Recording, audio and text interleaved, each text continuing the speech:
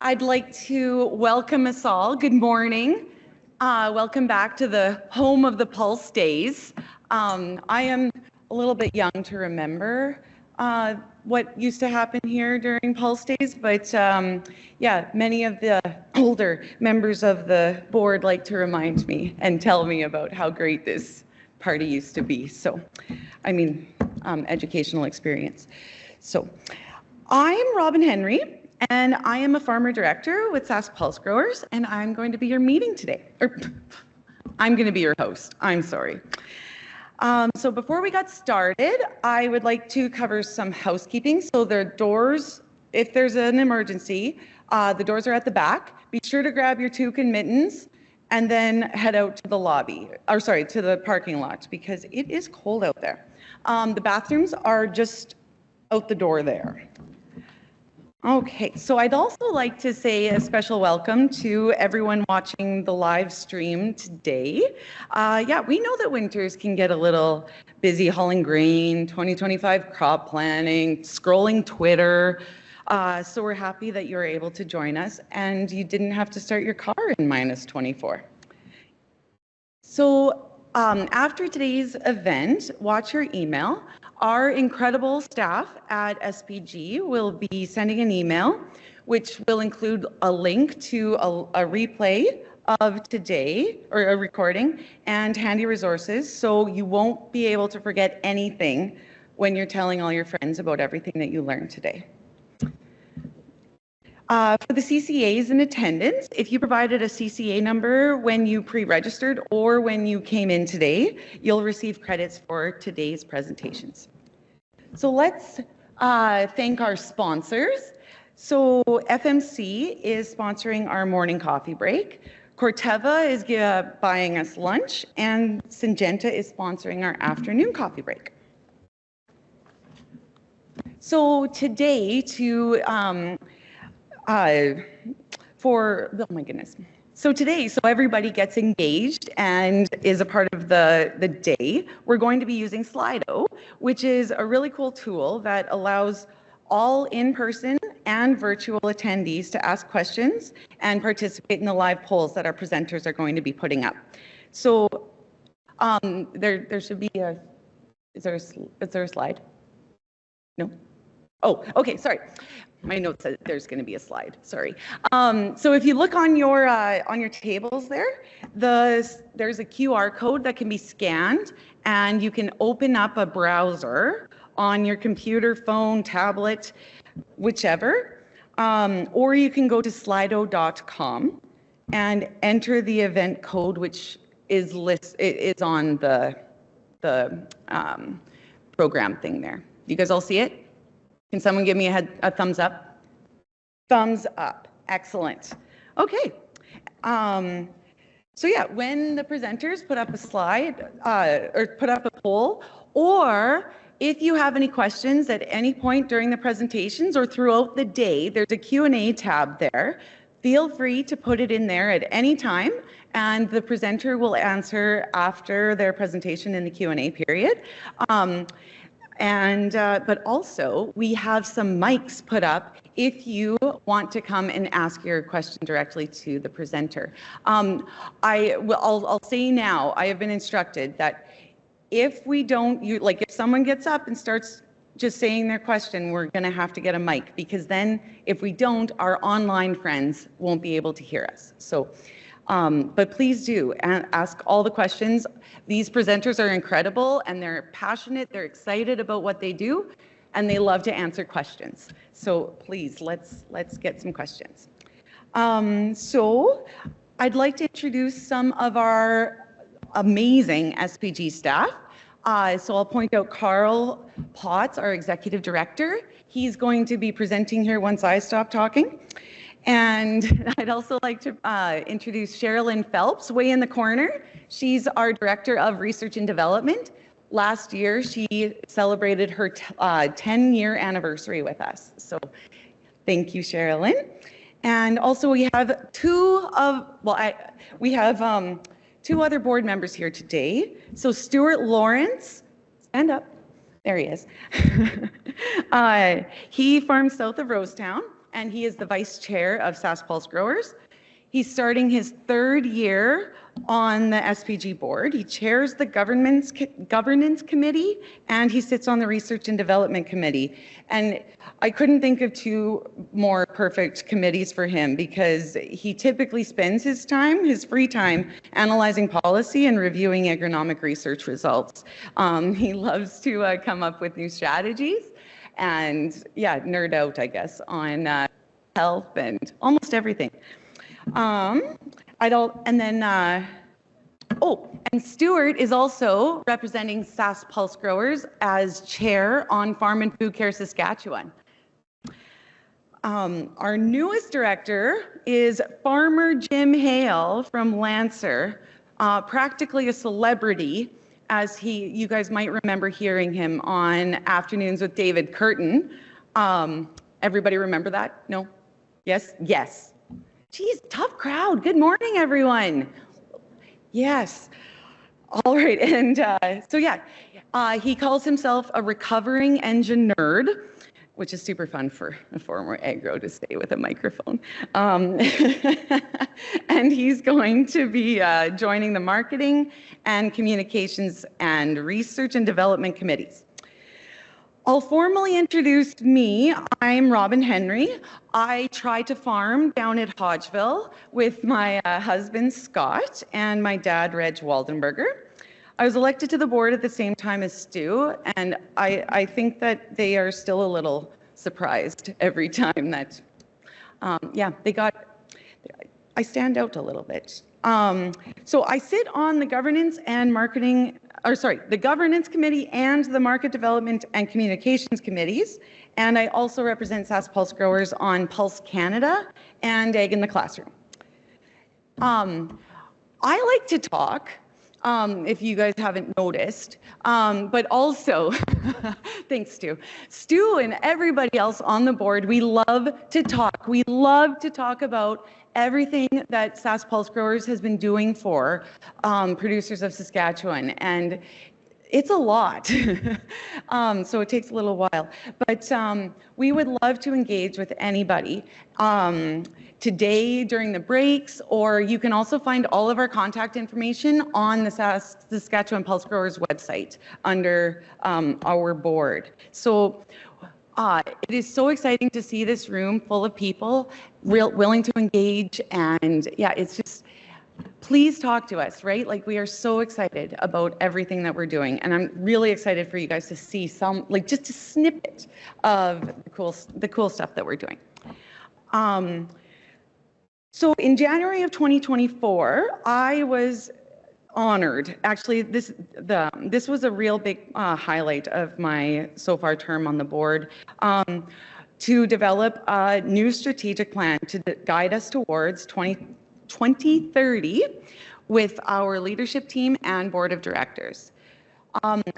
This new strategic plan has an increased focus on specific strategies to address critical issues facing all of us growers today. So we are really targeting a multidisciplinary approach to find solutions to root diseases. I think some people might want to, I think people can back us up on that one. Expanding our partnerships in pulse breeding, increasing research capacity through infrastructure and people development, and as well a renewed spotlight on advocacy initiatives on behalf of growers. So these are just kind of the highlights, because we also are still doing a lot of work to improve the yields of our favorite and established crops like lentils and peas, and increase the adoption of our smaller acre crops like chickpeas, faba beans. And this is all super important strategies and focus areas for Sask Pulse growers. So we'll be focusing on these topics later today. Okay, so enough of me. We'll start today's meeting with an organizational update from our Sask Pulse Growers Executive Director, Carl Potts. Welcome, Carl.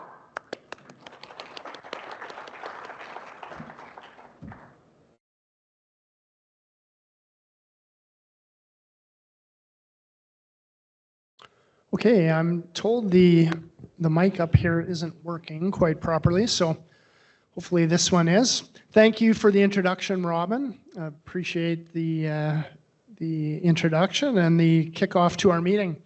Thank you everybody for coming here today. Cold morning. Glad to see a lot of people in person as well as online.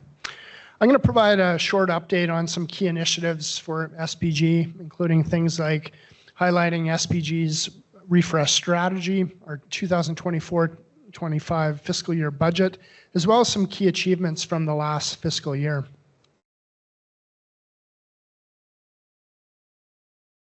I'm just looking for a slide advancer. Is there one already up here or not?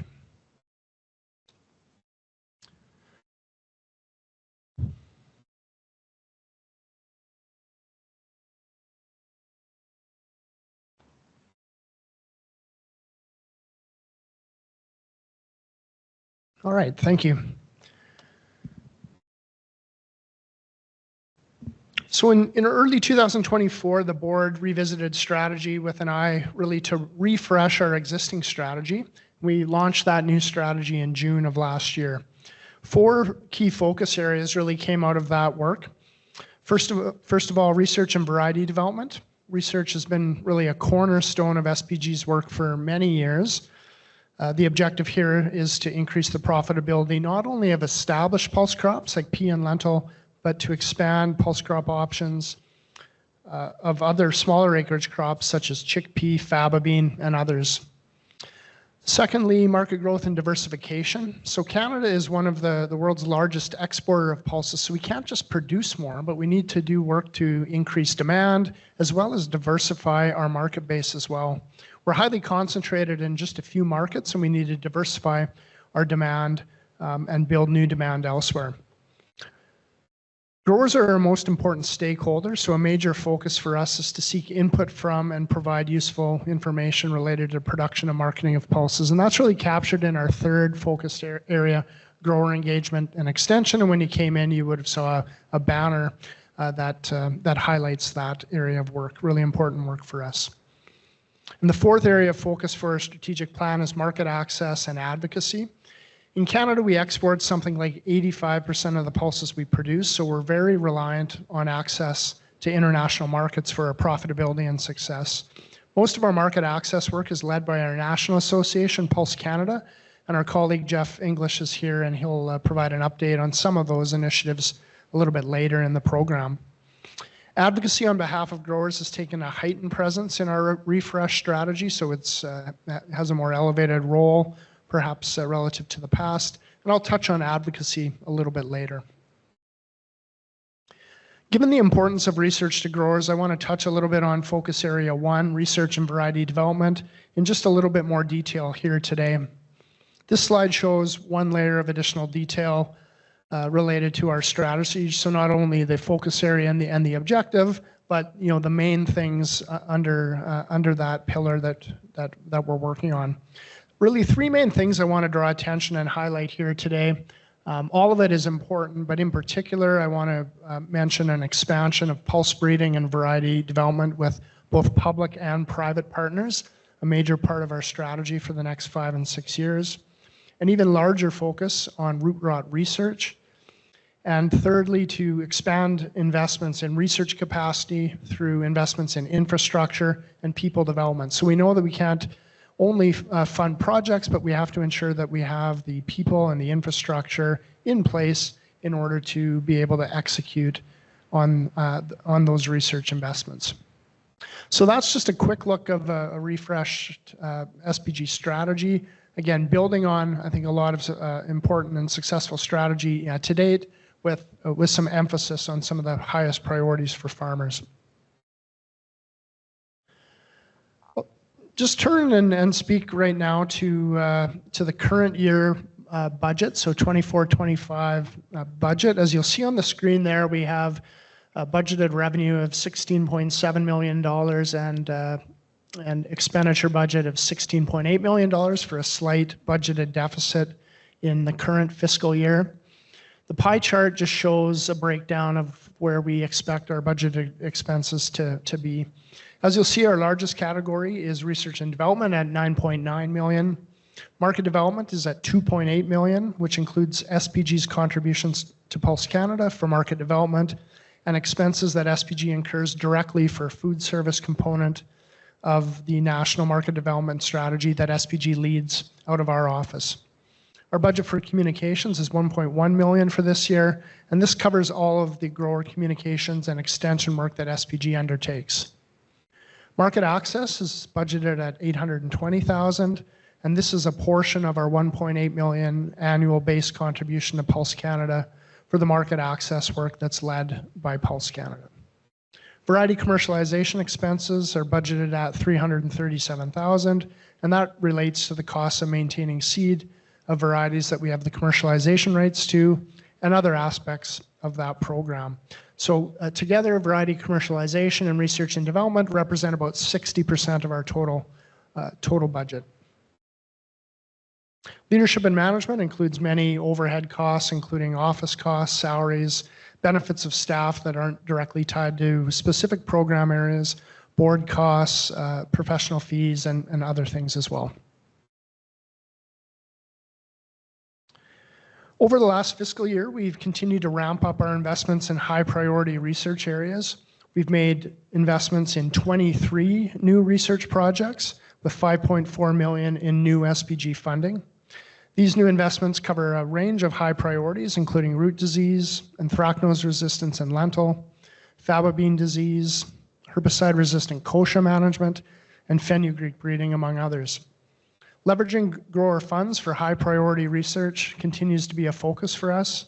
And some of the other funding partners on these new investments in research include the Government of Saskatchewan, Genome Canada, Enns, Research-Driven Agriculture Research, or RDAR, based in Alberta, Western Grains Research Foundation, Alberta Pulse Growers, as well as Manitoba Pulse and Soybean Growers. We leverage more than $3.50 of additional funding for every dollar of SPG levy invested, so turning 5.4 million of SPG grower dollar investment into 24.9 million in total new research. So leveraging and partnerships is really important on the research side for us. And if you've been at our AGM or any SPG meetings over the last number of years, you'll know that we've been talking about our new vision for pulse breeding and commercialization for a while now. We believe this new vision and new model is essential to ensure that growers have competitive and sustainable pulse varieties for the future.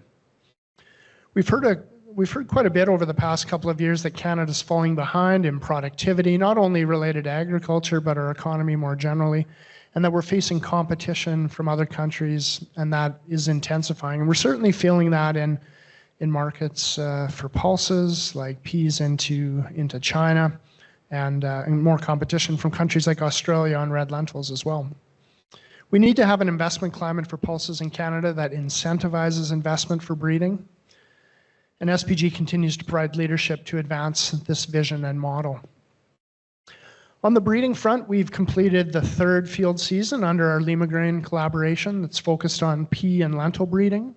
The first pea and lentil lines from Lima Grain are close to hitting the market with very strong pipeline of varieties coming along for future years. 5 lentil varieties and 1 yellow pea variety were supported for registration in 2024. And at SPG's variety seminar a couple of weeks ago, Lima Grain noted that that they're stacking several known sources of partial resistance to Aphanomyces in peas, with those lines expected to be considered for registration in 2030. We're excited about the progress that's been made so far in just the first few years of that research collaboration with Lima Grain.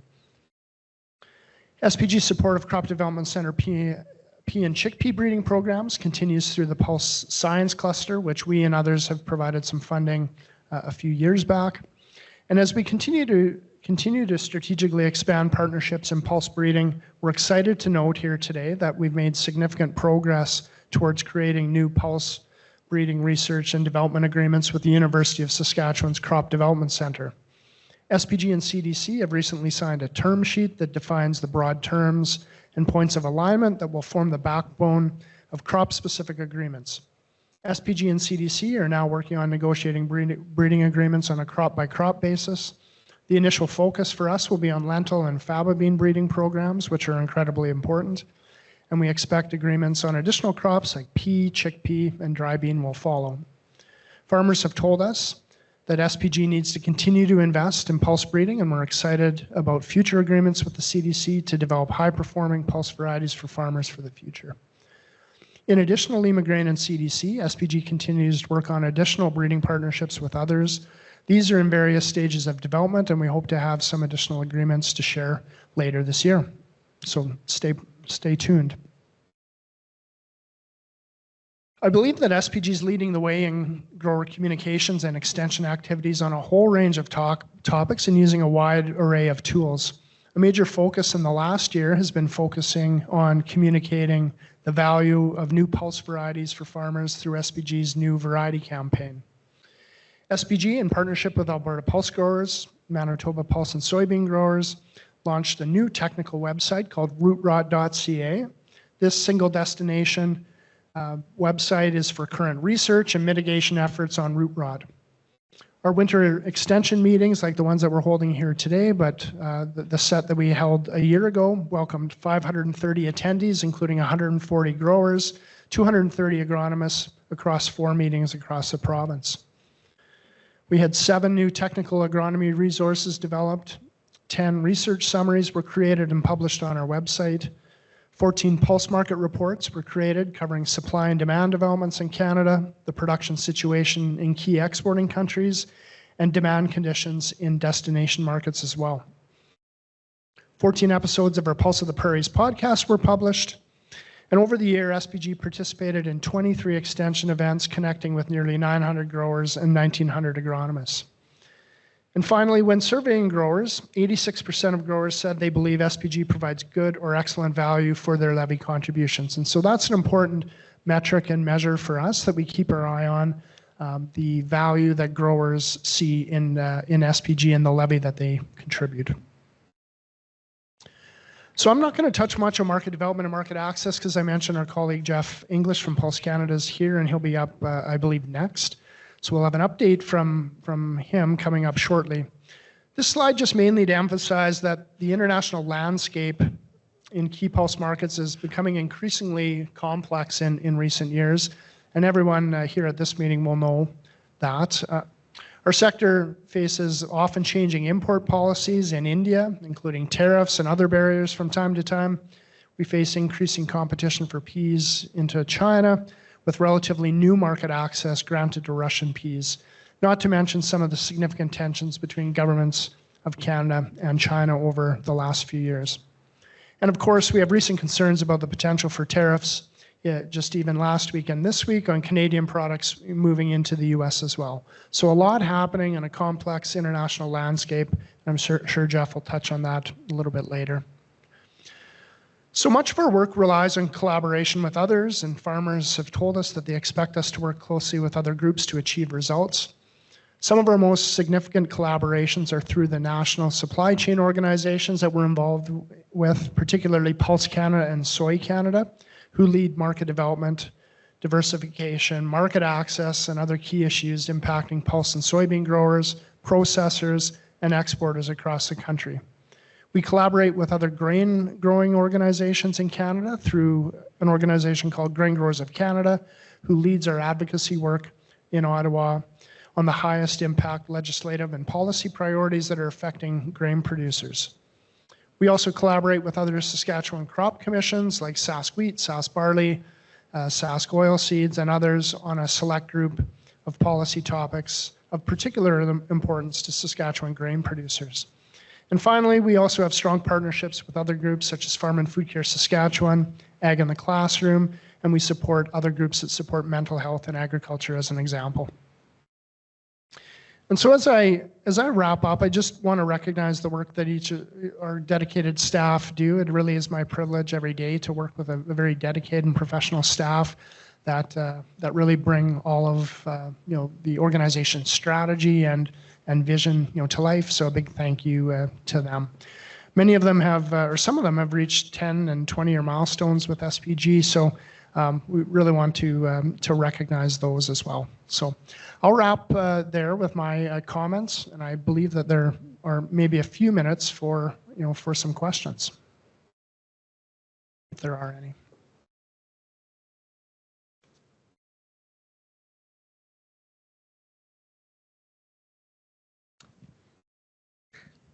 Excellent. Oh.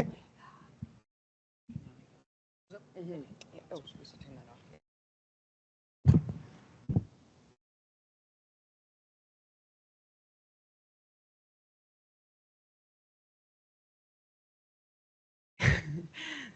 Sorry. Thank you so much, Carl. So I wanted to take a second to talk about, like, Carl just said a lot of words and a lot of really cool things that we're doing, and he kind of rattled them all off real quick. And what I would like to do is, like, because before I joined the board, I didn't fully understand what these words meant, right? And like the people and the time and the effort and the tenacity, right, that went behind words like market access and advocacy, right, and market growth and diversification. Like, hearing what Pulse Canada and Sask Pulse growers are doing on behalf of pulse growers in Saskatchewan is absolutely incredible. And if I've learned anything, it's that just because, you know, we're not hearing about something or something is taking a really long time doesn't mean that it's not being worked on. And usually it's exactly the opposite. There is a lot going on behind the scenes. So at the end of my first year on the board in December of 2023, Carl presented, he had just gotten back from a Chinese trip talking to the Chinese pulse growers or pulse buyers there. And I was hoping that Carl might be able to talk about this picture that is going. Oh, I do it. Oh, sorry. So this picture, when he was explaining what was going on, like on his trip, this is actually a picture of a picture inside of a vermicelli museum in China. And I'll get Carl to explain like who's all in this picture. But what my point is that like when Carl's saying like that we're having these trade missions with China and the relationships that are built and like we're able to kind of mitigate the tensions. They built this big vermicelli museum and they had that picture on the wall. And like they could have filled it with anything, right? And they chose to put the Pulse Canada and Sask Pulse growers on the wall, right? So I'd like to just let that sink in, right? Like, because these are the people that are doing fantastic work on behalf of Pulse growers. So thank you, Carl. But also, can you explain a little bit more? Sure. Yeah, thanks, Robin. And I guess the overall point in you know, when I was sharing this with the board following, you know, that trip, I guess the photo on the left is the group that was there in late 2023, and we're standing at the entrance to this sort of big opulent vermicelli, you know, museum, if you can believe it.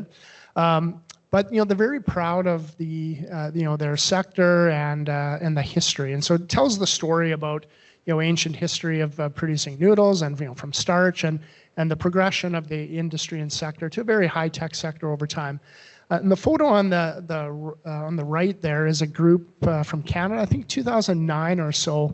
And the point I was trying to make with the board is that the investments that we make in some of these things, like market development, like research, and other things, are very long-term in scope, right? And so, you know, in 2009, there was a group, you know, there's some former directors on Saskatchewan Pulse Growers, Alberta Pulse Growers. There's a pea breeder from the University of Saskatchewan in the back of, you know, that photo there, you know, and some other staff and, you know, and many, you know, from the Chinese sector at this meeting. But it's about showing up, it's about being present and being consistently present.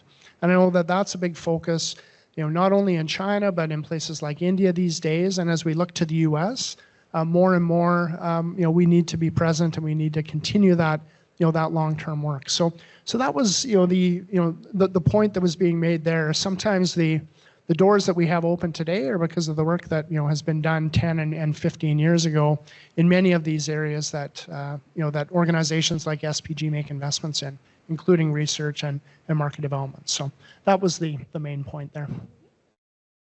Excellent. Thank you, Carl. Oh, Okay, so next, are there any questions for Carl? No? Anything online? No? Okay, alrighty, then we will move on. I'd like to welcome Jeff English. He's going to talk to us about global pulse market access, market development, and grower advocacy. Jeff is, he does a lot, so I need to read this. So Jeff is Vice President of Marketing and Communications at Pulse Canada, where he leads a team to support the pulse industry's growth strategy through marketing the sustainability, nutritional, and functional benefits of pulses. He also plays an active role in planning and executing Pulse Canada's government relations and advocacy strategy. So please put any questions for Jeff in the Slido, or we can use the mic after the presentation. All right. Try not to spill. Good morning, everyone. Thanks for having me. I live in Manitoba now, and I was out for your AGM a couple of weeks ago, but it was a little bit too warm, so I'm glad to be back and have a little bit of that nice Saskatoon winter weather. We're getting the same at home, so it just feels right. I'm going to walk through a little bit about some of the activities that Pulse Canada is undertaking on your behalf. As Robin mentioned, if there are any questions or comments, raise your hand, put them in the app. We can get to them. It'd be great to have a bit of dialogue here. Pulse Canada is the national association representing growers, traders, exporters of pulse crops. As you know, we represent growers from Alberta, Saskatchewan, Manitoba, Ontario, as well as 100+ members of the pulse and special crops industry across the country. And SPG is one of the founding members and a very important member and a very important supporter of our work. I'm going to touch on a few things here today, a little bit of a look back for 2024 and some key files that were moved forward, and then we can chat a little bit more about some major markets and then the future. As Carl alluded to, there's a lot going on right now in the world of trade and market access, and carving out what the future looks like for pulse crops is part of the job and not an easy one. We maybe just start with a little bit of labor and transportation. So in 2024 was a little bit of a year like no other. We saw the shutdown, the simultaneous shutdown for the first time of both of Canada's major railways. This was obviously decimating to Canada's economy and to Canadian pulse crops, and specifically because pulses rely more so than the average than other commodities on containerized freight. Pulse Canada has always had a very active role with respect to advocating for transportation policy and really spearheading groups to like-minded groups to advocate for fair rail policy, for a transportation and supply chain that is flowing. And so anytime you have a shutdown at any point in the supply chain, pulse growers feel the impact and certainly felt the impact of both national railways being down. That led us and some like-minded groups into a government relations advocacy campaign, which we called Stop the Strike. And then the railways decided to lock out, so it became Stop the Lockout. But the intent remained the same, and that was to ensure the government understood the importance that the railways have for a functioning supply chain for Canada's agricultural economy. This led to numerous meetings with officials, with ministers, a farmer campaign. So thank you, farmers who submitted letters, over 2,500 letters into the Minister of Labor, letting them know that a shutdown was not an option and to really get both sides together to form a deal that would keep trains moving. Eventually, after the lockout happened, the minister did invoke Section 107 of the Canadian Labour Code, which got parties back to the table. This was a direct ask of our campaign, and so while we wanted to avoid a shutdown at all costs, the shutdown was short-lived. And unfortunately, a couple months later, the ports of both Montreal and Vancouver also decided to have some labor issues. And once again, Section 107 was invoked with the same kind of tool from the Labor Minister.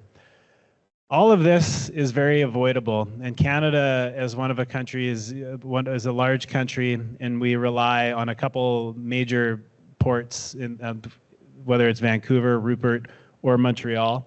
And anytime our customers see these self-inflicted wounds, unforced errors, they're watching. And we know that, especially from a pulse perspective, the global marketplace is very competitive, and we do have customers and competitors out there. And so the inability to make shipments doesn't mean that customer always comes back, and that is why we're focused long-term on a functioning supply chain.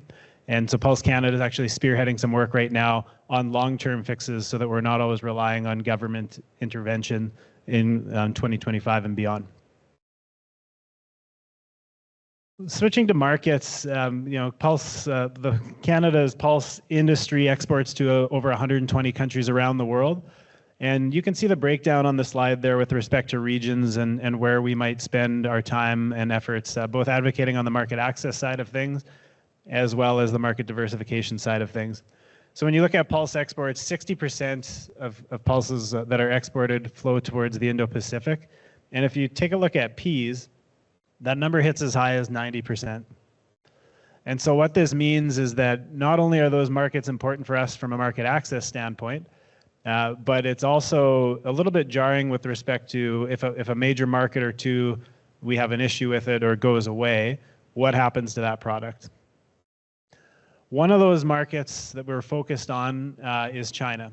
And so China, over the last 5 to 6 years, has been our largest market for peas. They were not in 2024, and we'll touch on that. But there's no secret that the government-to-government relationship between our two countries over the last several years has been quite fractured. Now, all that to say, China has also, through its own Belt and Road initiative, been granting access to other markets, phytosanitary access, for pulse crops, so peas from Russia and Kazakhstan. There was also an anti-dumping investigation that was launched, here in Canada and the United States, looking at actions of certain Chinese companies. And so all of this kind of gets noticed. And so what can we do about it as a pulse industry? Ensuring that market not only stays open, but that market is open to new uses, new adaptations for Canadian peas. Well, we're focused on strengthening the business-to-business relationship and an industry-to-industry relationship. So that includes things like in-country missions. In fact, Pulse Canada Chair, Terry Yuzwa, and President Greg Cherwick earlier this month led a mission, both a diplomatic and technical mission into China to work closer with companies who have a long-standing history of importing Canadian product. As Carl showed the photo, there's a proud history of supplying that market from Canada. It also includes providing resources for companies who are either interested in working with Canadian peas or who have worked with Canadian peas but perhaps lack some of the technical expertise or some of the research, the pre-competitive research, which we have done here and to share. So we create resources in Mandarin. We host webinars in constant contact with also through researchers here at the U of S and beyond to ensure that the flow of information is happening. We also know that China is a large market, and presently right now, Canadian pulse crops, it's only peas that have access into China. And so getting access to that market for lentils, for faba beans, we know that there's demand, and so those representations are happening. Again, a lot of that does rely on a functioning government-to-government relationship. Part of that is beyond our control, but what we can do is advocate for the science and for the relationship that we have formed over decades of work with China. India. So India came back to the pea market in 2024 in a very large way. Much like China, our government-to-government relationship with India is not all that it could be and hasn't been for some time. That said, because of its own food security initiatives, India did lift its exemption on peas starting in December of 2023. And certainly Canadian farmers answered the call. You can see on the screen there, 1.5 million metric tons exported through from December 23 to November 24, valued at a little over $800 million. This exemption is set to expire at the end of this month. We do not yet have signals from India as to whether or not that will continue, but certainly it's something we're advocating for. In addition, India has also had a tariff lifted on lentils through to the end of March 2025. So a big couple months coming up for India in terms of its decision making and what will happen there. Pulse Canada is not only actively monitoring what's happening there, but we have again focused on building that industry to industry relationship. So next week, in fact, we have a delegation going over. India has a biannual meeting, a pulse conclave as they call it. So it's a big get together of the global pulse industry, but also taking the time to sit down with Indian officials, with Indian industry representatives, and ensure that they know Canada's position, that we are a dedicated, high quality supplier and have been for years and can play an active role in helping them meet their food security needs. We also play host sometimes. So we hosted a delegation from India last year to Winnipeg and here in Saskatchewan as well, touring around, helping them get a sense for the quality and the size and scale of operations, really just building that relationship. As it says on the slide there, our goal is to keep pulses out of the political crosshairs. 2024, we were successful in that, but 2025, of course, is a year that brings new challenges. But because of that and because of the instability and a lot of the things that we can control or can't control, we also do a lot of work on the market development side to find new uses and new ingredients and for pulse ingredients, pulse crops. And rather than just a blanket approach, we really have sector and crop-specific strategies focusing on places where there's the opportunity for the most growth in high-value regions. And you can see the breakdown there. I'll touch on a few of the priorities from a Saskatchewan perspective. So with respect to peas, we would like to diversify 50% of Canada's pea crop and triple domestic use. And we do have a lot of capacity now here in Canada for value-added processing. So North America is a key market for us, and we'll touch on tariffs and what that could mean in a little bit. But also the growing Indo-Pacific. And it's not in the ways that you might traditionally think. So it's not just about necessarily moving bulk peas into markets.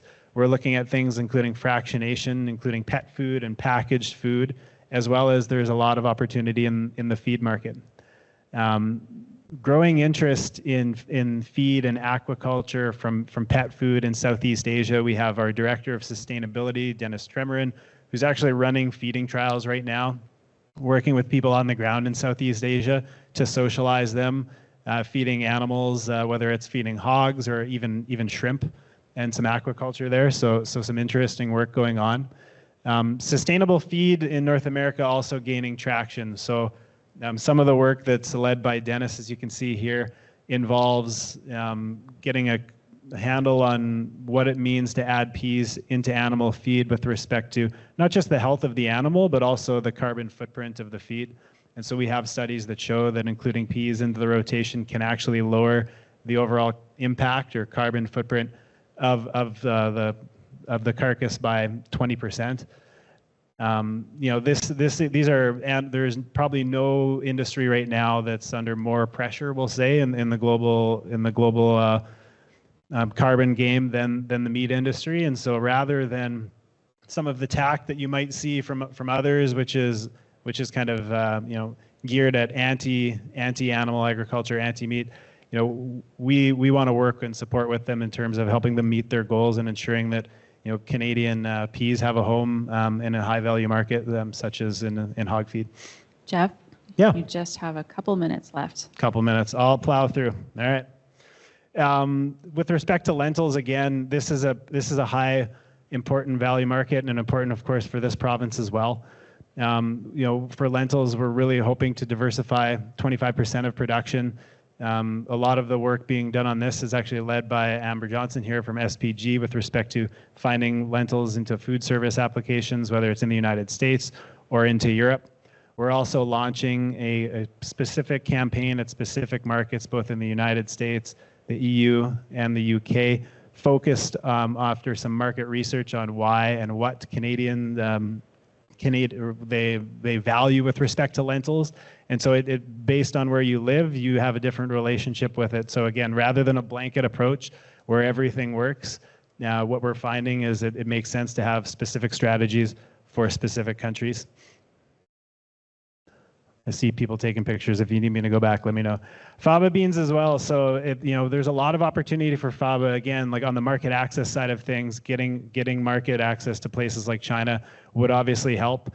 But there's work underway as well to look at pet food applications, and obviously as production volumes grow, we just want to ensure that that demand is growing with it, and getting some more markets for Canadian Faba beans. Chickpeas as well. There is a market diversification strategy that's being developed on chickpeas. There's been strong demand forecasts for chickpeas. Lots of work being done on a technical level in terms of flour milling, looking at things like hummus as well, opportunities in pet food. The market is really excited about chickpeas. If we could get some more farmers to put them in the ground, obviously that would be useful as well. I know that that's a consideration. They're tough to grow and only in certain areas. But if and when you do grow them, we want to make sure that there's markets out there to make them worth your while. So where does that leave us? And this is my last slide. People have talked about it, and if you're like me, you were kind of following by the hour yesterday to see, will they, won't they, with respect to our trading partner down south. Certainly, we seem to have bought about a month, but the threat of tariffs is still impacting a lot of two-way trade and our relationship with the United States, and Canada's pulse sector will not be immune to that. Now, we currently do have a bit of a trade surplus over the last 5 years with the United States of about 2 to 1, and if you take the president at his word, resolving or kind of addressing these trade surpluses seem to be something that he's intent on fixing. And so we're working with counterparts and colleagues in the United States, whether it's at the U.S. Dry Pea Lentil Association, whether it's through our groups in Ottawa, like the Canadian Agri-Food Trade Alliance, Canadian Chamber of Commerce, really to get a handle and advocate for free and open trade. The pulse sector, and we believe on both sides of the border, has benefited from NAFTA, from tariff-free access, from the fair flow of pulse crops on both sides of the border, and we'll continue to advocate for that. As I mentioned, India has a couple of key decisions coming up over the next 6 weeks here with respect to what it's going to do with tariffs on lentils, with tariffs and quantitative restrictions on peas, and that will have a great impact on market prices for those two crops. And from a Canadian perspective here too, we carry your voice in Ottawa and advocate on your behalf on issues, whether it's transportation, trade, market access, or things like like Lambda, the news out of yesterday, which the PMRA has finally reinstated Lambda for use as a feed grain, which will help provide some needed clarity to you as you're in the fields. That was a battle that was 4+ years that should have taken about half a day, but these things can take time sometimes, and you feel like you're beating your head against the wall, and then every so often they throw you a win that feels like it should have happened a long time ago, but this is kind of the political reality right now. And anytime we have a situation here in Ottawa like we do, where we're inward focused, whether it's a leadership race and then inevitably an election, when Ottawa's focused on itself, it's really not focused on agriculture or on you. So we try to bring that voice and some levity to those situations, advocating for some long-term fixes that help make your lives easier. And with that, I can happy to take any questions if there are, or kind of plowed through quickly at the end there, but see Jasmine there, but. We do have some questions from Slido, but they came in before you addressed those topics, so feel free to be brief if you like. Sure, yeah. Let's see here. Tariff threat from the neighbor. With a threat from our neighbor delayed by a month. Oh, it's gone. There we go. What are some of the plans in place from SPG to grow pulse market benefits to grower profits? I mean, the market development work is a long-term strategy, but it is very key. Not being so reliant on a single market is really something that I think the Pulse Canada board has addressed and taken quite seriously, and has given us a plan to ensure that if any of our major markets goes down, that there will be viable alternatives. Obviously, a lot of that depends on historical trade flows and size of markets and opportunities, but the market development work being undertaken by myself and by my colleagues, I would say, is aligned with that. And it doesn't happen overnight, but it's certainly a priority and something we'll continue to work on. Explain what the anti-dumping investigation is and how it pertains to pulses. Yeah, so in the United States, an investigation was launched, some allegations being made about Chinese fractionators dumping pea protein into the United States market. And so what you saw in Canada was the same type of allegation, kind of treating North America as a whole market. What's interesting to us here is that we have pea fractionators set up here in Canada and in the United States, where the protein is what's valuable. So the fractionation is set up to really to get value out of that protein.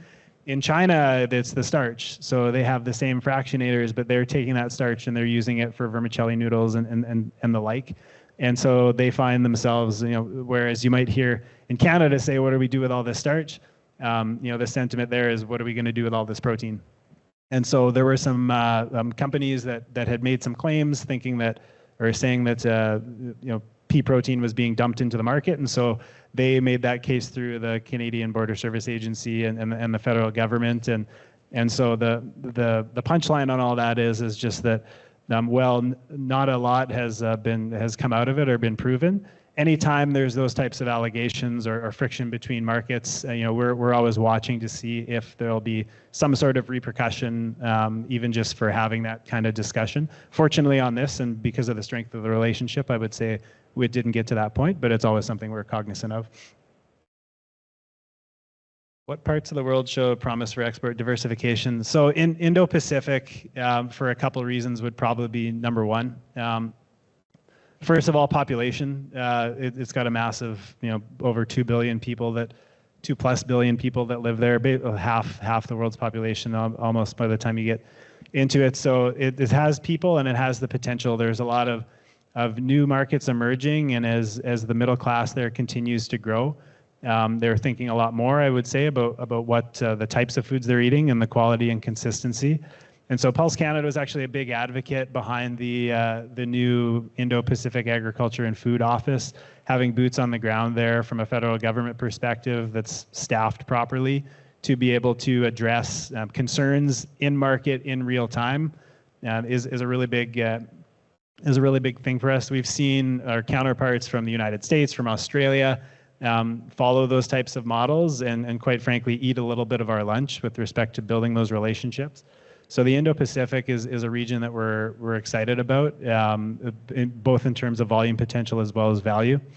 I would also say the European Union on certain things as well. We're seeing some troubling agricultural policies coming out of the EU that may have the ability to keep pulses out of the market for the wrong reasons. But when you look at it from a consumer standpoint and from a high value standpoint, they are hungry for things like Canadian lentils, Canadian chickpeas, and faba beans. And so, working with the right companies and getting the right food companies excited about working with those and showing them the market potential has led to some successes there. I think that's all. Thumbs up. Okay, thanks very much for your time, and I'll be kicking around all day, so if you have any questions, please don't hesitate to come see me. Thank you, Jeff. Yeah, when that Lambda news came out yesterday, that was just such a beautiful win, because he's kind of humble about it, but there was a lot of work for a long time. And yeah, so thank you so much, Jeff. Oops, had to turn. Okay, so our final segment before we take a coffee break will be a panel discussion on the future of pulse variety commercialization. So Carl Potts, our executive director, will moderate this session. I'd like to welcome our panelists, Stuart Lawrence. Are you guys coming? Okay. Stuart Lawrence, SPG director, Lorena Paul, Commercial Product Development Manager with Lima Green, and Jody Sauter, co-founder of J4 AgriSciences. Alrighty, welcome to the stage.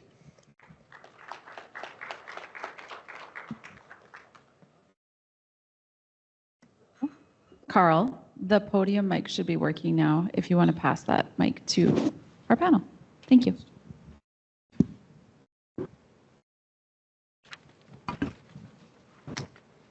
Okay, a big welcome to our panelists. Thanks for agreeing to be up here today.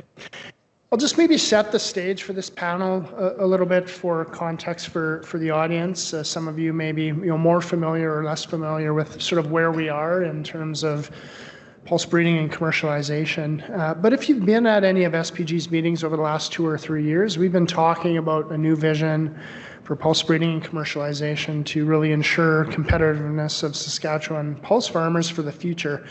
We've written articles, we've spoke at others' events, we've had numerous podcasts, and we've had webinars on this topic. This summer at the Ag in Motion show in July, we had a panel discussion on breeding and commercialization and pulses. So we're doing a lot of things, we think, to try to get that message and that news out. The new vision that we're implementing is one with continued SPG investment in pulse breeding for the future. Farmers have told us that is important to continue to make investments in new variety development. And we know that the challenges and opportunities are becoming more and complex. So building robust resistance to root disease such as Aphanomyces and Fusariums is challenging. We need additional herbicide tolerance in lentils. And we also need other pulses such as chickpea and faba bean that are adapted to a wider area and a greater number of growers. So we're at SPG, we're trying to create that environment to attract new investment and new breeders into the space with the goal of speeding up that rate of genetic gain for pulses and making progress more quickly. So to do that, SPG is developing partnerships with a number of private and public breeding organizations. We need the ability for those public and private breeding organizations to generate a return from the commercialization of their varieties in order to have sustainable revenue for those programs for the future. And this means that new varieties will need royalties not only on certified seed, but on farm-safe seed as well. So SPG is also committed to keep the varieties that were previously released under our old breeding agreement with the U of S royalty-free. So that the varieties that growers are already growing that were released under SPG's variety commercialization program will continue to be royalty-free and will be an option for farmers to continue to grow for the future. Farmers can choose to switch to new varieties when they think it makes economic sense, to do so. So just wanted to provide a little bit of that background and that backdrop for our panel here today. Again, welcome to our panel members, and I might just turn it over to each of you to introduce yourself and a little bit more about the organization that you represent. So we'll start with Stuart. Well, I was going to go ladies first, but okay. Stuart Lawrence. I'm Director, Vice Chair at SPG and farmer at Rosetown.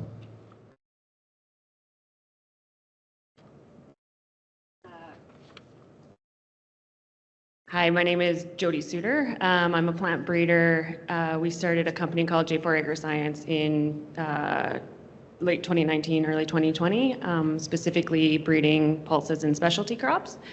I come from a farming background in Saskatchewan. I still volunteer a lot of hours on our family farm up in northeastern Saskatchewan. Good morning, and it does work perfect. Lorena Paul with Lima Grain. So my role is Commercial Product Development Manager.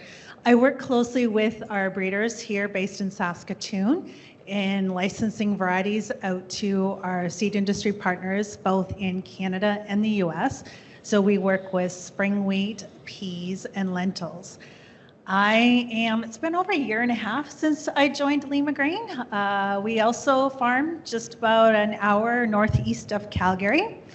But I've been in the seed industry, for close to 25 years now, in Western Canada and also the US.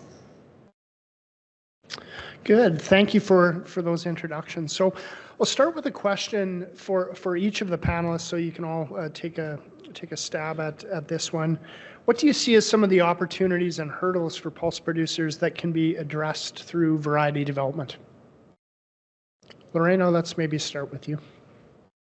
Sure. And maybe I'm going to start kind of a high level and then really drill down to what we're really focusing on here. And it's all about investment.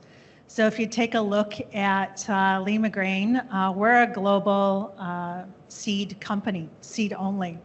And you take a look at our investment in peas and lentils. And on a global scale, they're both very minor crops. We're not the big wheat, soybean, or corn even. So it's bringing investment to pulses in Western Canada. And so what does that investment mean to you as farmers and to SPG? Some of the key areas that I think or that we are prioritizing and want to deliver on is yield gain across multiple environments, even the challenging ones. Also, the number one issue right now we hear a lot about is root rot. So both Banniza and Fusarium and peas and lentils. We are really working hard on bringing resistance to you as farmers. Kochia management in lentils through our global resources and partnerships is finding alternative herbicide options for lentil producers. So those are the three key areas that I believe that, especially Lemur grain, that we're focusing on and really honing in on to bring value to farmers. Maybe over to Stuart. What are you seeing as some of the key opportunities and hurdles that could be addressed through variety development? I'll start with the hurdles. On my farm, definitely the two pain points that I have are the Fusarium and Aphanomyces root rot complex and herbicide resistant weeds. So those are the two things. I mean, when I look back at in the 90s, pulses were 50% of my acres.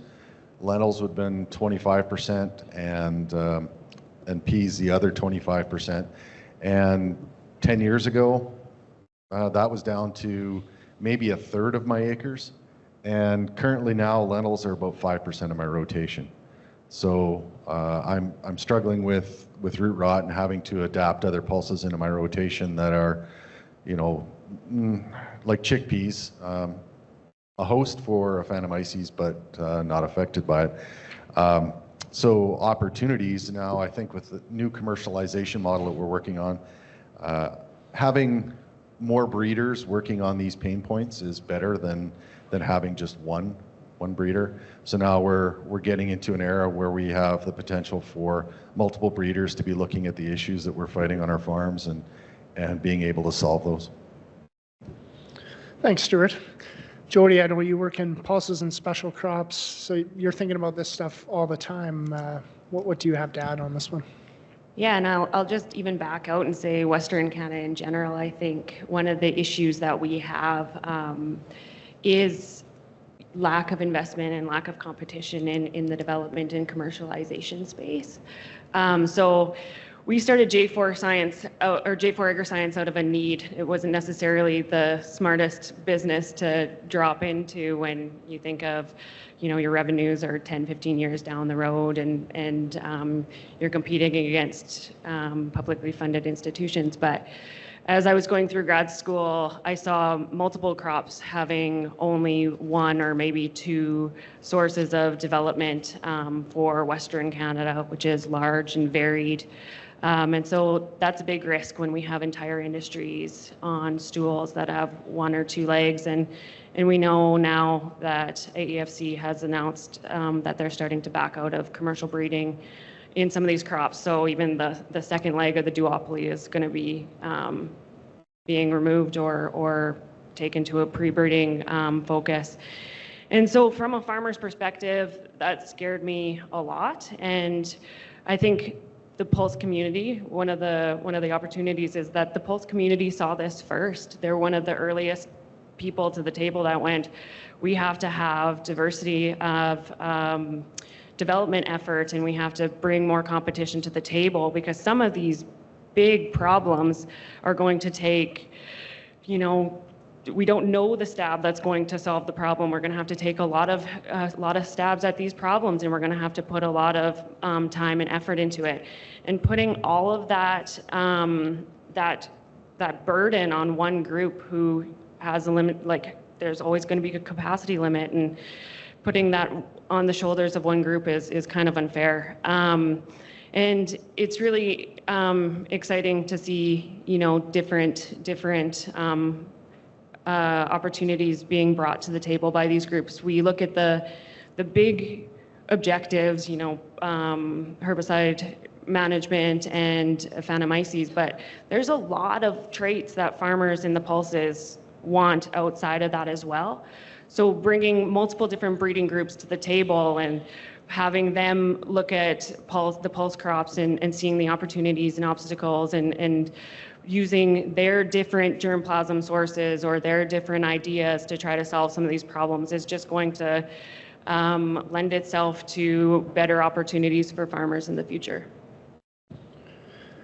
Thanks, Jody. Maybe a question for Stuart. As you look to the future, what do you see, I guess maybe what gets you excited about opportunities that can be created by a new commercialization model in pulses?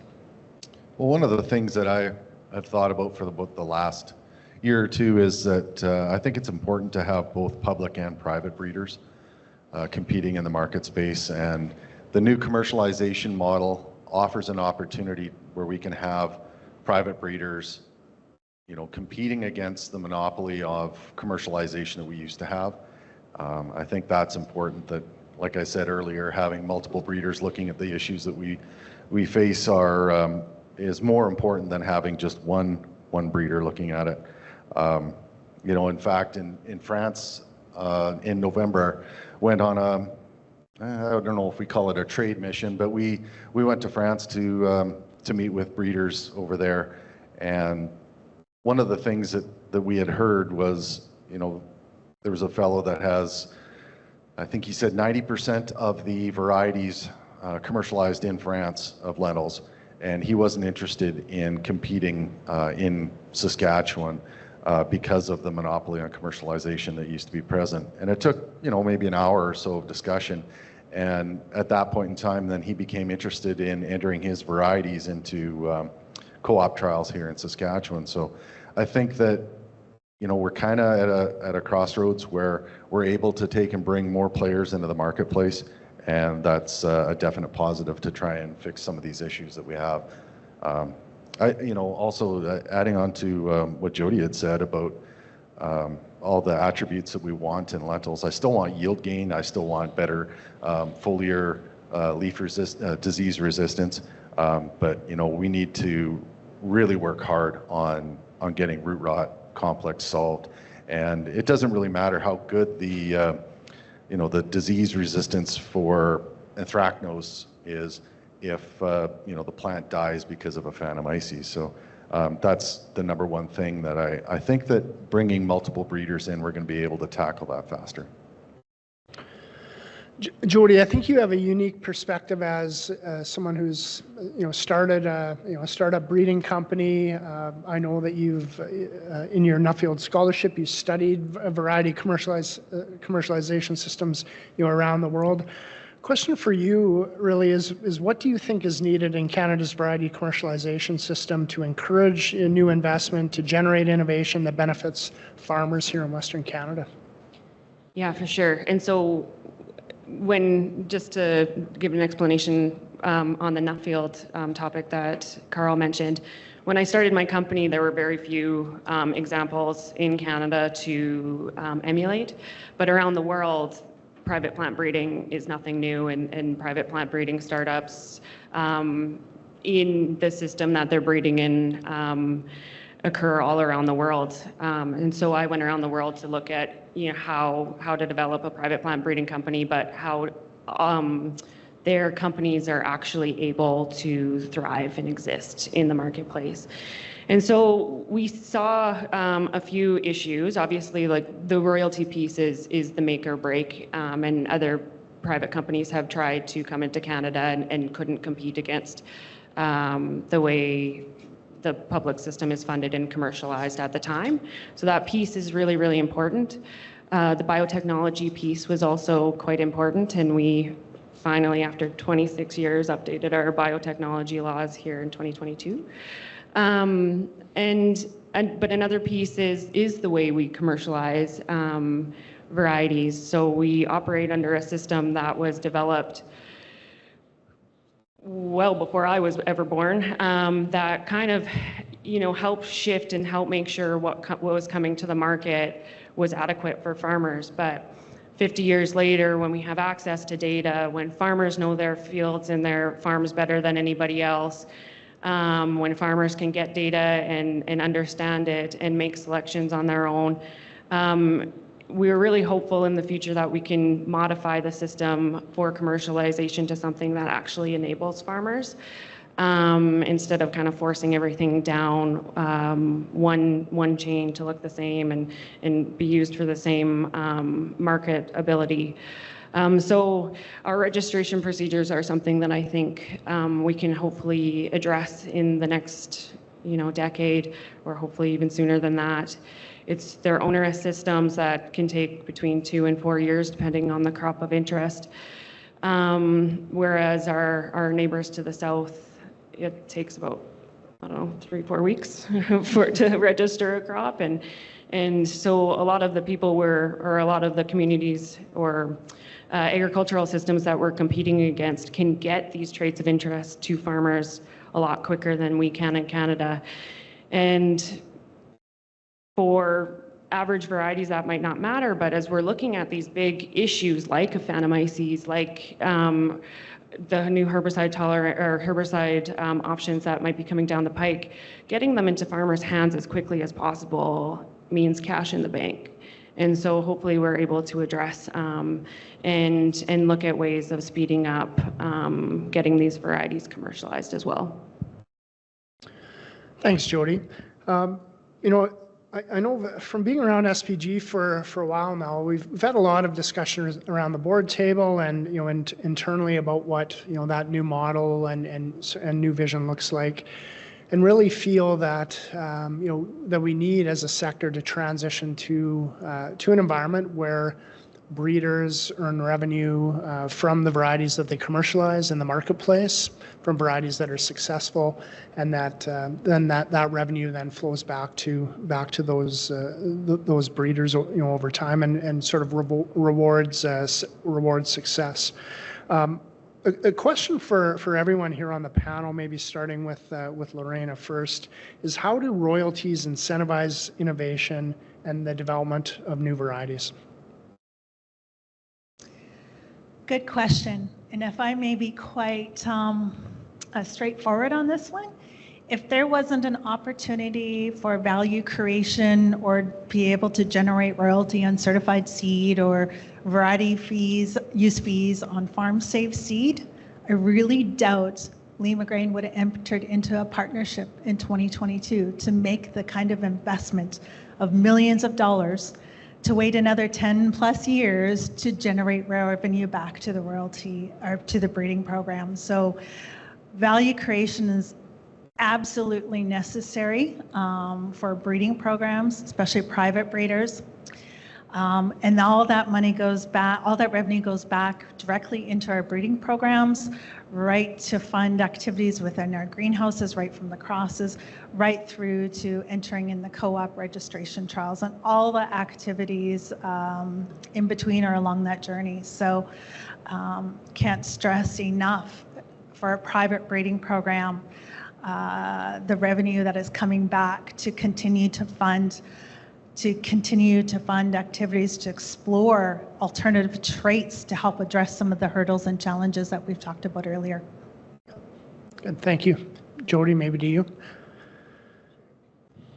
And I'll just echo that, but also add a couple other things that I think we forget to talk about or that don't get mentioned a lot in the royalty space. So royalties, one of the pieces I think it can really help, or one of the ways it can really help, is stabilizing the breeding and the development activities. And so we've seen, even in my tenure, we've seen the federal government switch mandates that caused the NRC to completely change their research priorities overnight and have to move to a completely different research priority, and a lot of that research that had been done prior was lost. We saw Alberta agriculture completely shift funding models, and a lot of research was lost there. And so having stable royalties, whether it's for public or private breeding, can really help weather the storms of different opinions and different ideas of how we do this, and make sure that, you know, as close as we can get to boots on the ground is making those decisions. I also think royalties actually will help farmers in deciding what happens with their dollar. So you're voting with your dollar. And we have, you know, traits that we're developing, if we're successful, are going to be new to Saskatchewan, to Canada. I guarantee Lima Grain has traits that, if they're successful, will be new for Saskatchewan and Canada. And I guarantee the CDC will have traits of interest that are new and will be new to Saskatchewan and Canada. And as a farmer, we can sit here and go, okay, well, these traits are actually really important for our farm. You guys keep working on that, but these traits, you know, they're not actually that important, or, you know, you're going too slow, or you're missing the boat. You're not going to get our dollars from these royalties. So really, by having the royalties, you're only paying royalties on the crops that you're wanting to regrow. And you're telling the breeders through your dollar where you want your money to go, but also, you know, incentivizing the breeding programs that are doing what you're wanting them to do. So I think those are two pieces that are of benefit to the Saskatchewan growers, but I think just having royalties, yeah, Lorena's accurate. You can't have private plant breeding companies exist without a way to capture revenue on their investments. Can I add a little on that? You bet. You know, I think that it was unclear to me before I came on SPG exactly how the whole breeding thing worked. And now that I've been at this for going on 3 years, I've got a better handle on how it all happens. And breeders only get paid currently on the royalty of their sales of certified seed and then levy or tax dollar subsidies. And we're entering a part of the marketplace, a time in the marketplace where that's not sufficient anymore. It lacked accountability. Does anyone like to watch the World Juniors hockey at Christmas? Anyone? Yeah, I love World Juniors. And anyone noticed who's won the last couple of years? You know, I think that there's an analogy between pulse breeding and junior hockey, in that, you know, we dominated the marketplace for decades. We basically built this industry in North America, and then now we're falling behind. Not to our neighbors to the south, but globally, we're kind of falling behind. And I think that, you know, we need to update how we're, you know, training our athletes, how we're paying our breeders, and, you know, like Jody had said, it brings accountability to the system, and you can reward the breeder that is solving the problems that you have on your farm. And you know, in the future, there'll be less tax dollars going in, there'll be less levy dollars going in, and it'll be, yes, it will be a check coming from the grower, but you know, that our levy dollars we're paying for breeding before, so you can consider that a royalty in the past. It's just you didn't write a check for it. Switching gears a little bit, a question for Lorena. So Lima Grain made the decision to expand its footprint here in Canada and make the investment to establish pea and lentil breeding programs here in Saskatoon a few years after creating a wheat breeding program here for Western Canada. Stuart talked about the benefits of increased competition and you know, collaboration amongst organizations here in Canada. I know collaboration, when I talk with Lima Grain, I talk with you, collaboration with others here in the research ecosystem is important to Lima Grain. So wondering if you can talk a little bit more about how Lima Grain is not only envisioning competing in the marketplace to bring new varieties to growers, but working collaboratively with other breeders and research and others in this space. Very important conversation to share about Lima Grain. We can't do it alone.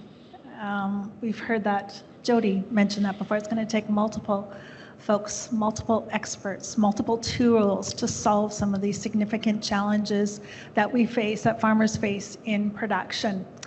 And I really think it just stems from who Lima Grain is. We are owned by farmers.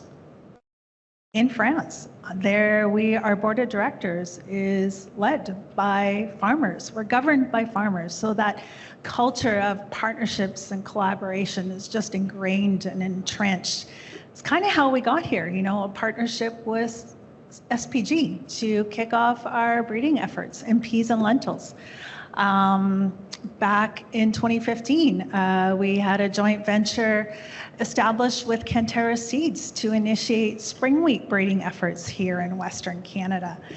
And most recently, as our breeding teams were looking at multiple lines of different donor resistance for Phantomyces locally, from France as well, we identified the need for some sort of controlled environment, high throughput screening capacity for these lines. And so we worked with SPG, and now we're just about to kick off, not we, but it's a third-party provider where any breeding program who wishes to evaluate their lines can submit lines to start screening for the level of resistance for Phantomyces in a controlled environment. So that's kind of the most important. We identified a need. We couldn't do it alone. So it's an opportunity for the industry and multiple breeding programs to work together. And this takes us across the pond, but Limagrain in Europe has had a pea breeding program for over 30 years. And they're part of a recently announced pea breeding consortium, working with multiple different breeding programs to continue to push that genetic gain, which also includes a focus on root rot resistance. So that collaboration, of course, in France is definitely going to help us over here as well. So just a few examples of how important partnerships working together to solve the challenges that our farmers face today and going forward. Good. Thanks, Lorena. Appreciate those comments. Encourage anyone who has questions, get them into Slido, or if you're planning to come to the mic and ask questions, we certainly welcome that here in the room as well. As we look to wrap up, maybe looking for some closing comments and thoughts, from each of the panelists, maybe around what you're most excited about as you think about the industry for the next 5 to 10 years, or sort of following up on any other things that have got your attention here on the panel today. Let's start with Stuart. I think what I'm most excited about is the opportunity to fix the challenges that we have as pulse producers. I've said before, and I'll repeat it again, having multiple breeders looking at the problems helps solve those problems faster. So I'm quite excited about that. I think that shows great promise. Something else that one of the consistent comments that I hear from pulse producers is about SPG double dipping on levy and then also having to take and pay to get to do say a royalty on certified seed or farm safe seed. And I think that we as a board, we always address every year we're looking at where our levy sits, and we've got the flexibility. Once we get the commercialization model created, we have the flexibility to adjust our levy as required.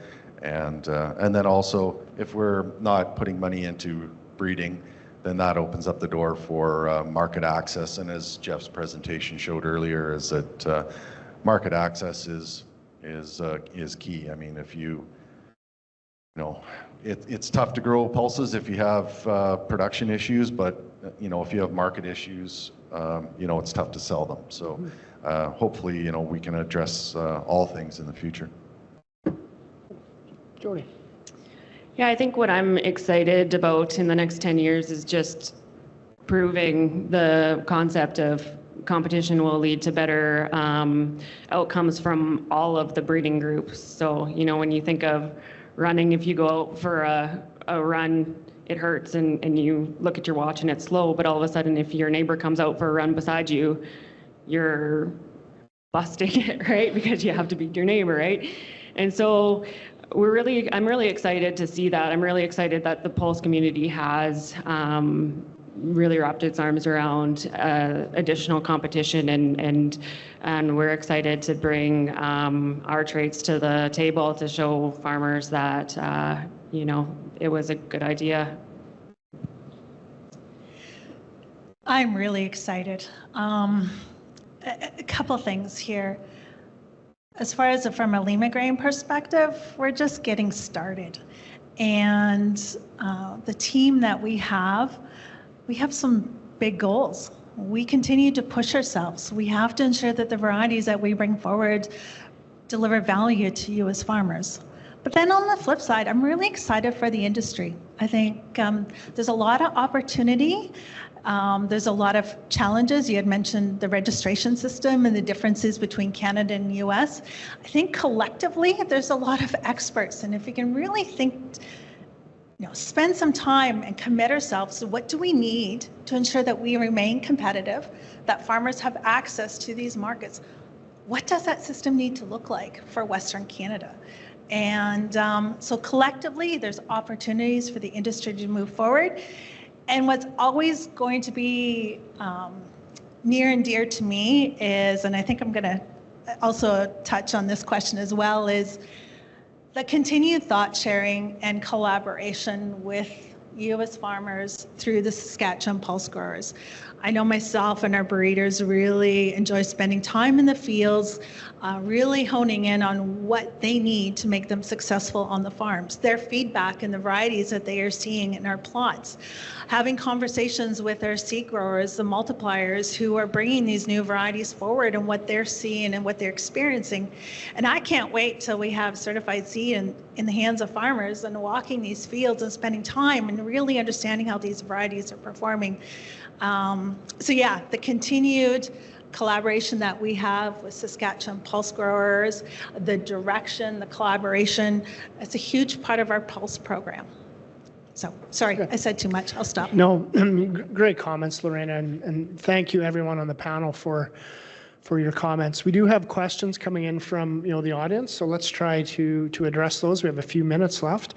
Maybe the first one: how does SPG ensure the funding of private research and breeding is best directed to Saskatchewan issues? Does SPG get access to research that they fund? Maybe I'll ask Stuart to maybe comment a little bit on things like steering committees and ways in which SPG is trying, from the outset to ensure that growers' interests are brought forward and represented on these sorts of things. Yeah, absolutely. Thanks, Carl.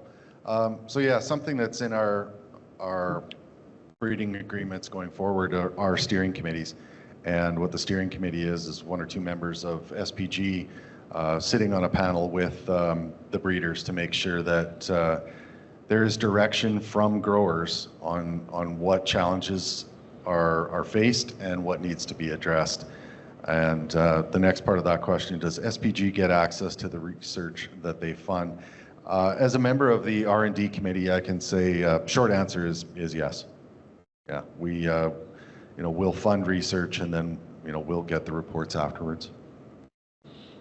I might just flip to the bottom one there. Do agronomists have any role in variety commercialization? Maybe Jody and Lorena, could you provide some comment on how agronomists or others have any roles in variety commercialization? Yeah, and I suppose it's different depending on which company you're talking to. I was actually thinking about this this morning, and I was talking to an agronomist up in our area. Often agronomists are walking more fields than breeders are. And so they're really important in the system to bring acknowledgement of problems to breeders or to other people in the industry.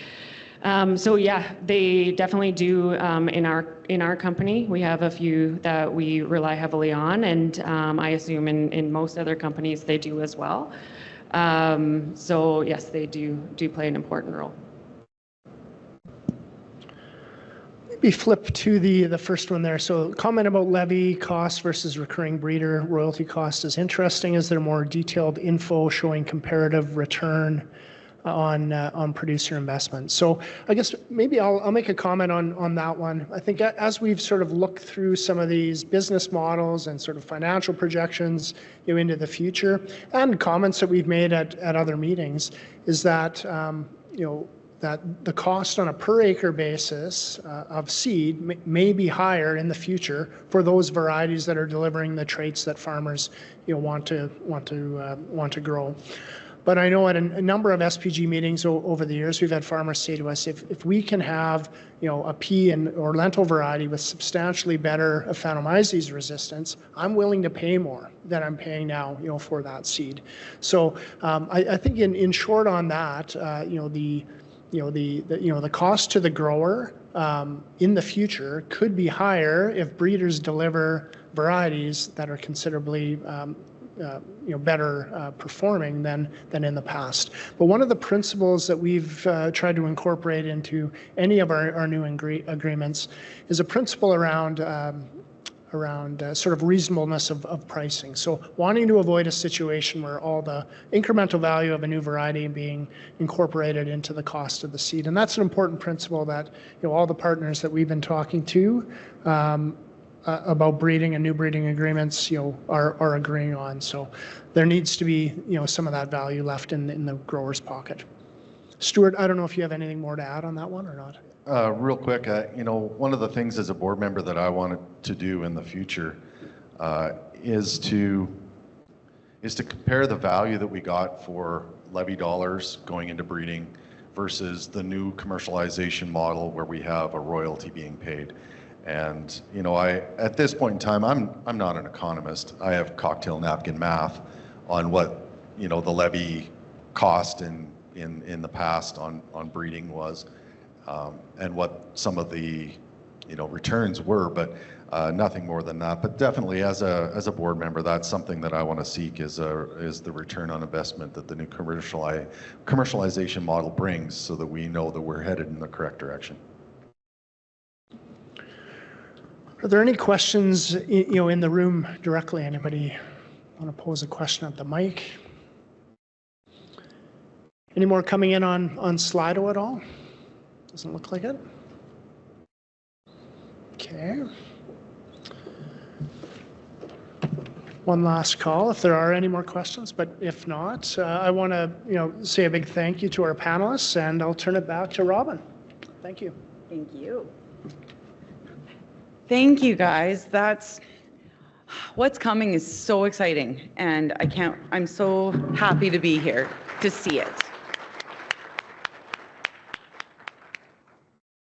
So for our next presenter is Laurie Friesen, SPG Seed Program Manager, who will speak about maximizing yields with the right genetics, new pulse varieties, quality insights, and a demonstration of Saskatchewan Pulse Growers RVT portal. Thank you, Laurie.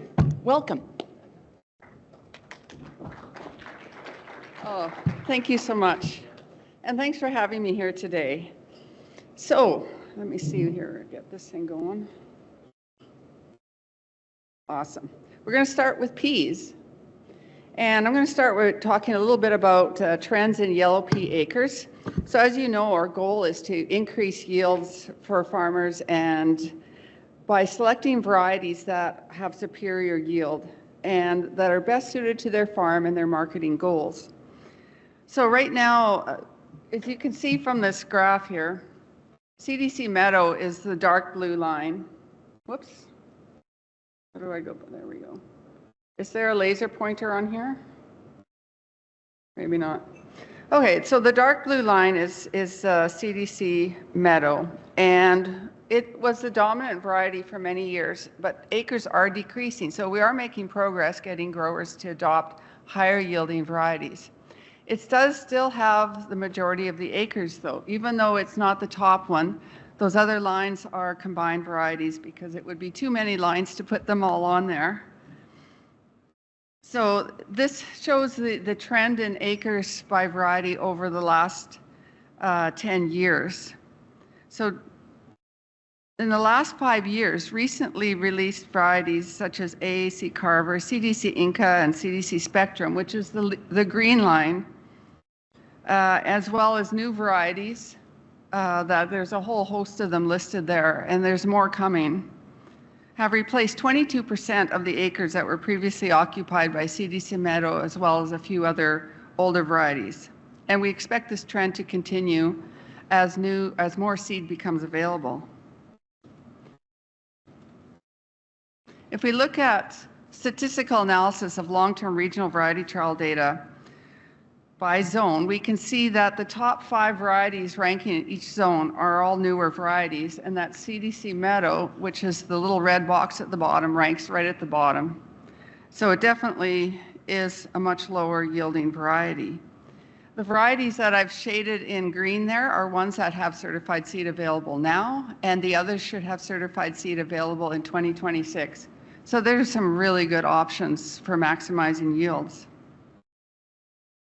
There are several new varieties that will have certified seed available for the first time this spring. So these, there's 2 AFC varieties and 2 CDC developed varieties. Both of the AFC varieties are early maturing. AAC Julius yields particularly well in the north at 108% of the check. And the other 3 yield well in both geographies, which is always a good feature because it suggests good yield stability.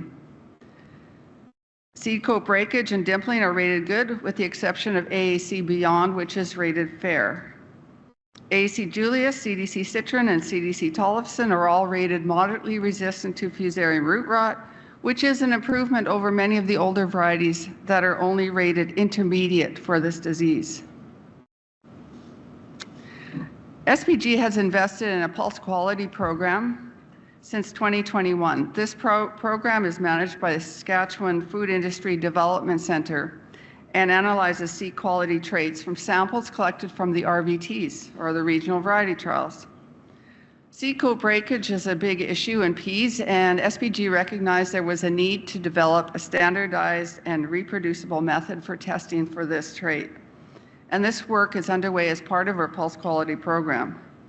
They are currently testing a new method that is designed to mimic handling processes, and preliminary results look really promising for measuring this trait. And this will prove to be an asset to assess seed coat integrity by variety and better determine factors influencing these breakage issues. Another factor that we are testing for in our pulse quality program, or assessing I should say, is greenness in yellow peas. We're seeing differences among varieties, locations, as well as interactions between location by variety. And continuing to gather data will benefit variety selection in the future. Protein is also a big part of our pulse quality program. This chart only represents 1 year of data, so it only provides kind of a preliminary glimpse at varietal differences. But with multiple years of data, we can really do some good analyses. There's not a lot of difference in this particular graph of the top 13 varieties. However, we can see that some of the top varieties include CDC Hickey, Calthorn, CDC Boundless, some new experimental lines that are up and coming, and AAC Planet. We do see much stronger varietal differences at individual sites, which shows the importance of geography and environment. Now to talk about green peas. There are 5 green pea varieties that compete for 91% of the green pea acres in Saskatchewan. CDC Forest has been the highest yielding variety and has the highest acreage since 2021, and still occupies 32% of the green pea acres. But it is prone to bleaching and is starting to lose a bit of favor. So there are new varieties up and coming that I think will fill that need. CDC Limerick is still a very popular variety, partly due to its good green color and resistance to bleaching. Even though it's not as high yielding, it still occupies 19% of acres. There are some, I mentioned there was some up and coming varieties for 2026. So 2 of these are CDC Husky and CDC Rider. When we did a long-term analysis of yield, CDC Husky ranked in the #1 position, and it has a 4 to 6% yield advantage over CDC Forest. CDC Rider ranked 3 overall, just behind CDC Forest. and yields similar to forest in the south. So these are two good options that are up and coming. Both varieties had good standability, better than CDC forest, and improved disease resistance and resistance to bleaching, which is really important. So look for these in 2026.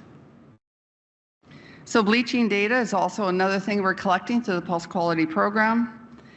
And in 2023, over all of the locations, CDC Forest had about 7% higher bleaching than all the other varieties, with CDC Husky, CDC Rider, and CDC Spruce having much better resistance to bleaching. So it's good to see that there's options for that trait.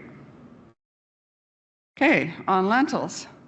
So before I get into varieties, I want to point out that there was an error made in the Saskatchewan Seed Guide for the lentil table. 2024, we changed the lentil check from Maxim to Nimble. And all the variety calculations of percent of check are based on Nimble. However, in the table where you see that red X, they left it labeled as Maxim. It makes it look like everything just lost 10% yield versus Maxim. So that is the error that's in the printed guide. If you go to the online guide, it's been corrected where you see the green arrow, that's the corrected version. So please keep that in mind if you're using the printed guide. And there are some correction sheets that can be accessed if you would like to have that as well, particularly if you're handing out to anybody else that needs that information. So on to more interesting things here. Trends in acres. So as you know, CDC Maxim has long been the dominant variety. So here we see the trends from 2013 to 2024. So the dark blue line is CDC Maxim, but acres are steadily decreasing in favor of CDC Impulse and CDC Proclaim. And that is the red line, so that's the two varieties combined, which now occupies about 55% of acres. CDC Impulse and CDC Proclaim both represent about a 6 to 8% yield advantage over Maxim in the south and 5 to 7% in the north. So these are really good options, and they're definitely seeing a good uptake. There are some relative newcomers, CDC Nimble and CDC Simi, and we're starting to see some good uptake of those, and that's the purple line. And Simi yields 5 to 7% higher than Maxim, whereas Nimble yields about 8 to 10% higher. And because of that good yield, that's why it became the new check. If we look at yield ranking of red lentils over multiple years, we can see that particularly high yielding is the large red lentil CDC Monarch, which is in the top spot in the north. And CDC Nimble took the top spot in the south. Or vice versa, I'm sorry. CDC Monarch is in the south and CDC Nimble is in the north. As well as the conventional variety CDC Red Moon ranks near the top, as well as several up and coming varieties. So you see some fairly new ones there that don't have certified seed yet, and it's exciting to see the ongoing improvements in lentil breeding. So keep your eyes open for new varieties as they come available. I mentioned CDC Monarch, and so just a really quick blurb on this. Certified seed is anticipated for 2026. It is the highest yielding red lentil, but it is a large red lentil. So it yields about 9 to 11% higher than CDC Nimble, which is about a 19% yield advantage over Maxim. And it has a seed size of 51, so it is quite large. You can see the comparison there with CDC Proclaim. Now, large green lentils, 3 varieties compete for about 91% of the large green lentil acres. CDC Green Star, which is the dark green line, has been the dominant variety, and it is a high yielding line, so that's understandable. But there is now a Clearfield variety, CDC Lima, which is increasing in acres and now occupies about equivalent number of acres as CDC Green Star. So there's both a Clearfield option and a conventional that are both looking very good. CDC Grim, which is the yellow line at the bottom, is just emerging. It's fairly new. We expect acres to increase of that one. So CDC Green Star is the top ranking variety in terms of yield in the south, but it's closely followed by both CDC Lima and CDC Grim. And in the north, CDC Lima is the top yielding variety, so they're very competitive. Small green lentils are becoming very popular right now. So CDC Invincible, which is a fairly old variety and shown by the red line there, continues to be the dominant variety. It's been around for a long time. But acres are slowly dropping in favor of newer, higher yielding varieties. The next variety that came out was CDC Kermit, which is a conventional variety, and that's the lime green line. Didn't get a lot of uptake. I think growers of small green lentils really wanted the Clearfield trait. However, the new variety, CDC Jiminy, which is the purple line, is rapidly gaining acres as certified seed becomes available. So it yields similar to Kermit in the south and has a 6% advantage over Kermit in the north. So it is the highest yielding small green lentil. And so compared to CDC Invincible, it yields 12% higher in the south and 20% higher in the north. So I know there's been a lot of demand for seed of that variety. So now on to chickpeas. Again, looking at trends in acres, we are starting to see positive uptake of new higher yielding chickpea varieties. CDC Leader has dominated chickpea acres since 2019, and it does still occupy 55% of acres. And that's the yellow line at the top. However, newer varieties are starting to replace CDC Leader, and these include CDC Lancer, CDC Orkney, CDC Pearl, and CDC Pasqua. If we look at performance data, CDC Lancer has been designated as the new check, which is the top line with in the blue font, due to its strong performance, a very strong variety. There are 3 Kabuli chickpea varieties which will have certified seed available starting in 2025, and these are the ones that are in red, so CDC Orkney, CDC Pearl, and CDC Pasqua. CDC Orkney is currently the highest yielding Kabuli chickpea in the dark brown soil zone, and it ties with CDC Lancer in the brown soil zone. It matures 1 day later than CDC Lancer, but it does have a larger seed. The CDC Pasqua and CDC Pearl are interesting varieties as they boast both the largest and the smallest seed size, respectively. So CDC Pasqua is capable of producing a 10 millimeter seed. Laurie, yeah. You've just got a couple minutes left. Okay. The small seeded CDC Pearl is gaining interest, and canning markets have been established for this variety. So it's very interesting option for chickpeas. Seed size is also measured in our pulse quality program, and you can see by this graph, CDC Pasqua, it was the largest seeded one, but now there's new varieties coming out. They're being developed with even larger seed, and I think there's even more improvements to come. So this is a very positive trend. Environment plays a big role on seed size, and this chart shows the relative seed size of chickpeas grown under more ideal conditions where it was 4,000 kilograms per hectare was the yield, and you can see they had much larger seed than those under poorer conditions where the yield was around 1,500 kilograms per hectare. I just want to say a little bit more about low vicing convicing. I know we brought this up at a number of different meetings. But these are anti-nutritional factors in faba bean that limit the use of faba bean in food ingredients. So the industry is switching over to low vicing convicing varieties to meet the market opportunities that are out there. So we are starting to see positive uptake of newer varieties that are low vicing convicing and that are competitive with with Snowbird, which has been dominating acres for a number of years.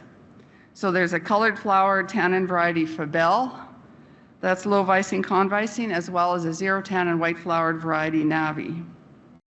So we expect acres of low vicing convicing varieties to continue to increase, and we are encouraging adoption of low vicing convicing varieties because faba bean cross-pollinates and it would contaminate the low vicing convicing trait. So if we look at some data here of the white flowered varieties that are becoming available, we can see that they are good options that have competitive yield versus Snowbird. In 4 years of head-to-head testing, Navi yielded 107% of snowbird. That's the data in the yellow column. And the 3 low vicing, con-vicing faba bean varieties that we released, those are the 1142, 1089, and 1310, all had higher yield compared to snowbird, with CDC 1089 yielding 109% of snowbird. So it is the highest yielding white flowered variety. Those 3 numbered varieties all mature 4 to 5 days earlier than Navi, which is about 2 days later than snowbird. They have a smaller seed size, which makes seeding operations more economical and easier. So there are some really good advantages there. In order to maintain the low vicing, con-vicing trait, these varieties are all marketed in closed loop systems to make sure that there's isolation is maintained from high vicing types, which is 1 to 5 kilometers, and also that seed is being tested for levels of vicing and con-vicing. But there's so many great opportunities there in terms of incorporating faba bean into food ingredients. Just wanted to touch base on our regional variety trial portal. That's where we have all the regional variety trials. There's 15 years of data, which is about 6,000 data points just for yield. 40 locations, 113 varieties, and this is growing as every year there's new varieties to add. So you can find it on our website. There's 2 places. One is at the bottom of our web page. Another one is at the bottom under Growing Pulses. This allows for a lot of different functionality. You can select your location and crop. You can click on Compare Varieties and select several varieties that you can compare under several locations and see comparative yields over years. So you can narrow down to your area and see what is competitive under different environmental conditions and make selections that way.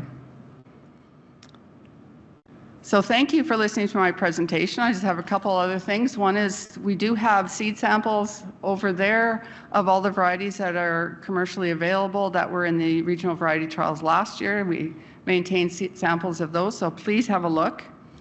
And I also wanted to introduce Cole Van Thyn. He's a master's student under Nick Tyak and Dr. Jill Hobbs at the University of Saskatchewan. He is developing a producer survey that's focused on identifying preferences for traits in new pea varieties. He is here today and looking for some producers who are willing to provide input into the survey or take the survey. He has a sign-up sheet. So Cole, could you please stand up and wave so that anyone interested can, there he is, can find you at the break. So please go over and talk to Cole if you would like to participate in that. It's some very interesting research. So do we have any questions? CDC Monarch is a top yielding variety for red lentil, but the seed is large. Would this have any effect on marketing, or is it the same as small red lentils? That actually still needs to be determined, and I think that there's opportunities. Up till now, large red lentils have been marketed as a separate market class, and there's been some markets established for those, particularly overseas. But I think we need to look at what the opportunities are for incorporating that into the red lentil market, but I don't really have an answer right now. I think if anyone is interested in producing these, it would be good to contact grain buyers and processors and see what their take would be on it. Is the seed size for Impulse significantly less than Monarch? Yeah, there's kind of a range there. I mean, sometimes Impulse has been actually categorized as a medium red lentil. So we look at, about 40,000 kernel weight for Maxim, and then we got maybe 44 for Impulse and then 51 for Monarch. It's a bit of a gray area. It certainly is larger than Impulse, and I probably should have had a comparative photo versus Impulse, but you could look at the seed samples there. No more questions? All right. Thank you very much.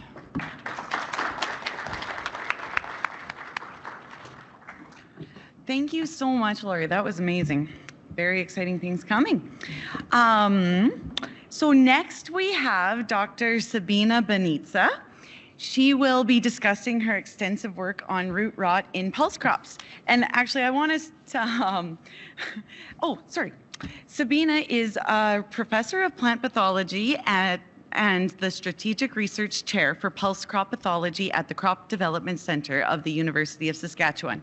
For more than 20 years, she has been working tirelessly on pea and lentil and chickpea, bean, and faba bean diseases.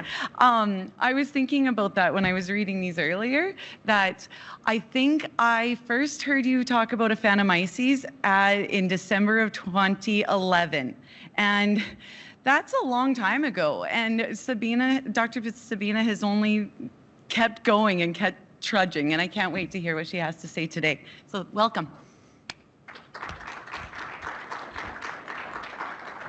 Thank you very much for the introduction. You see all the gray hair? That's root rot. Okay, so let's going. So my presentation today is really focusing on advancing, so looking a little bit forward of what we are planning on doing in more so than what we have achieved, although there is a little bit of that as well. You notice there are a lot of co-authors, and that is because we are collaborating with a lot of other researchers at Agriculture Canada and at the National Research Council. So it's not just me, it's a big group of us. Okay, root rot. Everybody knows it's a complicated issue because it is a complex. And if you have heard me talk before, you probably have seen this slide or something similar. And then hopefully you know, okay, with a P, it's Aphanomyces. And then there are 3 Fusarium species we are particularly concerned about: Fusarium solani, Oxysporum, and Avineum. And unfortunately, with the lentil, it's the same group of pathogens that are the major cause of the root rot. Now, in the last few years, we also looked a little bit more at the chickpea because our breeder noticed that there is a little bit of root rot creeping in there as well. And yes, Fusarium avineum popped up as well. It was probably the most frequently isolated pathogen on the chickpea as well. And when we did some pathogenicity testing, it was also quite virulent. And last year, the first surveys on faba bean were done, and yay, Fusarium avineum popped up as well. This is still a dotted line because pathogenicity testing hasn't yet been done.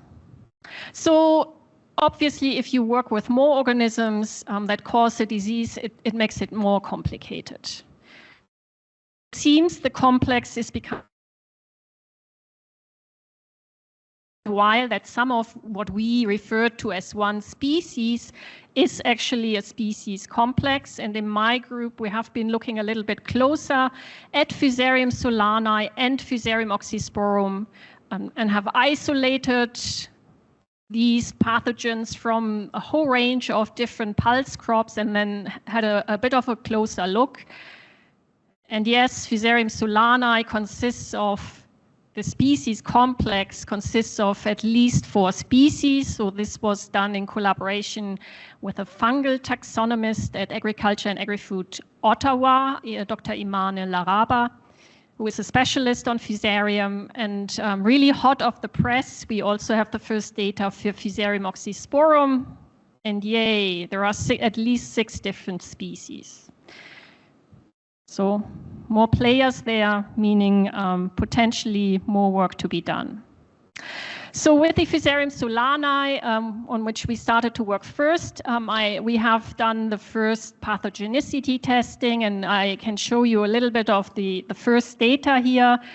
So we have root rot severity here, and then we did not just look at pea and lentil, but we thought we also throw in a wheat, a barley, and a canola. So CDC Envy is a wheat variety, very little disease. Blazer is a maple pea, so it has a pigmented seed coat. CDC Meadow, already mentioned here today. Maxime and Robin, 2 older lentil varieties. AC and 5 and 35. Now, if my eyesight was better, I could actually read that. A canola variety, and then CDC Durango, a barley variety. And these are the numbers at the bottom are the different isolates that belong to these different species in the Fusarium solani complex. So if I go through this, the picture looks very similar. Trying to speed this up here without breaking the button. So it looks very similar. The good news is clearly these isolates are not very virulent on wheat and barley and canola, and that is good news when you think about crop rotations. Because it means if you grow wheat and canola or barley in the crop rotation between pea and lentil, maybe they get a little bit of infection, but the pathogen doesn't really seem to thrive on them. That means you're not producing more inoculum, you're not infesting your field more with these isolates than were you to grow another pea or lentil. The second message is, while CDC meadow, which is a yellow pea, seems to be fairly susceptible. And that is maybe not exactly news because we have seen that before, and I pointed out that when you compare it to the maple, which has a pigmented seed coat, the yellow peas obviously don't have any pigments in their seed coat. The seed coat is hyalin, and we have noticed before that there is a correlation. So a similar picture really has emerged with Fusarium avianacum, so another Fusarium species on which a PhD student supervised by Tom Walkington has been working, where very clearly the pigmented pea varieties, so your dun, your maple pea, which are indicated here with the brown columns, are much more resistant than your yellow and green peas on the right side of that graph in yellow and in green.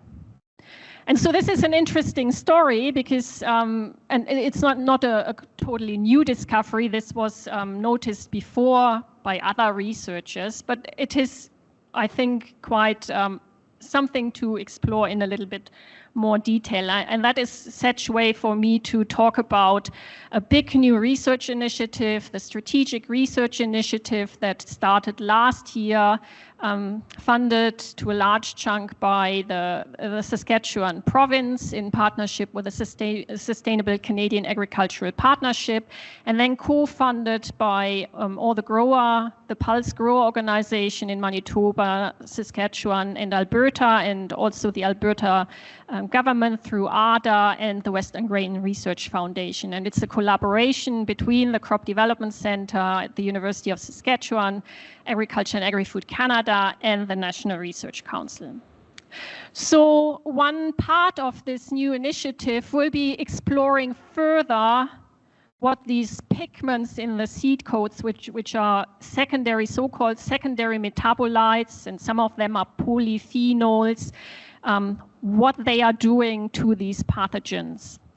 Now, the average consumer probably comes across these secondary metabolites in plants, maybe in medicinal plants. So some of the compounds that make medicinal plants beneficial to us are secondary metabolites. You often hear nutritionists talk about antioxidants. Those are secondary metabolites. But then there are also anti-nutritional factors, phytates, for example, that are also secondary metabolites. So they play a role in nutrition, but they are also very important for plants because they are one way of how plants defend themselves, not just against fungi, but also against bacteria and even insects. And so what we will be doing in this project is to have a little bit of a closer look whether we can pinpoint specific secondary metabolites that are different in the pool of lines where we know there is some root rot resistance versus the pool where is susceptibility. And now you may say, well, it's just in the seed coat. You have the seed coat pigment, so what does it really matter? But there was some research under Bert Vandenberg probably 8 years ago where they had a look at for lentil varieties, 0-10 line, Aston and CDC Maxime, so really old lentil varieties, and then this line LO1A27A, which is actually a wild relative of the cultivated species. And where they looked at all or some of these secondary metabolites, and they could detect that it is not just the seed coat that has a different profile in these secondary metabolites, but it is the root tissue as well. And we think probably the shoot system too, but also that there are differences among genotypes in what they produce and how much they produce it and how quickly they produce it. And so this project is really trying to look closer at this, because maybe the advantage is that these defense mechanisms are more pathogen unspecific, so they may work against a range of pathogens, whereas your average resistance gene is usually very pathogen specific. So from a breeding perspective, that may be quite interesting. Now, we have spent a lot of time screening germplasm, and I'm starting with a lentil germplasm here. So we identified really good resistance to Fusarium avineum and to Aphanomyces eutychus, the Aphanomyces root rot pathogens, in a close relative of lentil Lens orientalis. And you can see that here, lines 1 to 5, with blue bars for Fusarium resistance, orange bars for Aphanomyces resistance, compared to CDC Proclaim. So Anna, who started as the CDC breeder last year in January, has been crossing with them, and the plan really is to make sure that the entire lentil breeding program has these sources of resistance right from the start. Tom has been speaking at a lot of extension meetings and has presented this work as well. So we have identified good resistance, or we access good resistance to Aphanomyces root rot from Europe, and he has crossed it into the background of our adapted varieties here. And he now is as well working on Fusarium root rot to combine it with the Aphanomyces root rot, because we know that these pathogens usually do not pop up on their own in commercial fields, but they show up in combination. One part of the project also is to develop gene editing tools specifically for lentil, because compared to pea, lentil is lagging a little bit behind. So you've probably read a fair bit about gene editing in the general press, and there is a lot of excitement about it, but I thought I quickly walk through the process here for everybody to understand what you can and can't do here. So when you want to do gene editing, the first thing is really you have to identify your target gene or target genes, right? And in contrast to genetic modification, you're not introducing a foreign gene into the genome of, let's say, a pea or a lentil, but what you're trying to do is you're trying to snip at a gene that is already in the genome, and by doing this you're trying to modify it in such a way that the end product is, for example, disease resistance. So you're not really introducing foreign DNA into this genome. Now, even though you're not introducing foreign DNA into the genome, the whole process still requires that you have to be able to transform your plant tissue. And there are different methods that you can use, and I don't want to really go into much detail here, but you obviously have to decide on the method and ensure that it does work. And then the third step, and that may or may not be very easy, is that, okay, you have your transformed tissue, and this is usually just a very little bit of tissues, just a few cells, and then you have to regenerate that into a plant, right? And that usually involves tissue culture, and so you have to find the right medium, plop the transformed cells on there. And then usually the first step is that they start to grow a little bit. Usually they don't differentiate properly into the leaves, but they just form a callus. You have to change the medium a little bit to trigger them to produce shoots. And then you have to change the medium again. And then hopefully they will grow some roots as well. And then you can plant them into a pot. So at NRC, they in the past have worked on developing protocols for genetic modification, and so they now really have refocused on developing platforms for gene editing.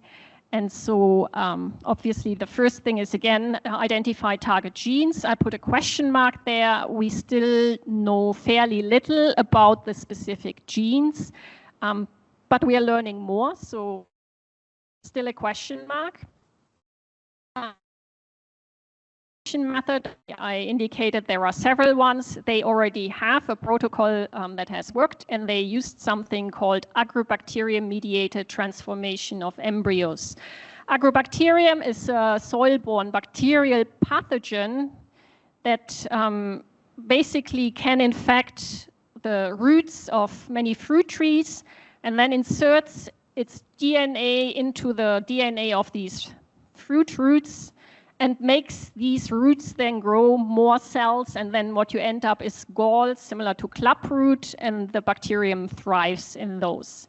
So when this was detected that the bacterium can insert DNA into a plant, agrobacterium became the workhorse of biotechnology, and it's very often used for transformation. So what you then can do is you have the cells, the plant cells, and in this case they used the embryo in the seed, and they put it on these petri dishes together with the agrobacterium that has the machinery for inserting and the genes that, or the apparatus to do the gene editing. In this case, as a proof of concept, they used a gene that allowed them to stain the developing tissue blue, which you can see here on the right-hand side to ensure, yes, they are really regenerating the transformed tissue. Then you need the callus formation, and that's what it looks like in lentils, so just a blob of green tissue. Then you have to initiate the shoot, so that's what it looks like very early on. And then eventually you have to induce them to grow roots. So that is working, but they have only done that with 2 varieties, and unfortunately the pulse crops are quite known to be a bit tricky with tissue culture, so they really have to test this method with newer varieties to make sure this works as well. And so I said research is still needed to identify the right genes and then make sure the protocol for regeneration works for new varieties. Now we know that with these pathogens, we have an additive effect in terms of severity. So if you only have one pathogen out there, your root rot severity will be lower than when you have more than one. And you can see this on the panel here on the right side. At the very bottom are the roots that are infected with all the 4 above, and you can see that the root rot severity is much, much worse. We know Aphanomyces is worse in wet conditions, and we know that many of the Fusarium species are really worse when the plants are stressed. So that could be when it's very wet, but it can also be drought stressed.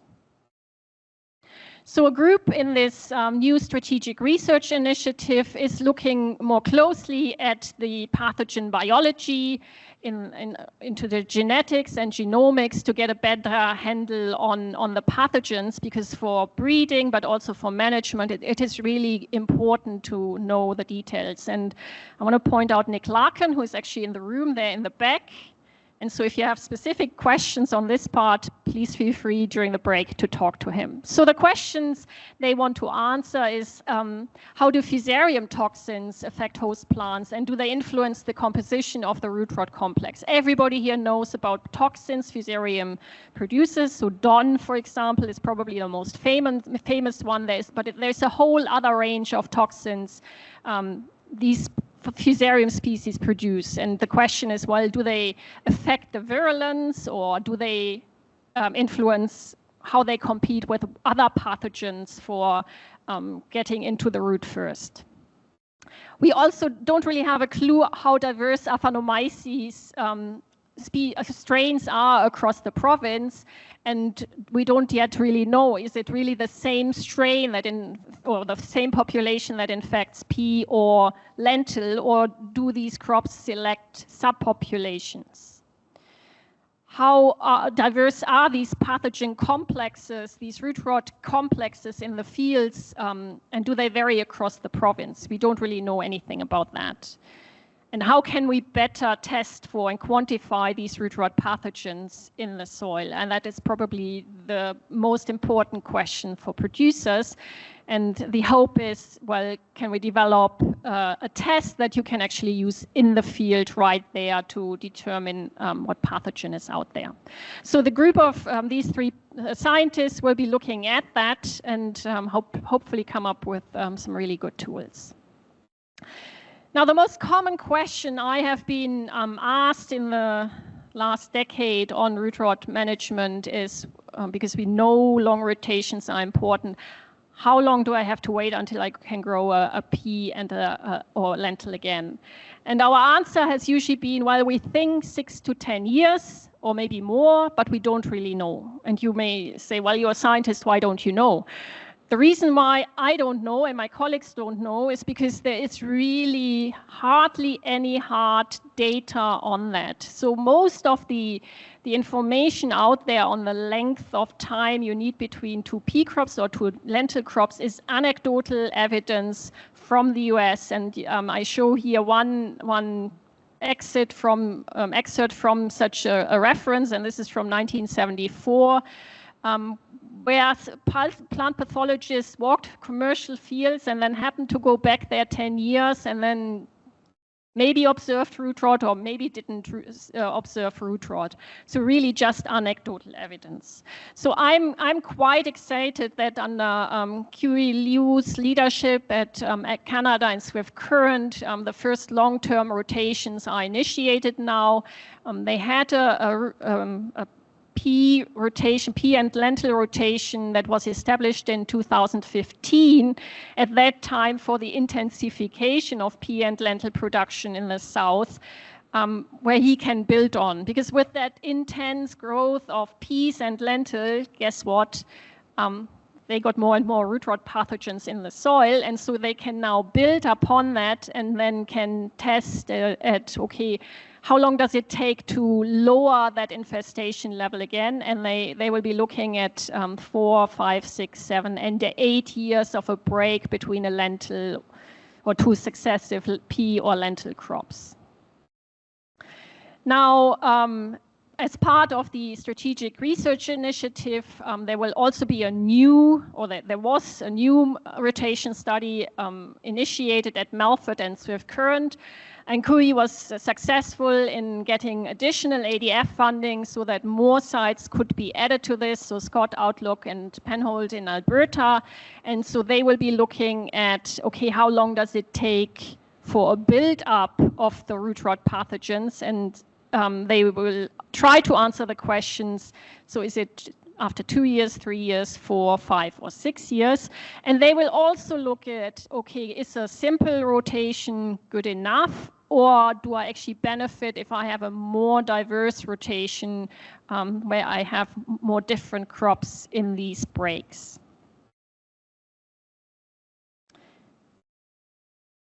Okay, now in terms of practical advice, a lot of research has already been done. No silver bullet has been found. So several years ago, Sharma Chatterton's group already looked at many of the seed treatments that are out there and tested them at several locations, but nothing really stood out. Sometimes you would see maybe a little bit of an early season effect, so in the first months or so on young seedlings, but that eventually that wouldn't hold. So again, a group in this strategic research initiative with Michelle Hubbard, Tim Dumonceau, Steve Robinson, who seems to be very photo shy because I couldn't find a single photo of him, and Hoswin Boran are looking at, well, are there biocontrols? Are there other products? Are there combination of products that will help us manage these root rots in the meantime? And then Steve Robinson also wants to tackle RNAi, RNA interference fungicides, which is something really, really new. And I will talk about this in a little bit in a little while. So the questions here are there combination of existing actives, biocontrol agents, natural products, and partially resistant lines as they become available that can reduce the impact of root rot and improve yield? Are there really highly effective biocontrol organisms that can be deployed? And I will talk a little bit about that as well. And then, is it possible to develop this new RNAi fungicide? So the reason why this was included was, again, Michelle had been doing quite a bit of work already on these different products that are out there, and usually tested them singly, but then also had a few combinations, and she found that gypsum and musgrove, for example, seem to have a positive effect on yield. So musgrove is a glucosinolate, so this is again a secondary metabolite that you find in some plants. And it's formulated with an enzyme, and then when it gets into the soil, it is transformed into isothiocyanate, and that is a toxin to microbes. And so they tested this combination at 5 sites, at Tabor, Lacombe, Swift Current, Scott, and Redverse. And then at Tabor, definitely they did see in this graph, the blue columns are just the gypsum, pink. The pink graph is a column is the combination with the musgrove. Sharma Chatterton, again, talking a little bit more about the combination of things, tested Rancona Trio seed treatment in 3 years at 5 locations. She didn't see any differences in 2021 and 2022, but these were very dry years, so not good for root rot trials. But the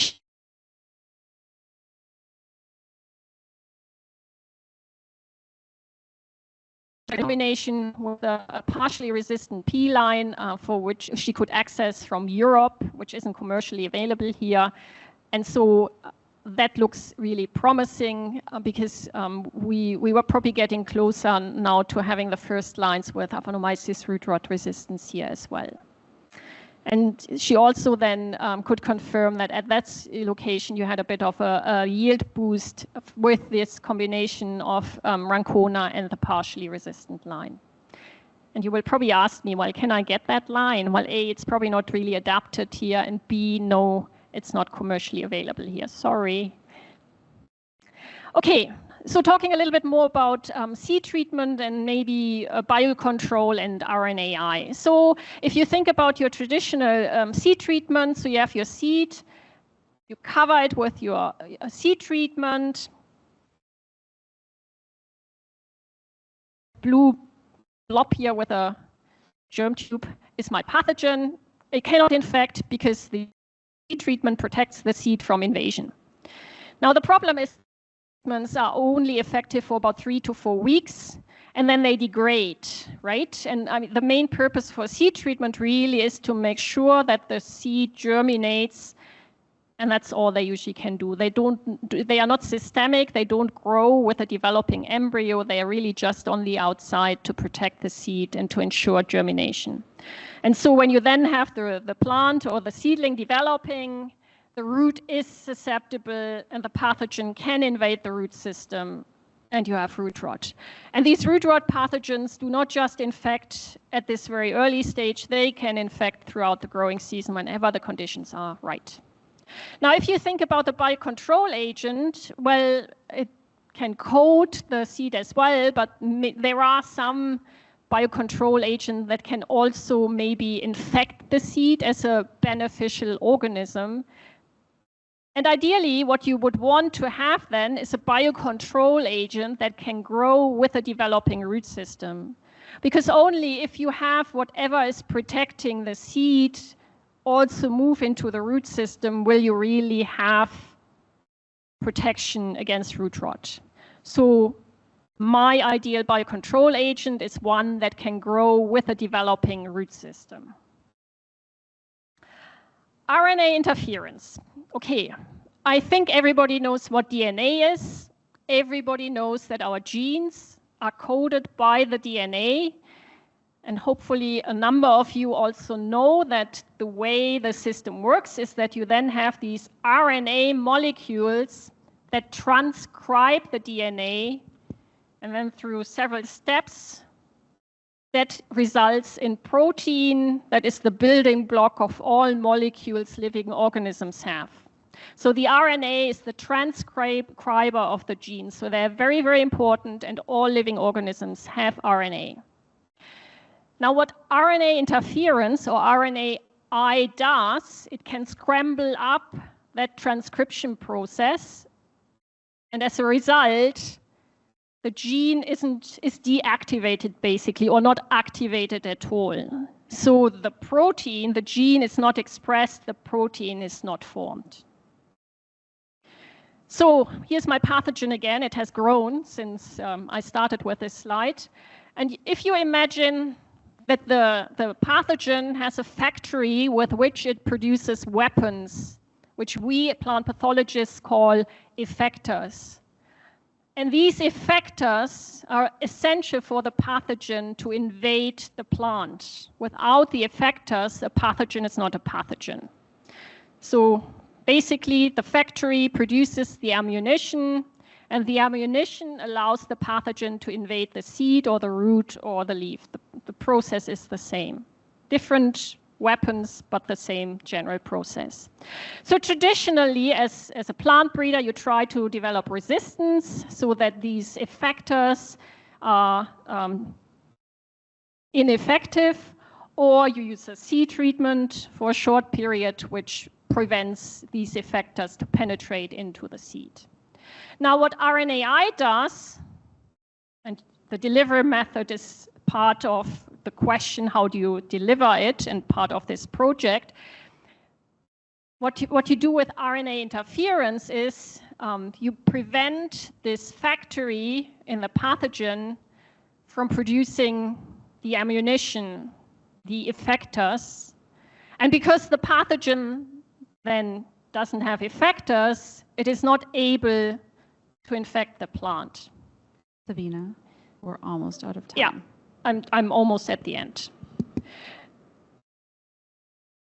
So it is very specific and can be highly effective. Now, all of this looks a little bit like piecemeal, but I just thought I'd show this slide. So this strategic research initiative, although it consists of a lot of little pieces, they are all interconnected, and one project really feeds into another. In the meantime, select field wisely. Long rotations are still important, in particular if you know that you have Aphanomyces. If you're unsure, recommend seed a test strip just to see what the infestation level is in your field. Be aware that root rot does inhibit nodulation, so your plants may also be nitrogen starved. Avoid compaction, improve soil health, and hope that the weather is good, not too much rain, no drought. If the plants are happy, they are much better at resisting root rot. And then I really want to encourage everybody, if possible, to sign up to disease surveys that the province runs every year. That really helps everybody, us, to monitor what's going on, our research. And with that, I want to acknowledge all the funding organization and collaborators again, and invite any questions. Thanks.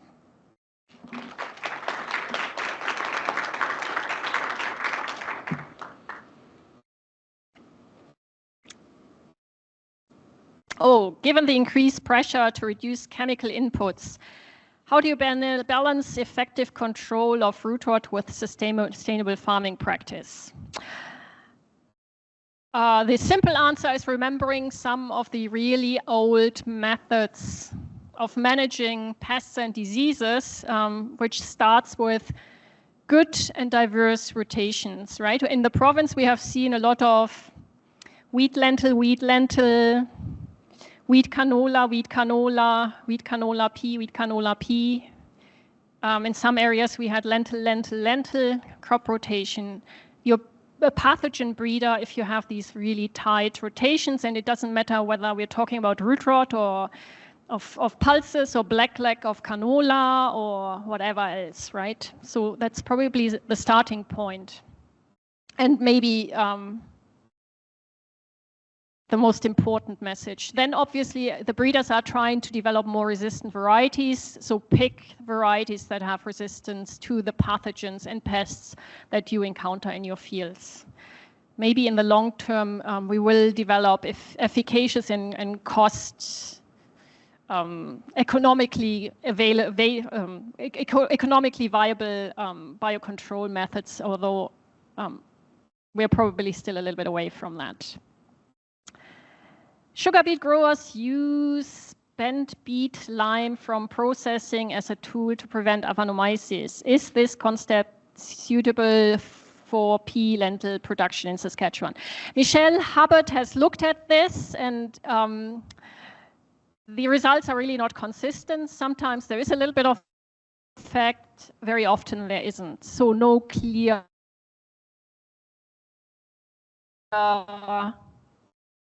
answer to that.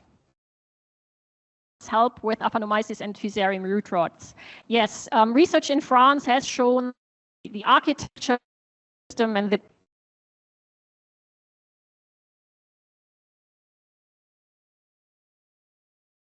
have more root biomass.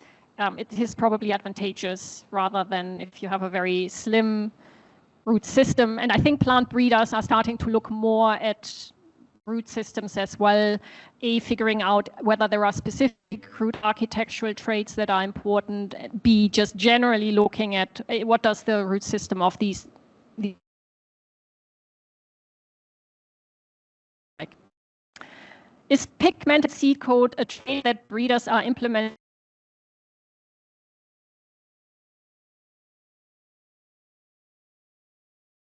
Does a pigment between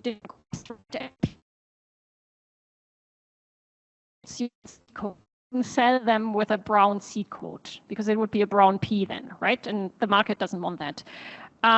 With lentil, it's a little bit of a different story because our biggest market are the red lentil. They all have a brown seed coat, so that is probably beneficial. And they get decorticated, so the seed coat is removed, and they are just sell the cotyledon basically.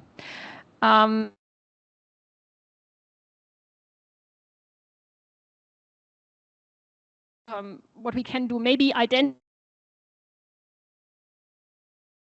but maybe not involved in the seed coat pigmentation, and then obviously breeders could use or try to breed for those specific metabolites that benefit drought resistance but do not pigmentation of the seed coat. But that is still a big question mark.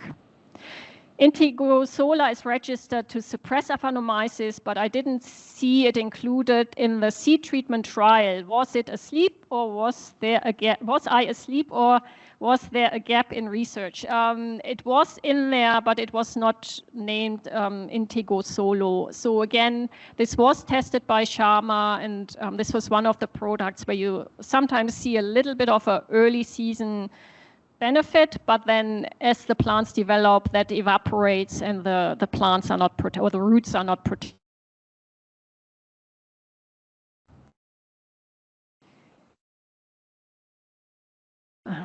Okay, that's sorry. These mean resistance to all species. So the moderate resistance is based on field nurseries. They usually have a mix of pathogens, and unless you really test these lines specifically for each pathogen, you really don't know whether the resistance is against all of them or just one or two of them.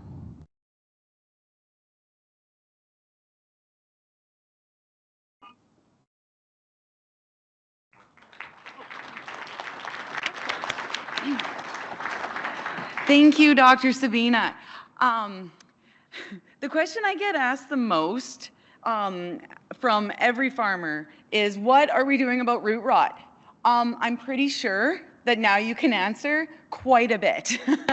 So, and yeah, and that we are still trying really hard to find answers. So, yeah, I also wanted to make mention, we talk about investing in people, and we are so lucky as pulse growers to have this stacked deck of dedicated and persistent researchers and breeders that are working to make us better varieties, more tolerant disease varieties. And I wanted to say that the picture that Carl shared with us this morning, Dr. Tom Warkentine is actually in that picture. So he was with Carl in China, and he's on the wall in the Vermicelli Museum as well. So I thought that was really, it just shows how lucky we are and how incredible the people are that are working for us as pulse growers. Okay, so lucky for you, we have an amazing, engaging speaker coming up here. He's an agronomy manager with SAS Pulse Growers, Mike Brown. And yeah, he's going to be, well, his specialties are providing information on lentil, chickpea, and dry bean extension and leading related agronomy program initiatives. So again, he loves to answer questions. And also, just as a note, thank you for all these incredible questions. This is awesome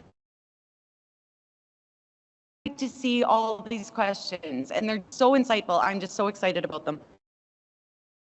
With those questions, and yeah.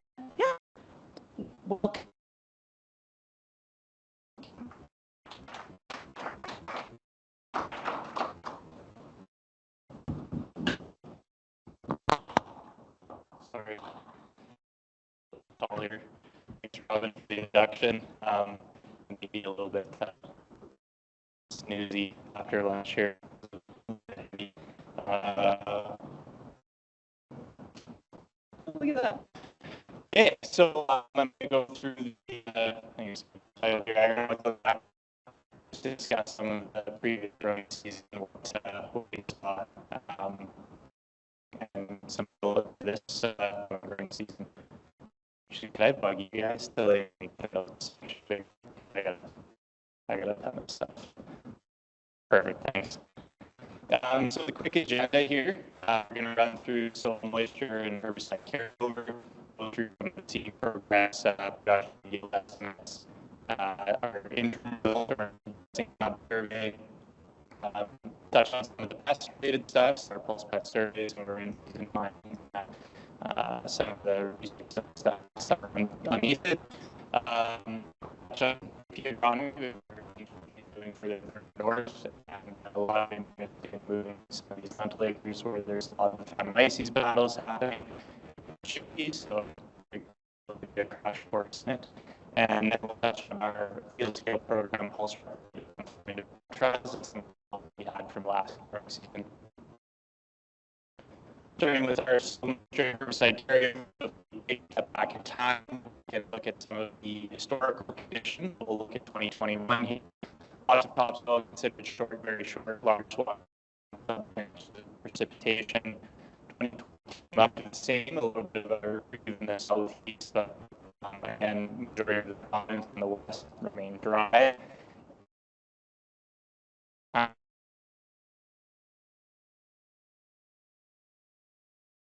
The province receiving below 10 inches of precipitation. But in 2024, finally changed a little bit. In 4 years, we actually have more soil moisture area in the province rate is adequate than shorter.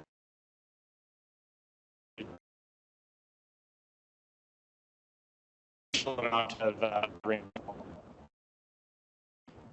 Take that into consideration for our herbicide carryover risks. Not sure Cory touching on it right now. No? Okay.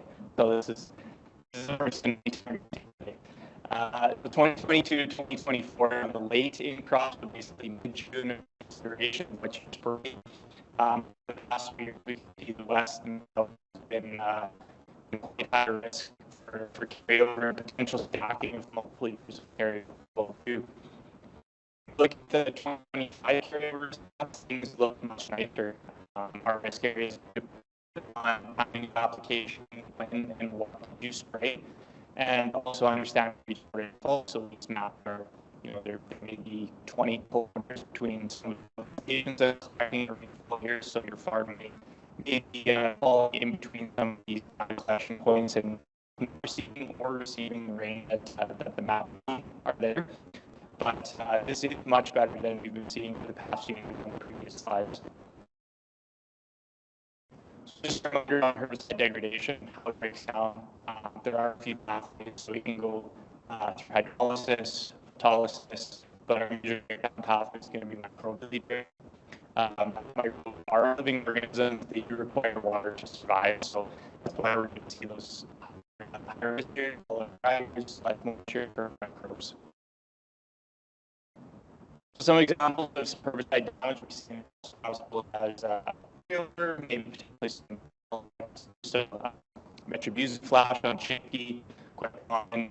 We'll also see if there's heavy rainfalls, maybe some root uptake and flashing on the leaves. We also see that with flumioxazine.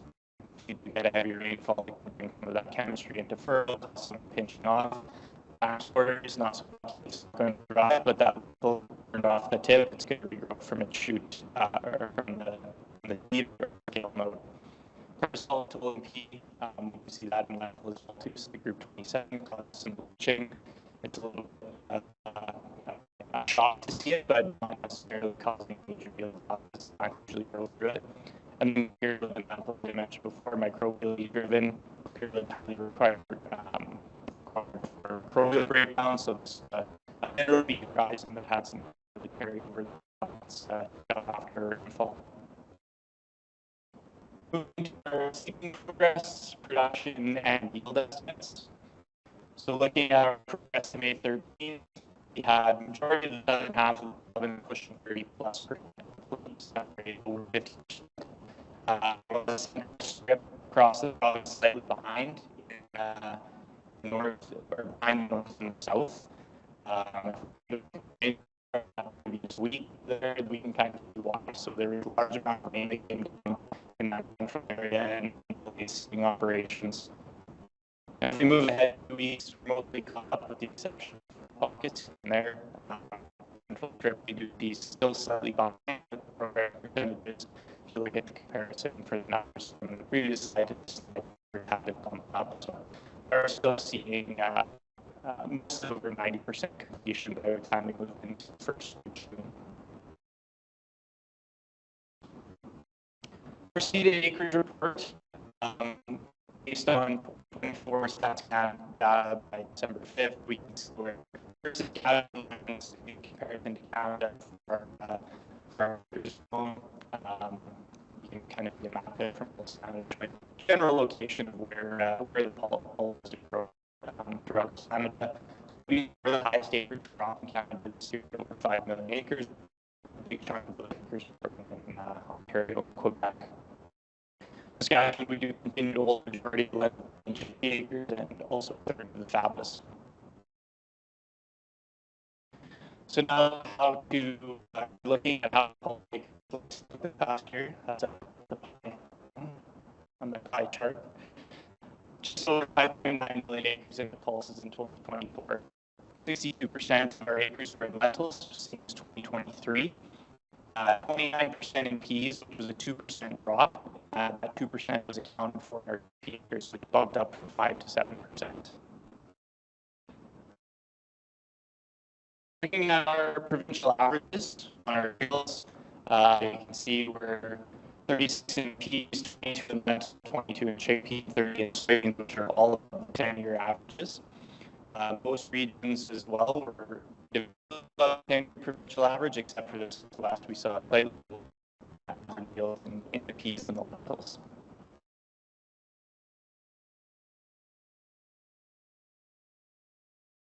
Looking at the provincial estimated crop yields as well, for the rest of the crops, like this may be our 2024 provincial average. Green is 20, and then our land is our 10-year average. Percentages of the harvests are changed from 23 to 24. We did see lentil yield by 1%, but still above the 10-year average by over a bushel. Peas increased by 5%, the 10-year by 2 bushels. chickpeas increased by 27%, and could you guys to drag that over for the notes? Thanks. Where did I end up? It was at chickpeas. Yeah. Chickpeas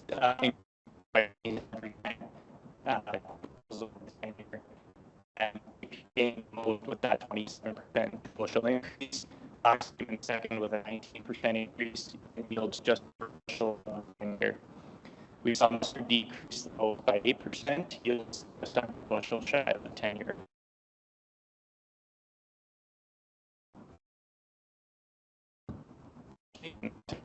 To some of the results from our seed testing survey that was conducted this past winter.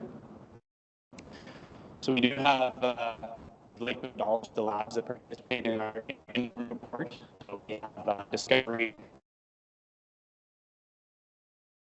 Laurie, labs, and SGS. That's all. Puts all the heavy lifting into by the December, and then putting out a report where he also clarified the term data and the Canadian Pathological Society for publication. The detection and mean infection have pathogen 3C and P than did last year. Infection still rattled. 50% of our apples had acid level of 0. And our level of we're not going to recommend using the seed lot for seed. Overall results, important. These are province seed lot and understand what what the infection levels have on your farm. Moving to the germination, I'll give you some numbers on how many samples were submitted this year. So 83 chickpea samples, 379 samples. These samples. It's increased germ biome, a slight drop in the from previous year. You can see a 7% decrease in our chickpeas from 2023.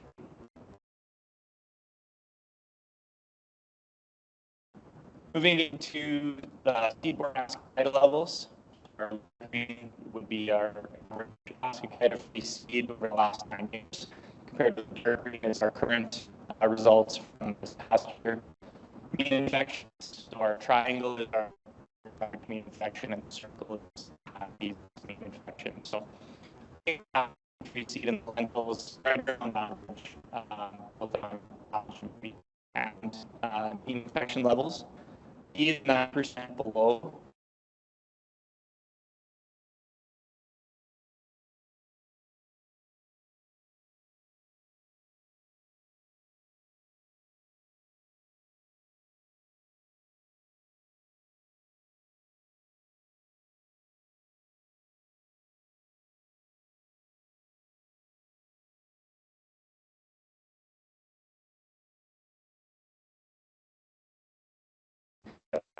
mean infection level below our 9-year average.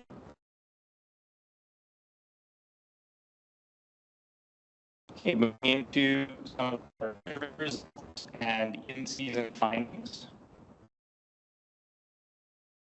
So 2024 Pulse Disease Survey. So this is a survey some conducted in the industry this year, some conducted by Ag Canada, to discuss maybe some of the prevalence versus incidence, because we'll have some slides talking about both. Prevalence basically going to be how many fields in the survey have disease. Incidence is going to be how many times actually showing disease in total surveys. Starting with our lentil disease results, this is how many fields in the survey show disease. I highlighted the area disease. I didn't highlight the Northwest. It's but only 2 fields were surveyed there. In the Northeast, we didn't have any field groups. That's why we're not getting any Northeast columns there. Root rot and anthracnose were our most commonly found diseases in the survey, showing 5% of feet. Increases from 2023, which were 74% for both. Northwest, Southeast, and South had the most root rot. Northwest, West, Central, and Southwest, the most anthracnose, and forward to the field surge in terms of either root rot and anthracnose. Symptoms is also one that we can keep recently. It's starting to creep up more in survey results, so whether that's through increases in disease, or actually we're starting to get better recognizing what that disease looks like in the field. The incidence, so how many of the plants were showing disease throughout the survey. We did see high incidence of root rot in the Northwest, Southeast, and Southwest, basically almost half the plants. And the Northwest and Central showing incidence of anthracnose on half the plants surveyed. Overall, 41% of the plants had root rot, 38% had anthracnose, and the root rots were the worst in the Southwest. Anthracnose was worse in the Southeast.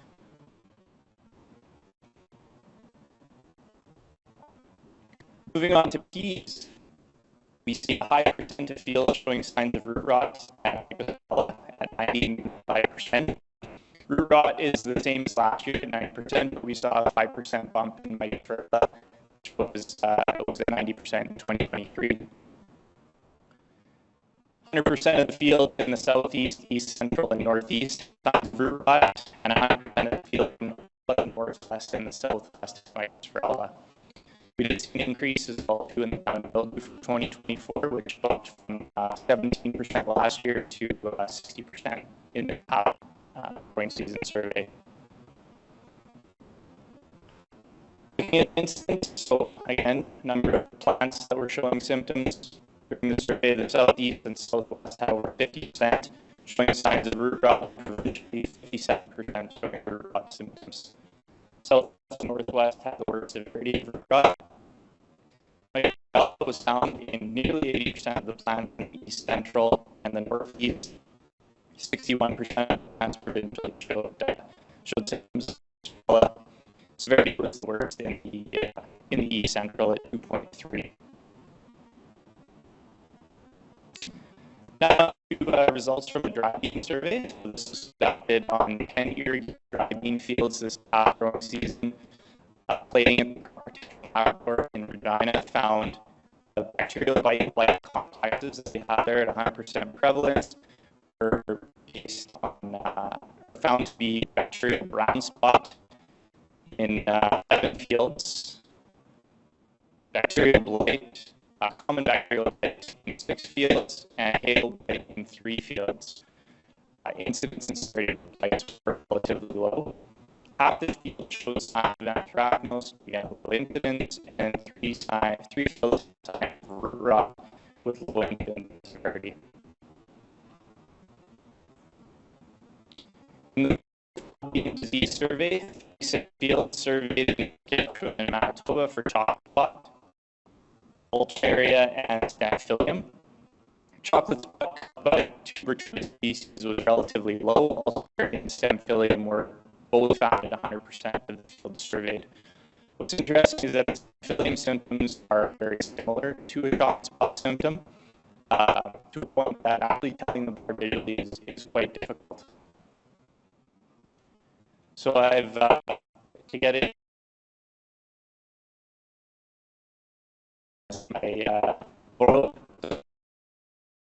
he gave me permission. I stole him. Dr. Sabine Banniza, and I think the work that they did on was kind of give us some ground into these.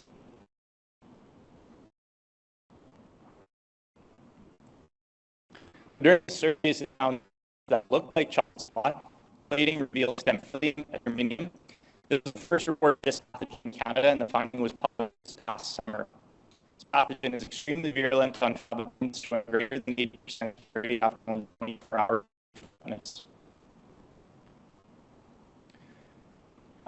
Basically, some 2 years of work in Trials were conducted at Roster and Melford, 23 and 24, and found Cory to be common, the most common.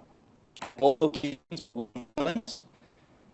The second most common pathogen and caused the highest disease, and no betrayal was found. Really, the conclusion from this was that this in our faba beans, but it's actually stem psyllium. So we're able to take these results now and really work with industry to understand and develop maybe some of our fungicide options, our best management practices for this new and novel pathogen that we're going to be dealing with. I'd also reached out to Ethan this past week, and he's been doing some testing on other pulse crops as well too. So far, trace levels of disease around 10% on green and yellow pea, low levels of around 40% on Desi and Kabuli chickpeas. So definitely interested to see if this has any other effect on any of our other pulse crops. Moving into the bugs, pea leaf weevil survey. So we did see a reduction in notch counts this year compared to 2023, but still expanding its range in the province, as you can see the east side, and then there's some pockets up in the northwest. Peas aren't the only host. They will also feed on faba beans, and we continue to hear reports of high pressure in faba beans from some pea leaf weevil feeding.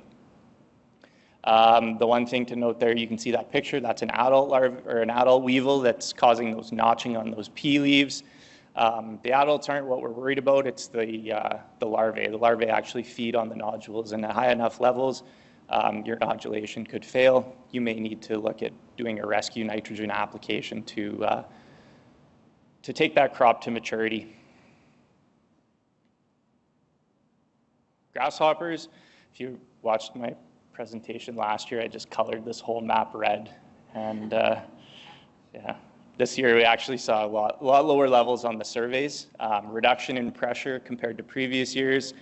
But the one thing to note is that once you basically move into those brighter green areas, that's your economic threshold level for risk of injury to lentils. So basically all of our entire lentil growing region in the province had damage at some point. The ectotherms are cold, or grasshoppers are ectotherms, so cold-blooded. So we do see, last year it was or 2 years ago, sorry, it was really, really hot in May and June, and the grasshoppers kind of exploded. This past growing season, it was a lot cooler, a lot wetter, so it slowed their instar cycle a little bit.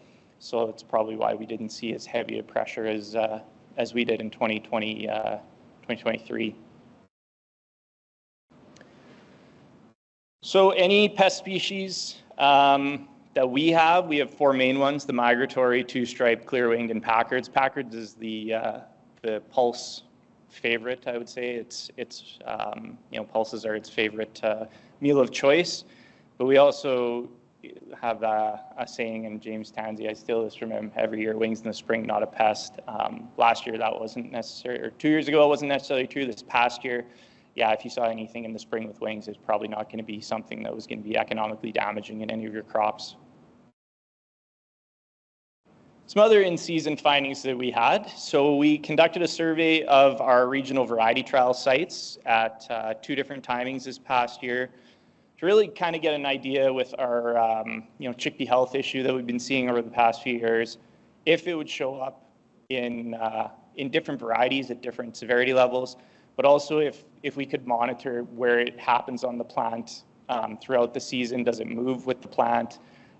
We saw very minimal disease this past season at our RVT sites that we were surveying. So that picture there, you can see is some of the leaf margin burnings that, we'd consider that like a 1 on the severity rating. And that was kind of the most common symptom we saw at our sites.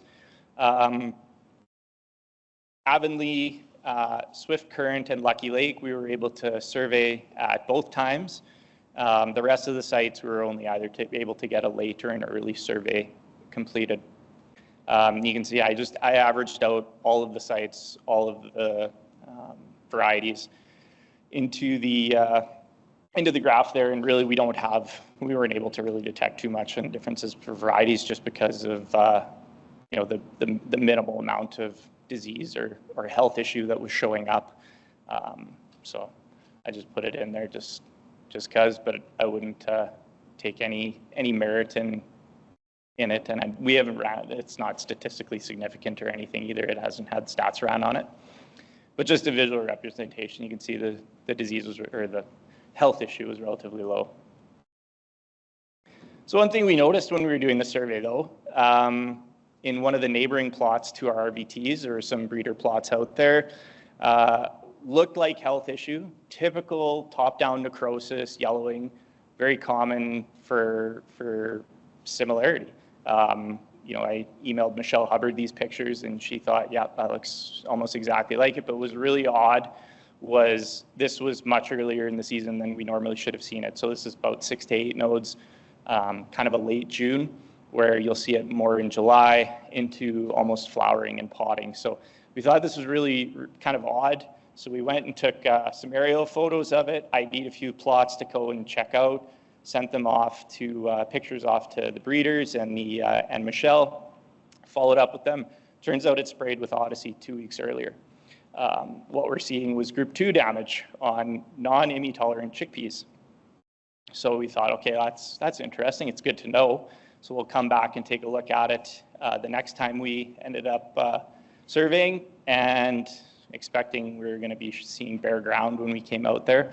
Lo and behold, they've come back and we're flowering and potting. So you can see they're a little bit lighter and limier green than the tolerant variety that was next to it. It's a little bit taller, a little bit greener, a little bit nicer pods, but you can definitely see there's flowers and pods showing up there. So I think that's a good in-season finding. If you accidentally spray your non-IMI tolerant chickpeas with an IMI, it may not be a total wreck. You may actually get a crop out of it.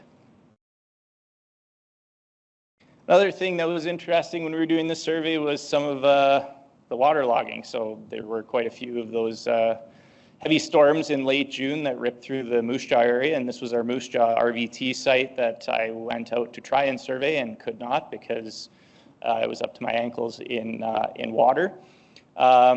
This was, I think about June 28th there. So weren't able to survey this one at that time, and we came back in later July to survey it, revisited it a month later basically to see what the sites looked like, what the chickpea health issue symptoms levels were, but I was also interested to see how they handled the water logging between all the crops. So I guess I should point out on the left side we had our peas, in the middle we had lentils, and then on the right side we had chickpeas. And that's the same in this picture, peas, lentils, and chickpeas. So on the right, actually, you can see the chickpeas looked quite well. They did quite good. They handled the water logging pretty good. And you can see on the far right in the chickpeas, those are the guard plots of peas, and they're not looking too hot. One thing I did notice too when I was kind of checking out the cooperators field, it was in lentils. There was potentially maybe some Aphanomyces in there too. So it may have been a symptom of waterlogging stress and a little bit of root rot that was in there, but we know from previous discussions, Aphanomyces doesn't impact the chickpeas like a pure lentil, but chickpeas still can get root rot. So this past year, we visited a field with symptoms of root rot. Samples of healthy and unhealthy from chickpeas were sent to the pulse pathology lab at the U of S, and Sabine and Cheryl ran a molecular analysis for us and came back with a plethora of Fusarium species on our chickpeas, but the unhealthy area was interesting because it came back positive for Phytophthora metacagnus. So that was our Phytophthora root rot in chickpea. Similar to Aphanomyces, it is an oomycete.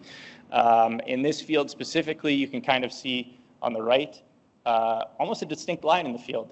And in nature, we don't get distinct lines. So what we were thinking was it's basically only moving along that headland. What you can't tell is I'm kind of standing on the top of the hill in that photo, taking picture down the hill.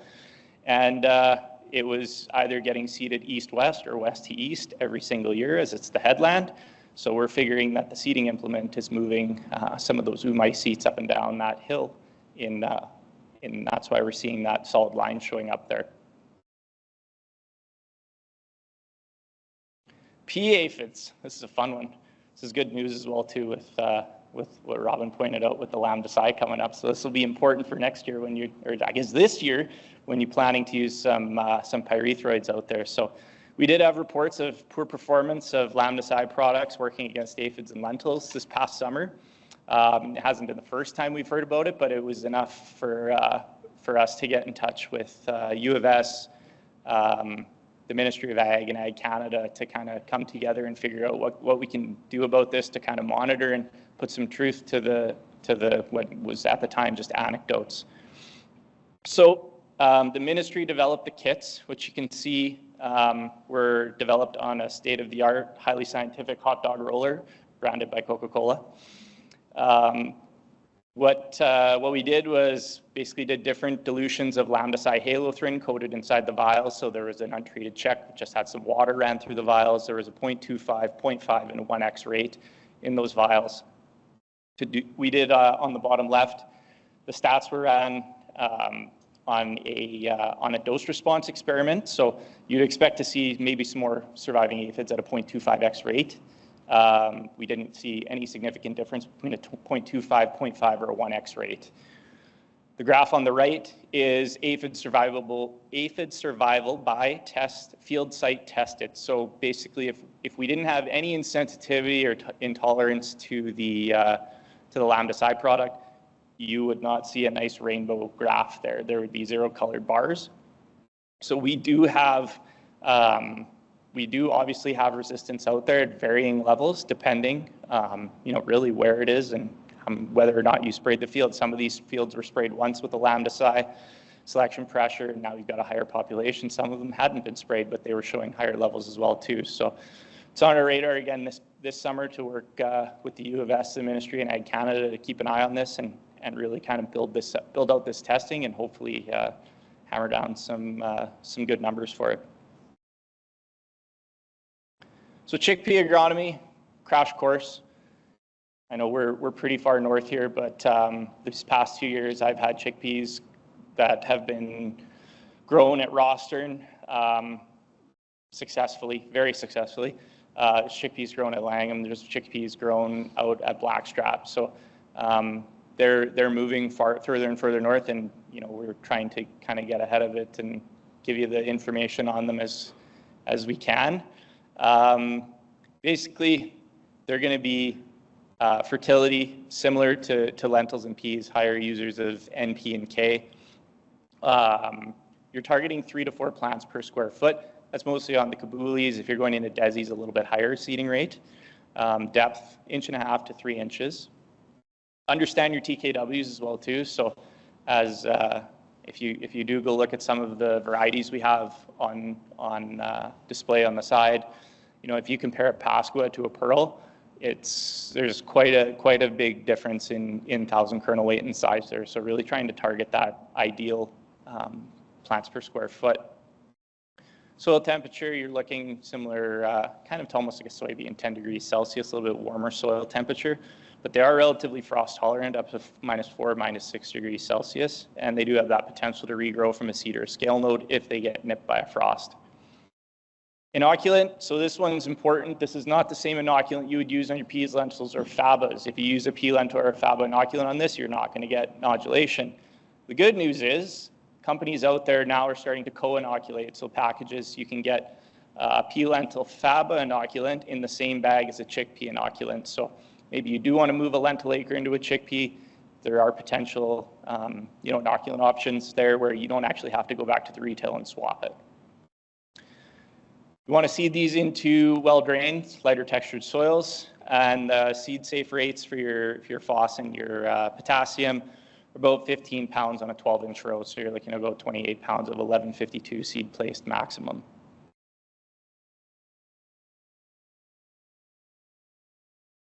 For insects, they don't really prefer to feed on chickpeas.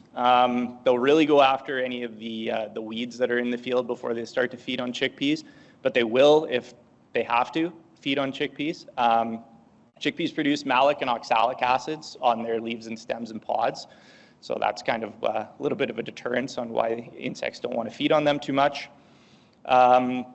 You'll notice potentially even too in the summer, if you walk through a chickpea field, they're almost like dewy, wet. Those are the acids being secreted on them. Ascochyta is by far and away the biggest disease in chickpeas. It is a major issue. It can spread rapidly, polycyclic disease.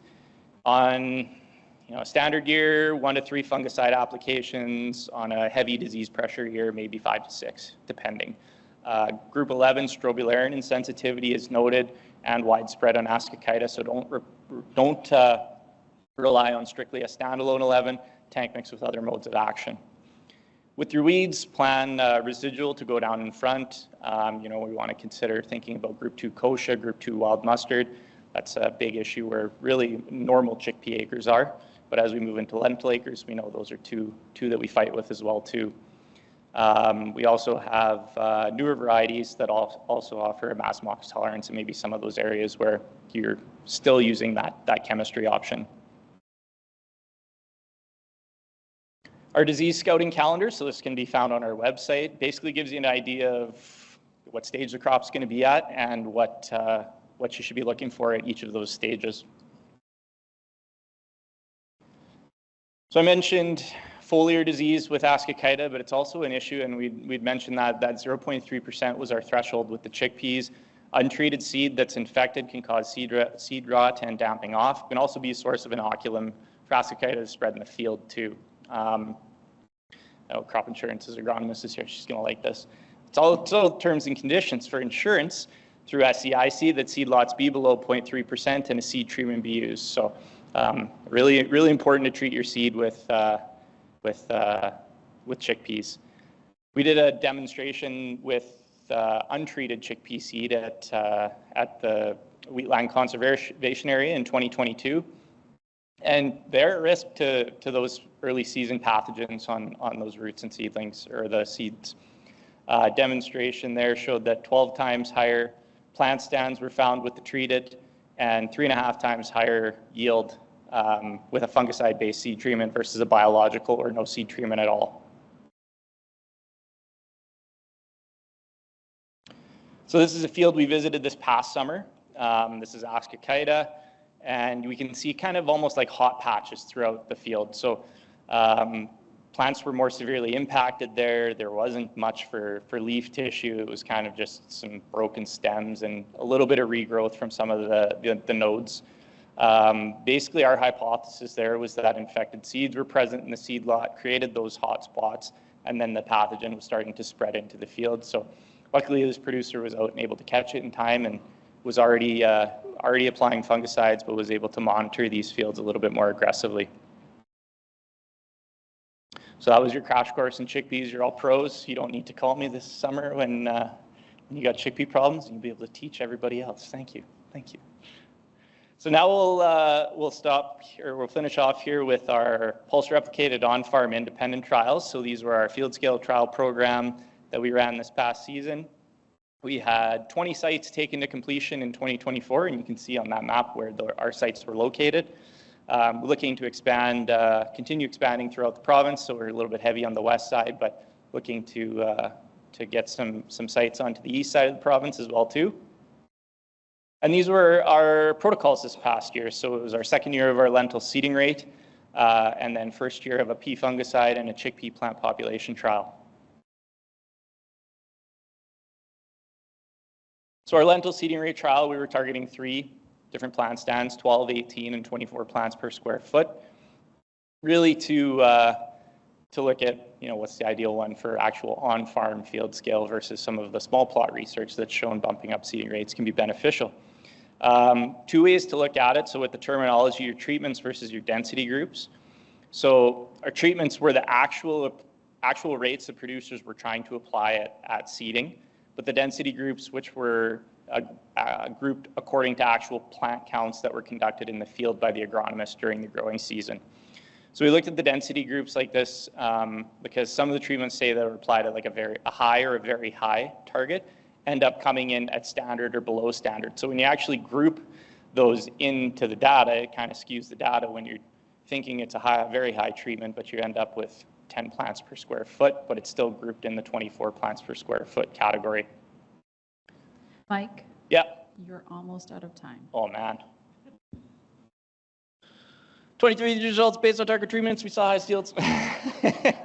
Basically, the yields on the treatments versus density groups in 23, pretty similar. When we move into the results by location, we actually saw a difference between central and southern, a little bit of a positive response in the south. However, yield was the same between standard and very high there. Central, we had 2.3 bushel per acre yield gain. 2024, 2.3 bushel increase from standard up to very high, not statistically significant. And 2024 density groups, again, the high was the highest yielder. How much time exactly?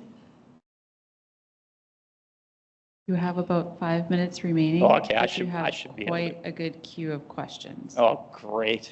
Here we go. I thought I taught you guys about chickpeas. We don't need chickpea questions. Looking at the results based on density group and actual plant stands, we have more accurate count for each of our target rates, and we see increase in yield from standard to the high and the very high, but economically, the high was the best bang for your buck. So I think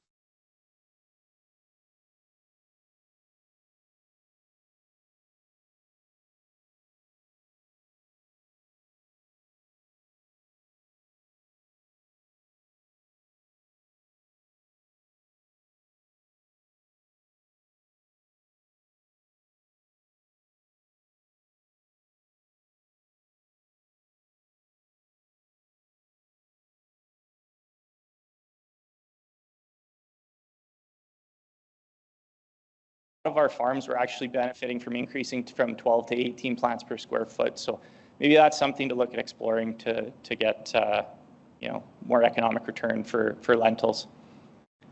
Key fungicides, we looked at treated versus untreated across 3 sites.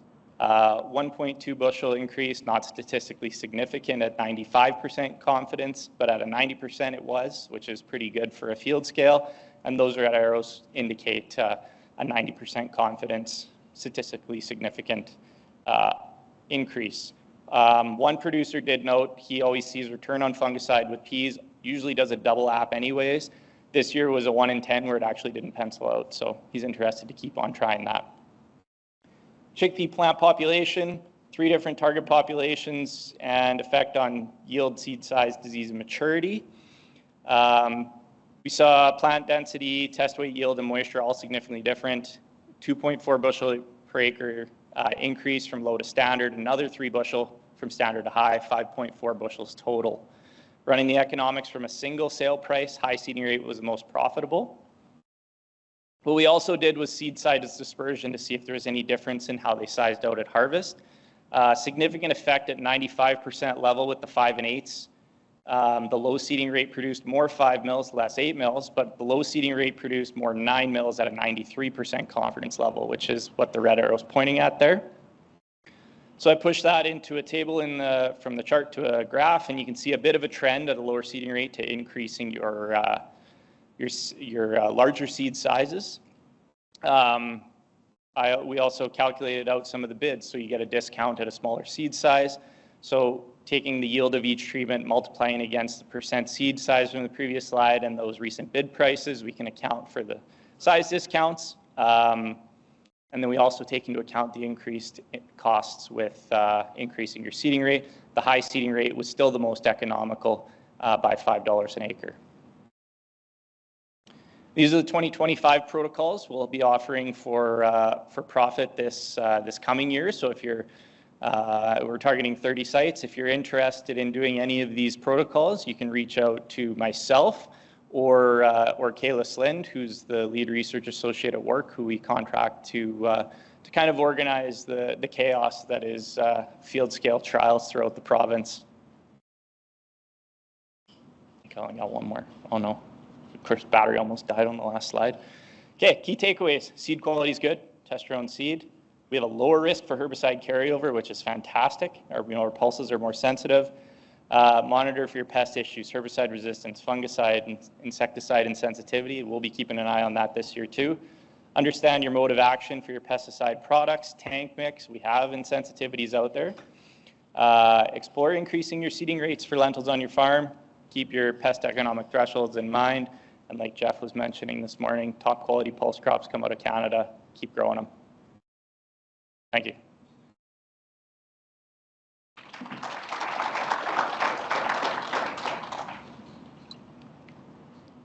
Okay.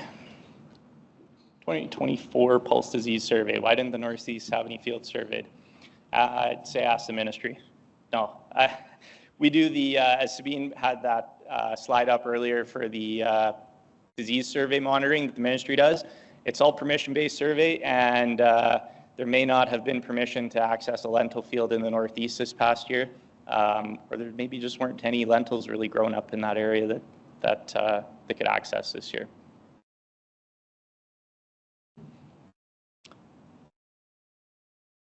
Is the chickpea health issue seed-borne?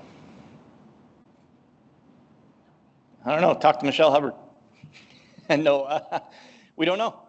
We don't know what it is. So Michelle is doing some work on some nematodes. Sabine has got some work that's going to be done with chickpea root rot to look at it. Really, we don't. We don't have a good understanding currently of if it's seed-borne. It may be a mishmash of environmental effects, pathogens, all sorts of stuff. So, continue to explore. Who conducts the chickpea variety trials? Laurie?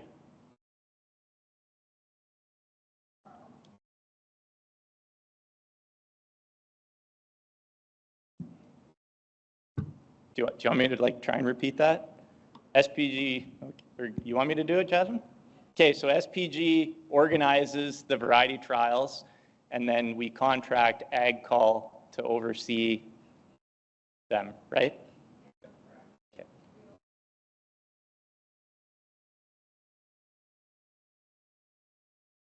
Yeah, so we oversee the management day-to-day, and then we fund the trials as well. Do you think that we will start to see more, if any, chickpea inoculant being allocated to retailers north of Saskatoon in the future? Oh. Honestly, probably, with how far the acres are going. I discussed that co-inoculated stuff as well too, and I think that's, I think there's a couple products out there that are co-inoculated with the pea lentil faba and the chickpeas. So, I think that sort of stuff. And it depends on the year too, right? Like a lot of those inoculants are allocated and positioned in southern Saskatchewan where seeding starts first, and then things might move further north too. So, if there's leftover inoculant, it might make its way up north. But if it's a big, a big chickpea year, you may want to get your hands on it and not worry about that as a risk potential. Why was the waterlogging in chickpeas a rectangle? Like the small plots, like the whole plot of itself? I'm not sure. Could go back to that slide and see, but I think we were also kind of on that edge, like right along the road, and it was all starting to slope towards that as well too, and maybe just how we seeded the plots in those areas may have collected it in more of a rectangle.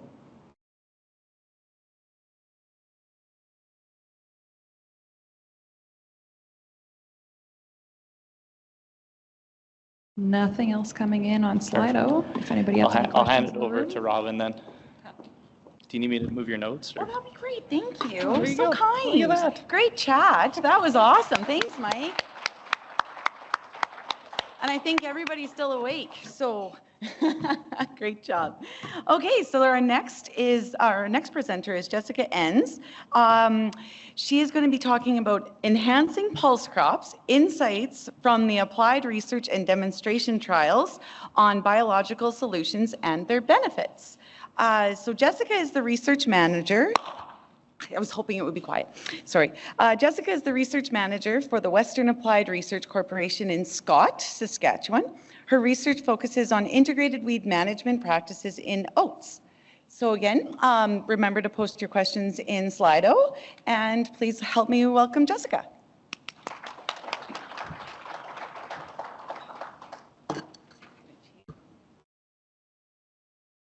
Is the clicker up here?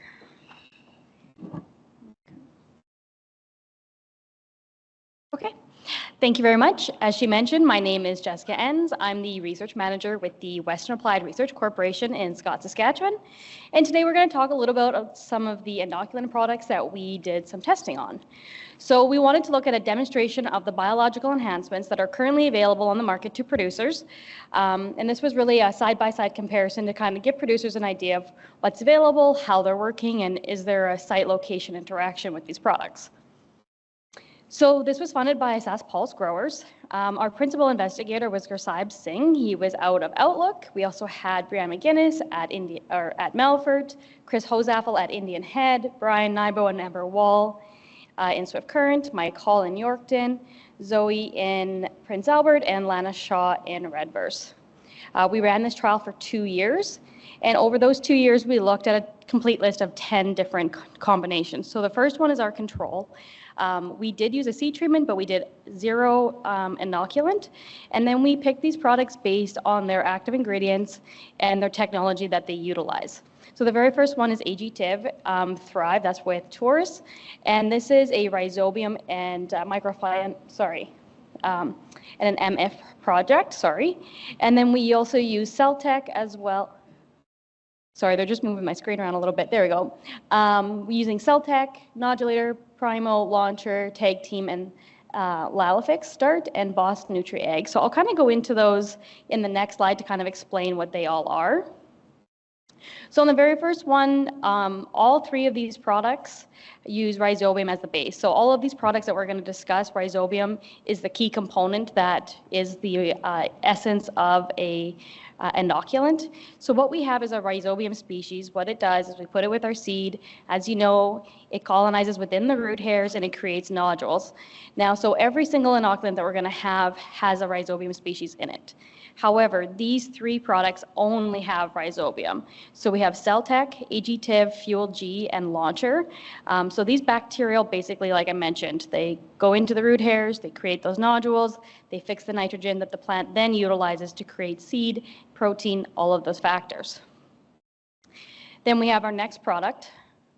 That is AG-TIV Thrive, and that's with Taurus. And what this does is it uses mycorrhizal fungi to expand the root system to try and make those plant root health a little bit stronger, a little bit more endurance to those abiotic factors or stressors in the soil, to basically make them a little bit more stress tolerant. So that's this one product, has both rhizobium and mycorrhizal fungi, which we've labeled MF. Now, the other 2 products that we looked at was Nodulator Duo SCG, and that's with BSF. And then we have Lalifix Star with Lilomant. So the difference between these products is it has the rhizobium and the growth promoting product. So it has that 2 combination. So the real key here on that is that it protects the roots from the stresses in the soil, and basically it tries to take that energy and preserve it for yield so that it reduces the stress on those roots as it's producing. Now, the other 2 products that we wanted to look at was Boss Nutri-Ag, and what this one does is it uses both the combination of a growth promoting product and a PGPR. So this is the one product that actually uses both, plus the rhizobium. And then the other product that we wanted to look at was Primo GX2. And that's with Vertisan. And basically what that product does is it allows the roots to better solubilize the phosphorus in the neighboring soil and allow that plant to take up that product a little bit more efficiently. So it just basically allows the plant to take up the nutrients quicker, allow it to kind of get that head start, especially on those phosphorus products. Now, the last product we looked at was Tag Team Bionic Q. This one product is the only product that has basically the whole compound. It has the PGPR, it has the growth regulator, it has the MF, and it also has the one product that's called a signal molecule. And what this does is it uses a molecule called LCO, and it basically tries to trigger the nodulation process to occur earlier so that it can create nitrogen a little earlier on in the system. So with all of these products, they all have a slightly different mechanism. They also use slightly different species. So we wanted to see how these kind of work head to head and if there really is a difference between them, and to kind of see if there's a regional aspect that we should be looking at. Okay, so in the first year, it was in 2023, we had 7 sites. On the first, we had some that use CDC Impulse, which is our small red. We use that in both Scott as well as Swift Current and Indian Head. Those are outlined in red. However, Swift Current got hail in the first year, so we're only going to be talking about the Scott and the Indian Head data. And then we also had our remaining sites looking at yellow pea. So we had AAC Profit and Spectrum, and that was in Melfort, Prince Albert, Yorkton, and Prince Albert, Melfort, Yorkton, and Outlook.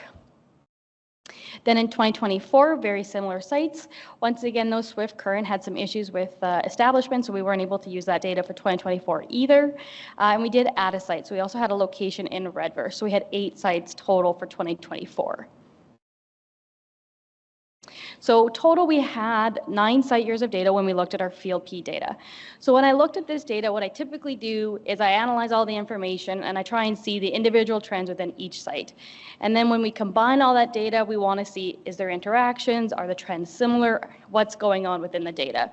When I did this, basically what I was able to find is that the responses between 2023 and 2024 varied, but they also varied greatly between locations. So when we dug into that, what we found is that it wasn't so much the location within the province or the soil type, but more the residual nitrogen levels that were in those soils. So the information I'm going to share today is based on the amount of residual nitrogen within the soils and less to do with the soil zones.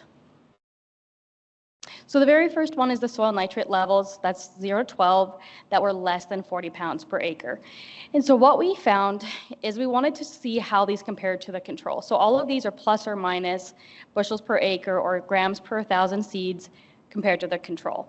The very first thing we kind of want to mention here is that there was no significant difference when we analyzed this using our typical means, which is what we call the Tukey's test. So we technically couldn't find a difference between the control in any of these treatments, but when we did dig a little bit deeper, we used what is called an LSD, and it helps us kind of differentiate a little more site-specific or plot-per-plot analysis to see if there's any trends. And so what we found when we were looking at our trends for the yield, we did typically have an increase in our yield with a couple of products. Launcher specifically had a slight increase in yield of around 3 bushels an acre compared to the control.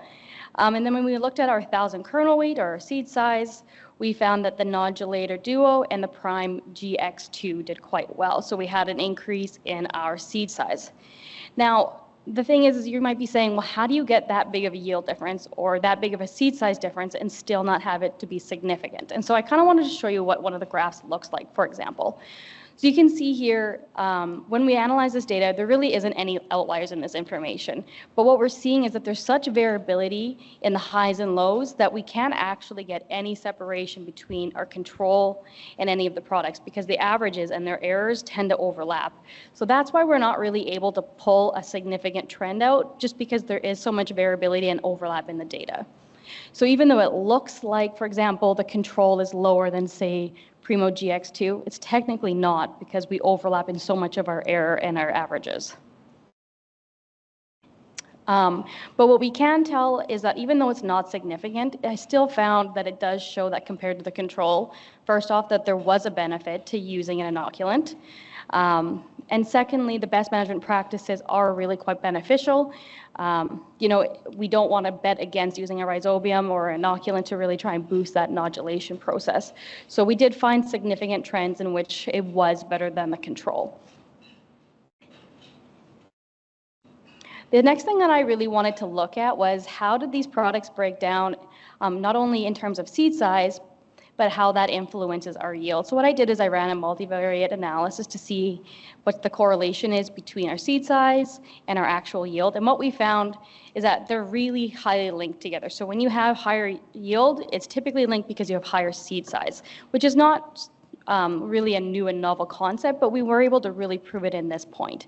So when we look at this graph, we found 3 main factors. The first factor is typically you get those low yields when our seed size were lower. So you can see in our first circle, that's our first grouping, that our seed size of around 180 to 200 typically resulted in those smaller yields.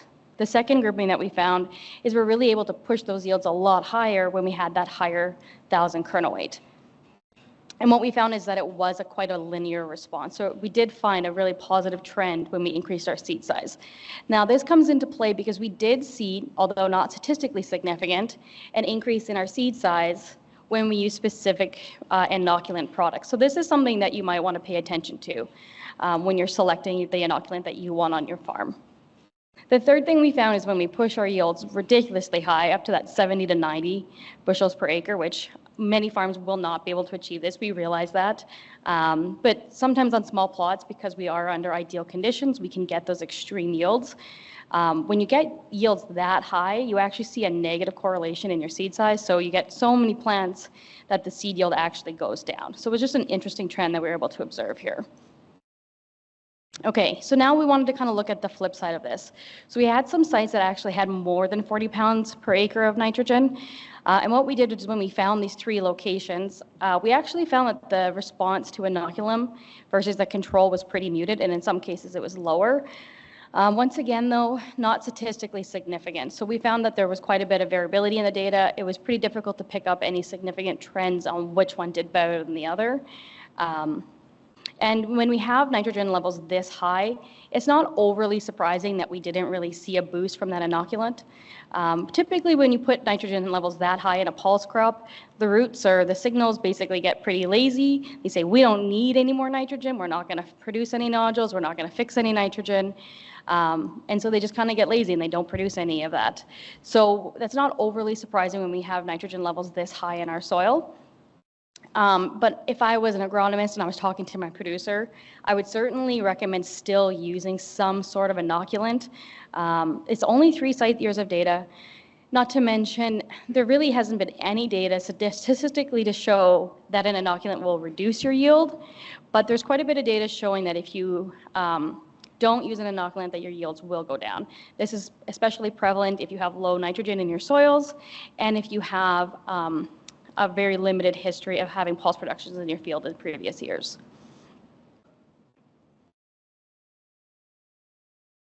So the next one we wanted to look at was our response on our lentils. So the very first thing that we really noted was that our lentils were tended to be a little less responsive to inoculant compared to our peas. Not overly surprising, we have seen that a couple times, but it was just something to note. So on our one side, we have Scott from 2023 and 2024. In this particular location, once again, we didn't have any true statistical difference between yield and 1,000 kernel weight, but we did see a bit more trends. We did have a couple products that did a little bit better than the check, about a bushel, maybe 2 bushels an acre better. And our 1,000 kernel weights were a little bit lower, but only 0.5 grams per 1,000 seeds. So even though they are lower, very minor differences. And then when we look at Indian head, we did see a little bit more of a positive response to the inoculant. There were some products in particular, Lalifix Start did quite well as Tag Team BioQ. Those products did quite well as compared to the control. But once again, statistically, we couldn't actually find a difference between the products. So the next step was when we looked at these small red lentils as a 4 site year combination, what we found is that there was a relative genuine trend increase in both yield up to about 2 bushels an acre when we used an inoculant compared to the control. And in general, we typically found that our seed size also increased when we used an inoculant. Most notably was Launcher as well as Celtec in terms of our seed size. What we wanted to look at is was there a reason why we didn't see a significant difference? Did we have really high soil nitrogen like we did in some of the other locations? That wasn't the case here. We had quite low nitrogen levels, around 10 to 25 pounds per acre. But what we do have here is a really high incidence of previous pulse production. So we do grow pulses on our land quite regularly. And so what that does is we actually have quite a bit of background rhizobium species in the soil. So sometimes the results when you use an inoculum on a soil that has a lot of pulse production, the results can be a little bit muted because you already have those rhizobium species in your soil. So that could be why some of the responses are a little bit muted than, say, if you had never grown pulses and you used an inoculant, you're much more likely to have a stronger result. We also wanted to look at how small red lentils played a part in our yield. Once again, the results were really strongly significant. 1,000 kernel played a huge role in our yield index. And what we found is it's a really strong linear. So the bigger the seed size, the better yields that we were able to obtain. So this is something that you're wanting to pay attention to as well when you're picking your inoculant. We did have some products, even if it was minor, maybe only 1 or 2 grams per 1,000 seed increase, but it does possibly pay out. If you're going to already buy inoculant, maybe select one that's going to produce slightly larger seed. So what does this all mean? Well, it was very difficult to solidify a significant response to the biological products, but in the majority of the cases, we did see a very positive trend to using an inoculant. But your soil history really does play a pretty strong role in its responsiveness. If you have really high nitrogen levels, you're probably going to see quite a muted response. If you have a lot of pulse production in the past, you're probably going to see a muted response. However, in saying that, even if you do have these 2 factors, I wouldn't bet against putting an inoculant down. It's just that insurance policy. If you don't do it, you just don't know how that's going to play out.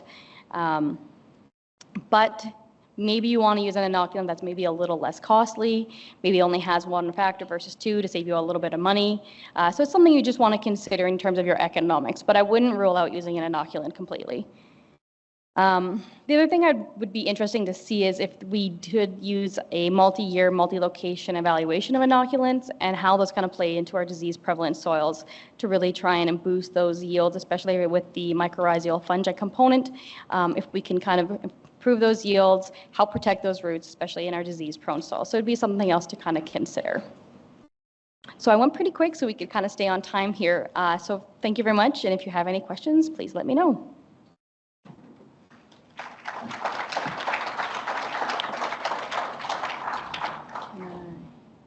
Any questions?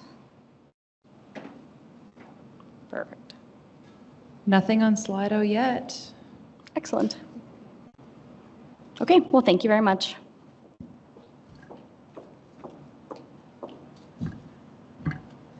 Excellent. Thank you so much for that, Jessica.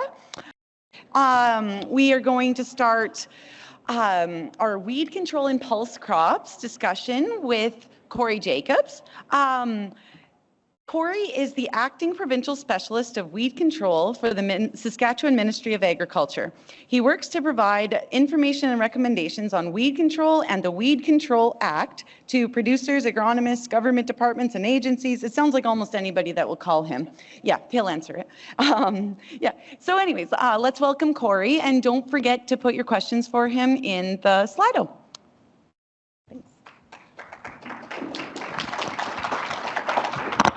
Excellent. Thank you very much, Robin. And good afternoon, everybody. And thanks for the opportunity to come or the invitation to come and present and talk about weed control and pulse crops. As Mike had alluded to, I'm not touching on herbicide carryover, and he did a good job just to give a very brief overview of the topic. And it really doesn't need a lot more attention than that to really summarize it quickly. So we're going to talk about weed control and pulse crops. And a lot of this is based on herbicide resistance to start, because that's really why we have our issues with weed control and pulse crops, is that we selected for those resistant biotypes, with our spraying and cropping practices. So I think it's just good when we start talking about herbicide resistance to really make a differentiation between 2 very similarities. So there's herbicide tolerance and herbicide resistance. So basically, herbicide tolerance is the inherent ability of a species to survive and reproduce after a herbicide treatment, so after being sprayed with a herbicide. Example of this would be a weed like wild buckwheat and glyphosate. It has a little more natural tolerance to glyphosate, need a little more higher rate to kill it.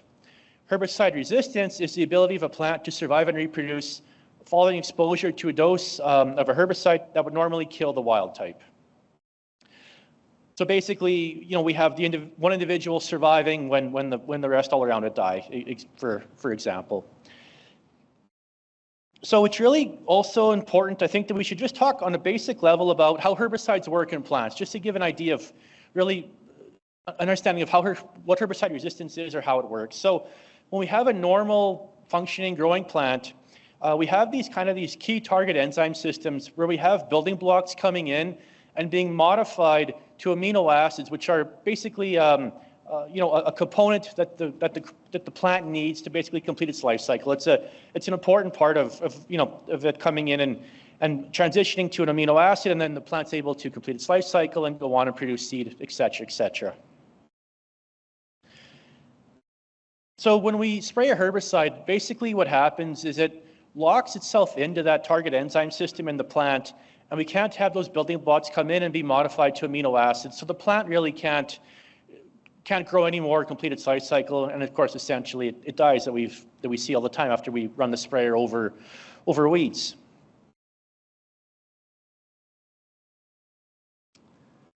Now, what can happen with some herbicides is we can get a buildup of those building blocks within the plant, and it can cause cell rupture or kind of the membrane cells to rupture. So basically, that's kind of our fast-acting herbicides that are kind of work on contact, so our group 10, 14, 22, et cetera. And then, of course, on the right-hand side there, you've got your growth component inhibiting target site herbicides, so the ones that work a little bit differently. So group 1, 2, 8, 9, 10, 13, 15, and 28. And then, of course, group 10 does a little bit of each.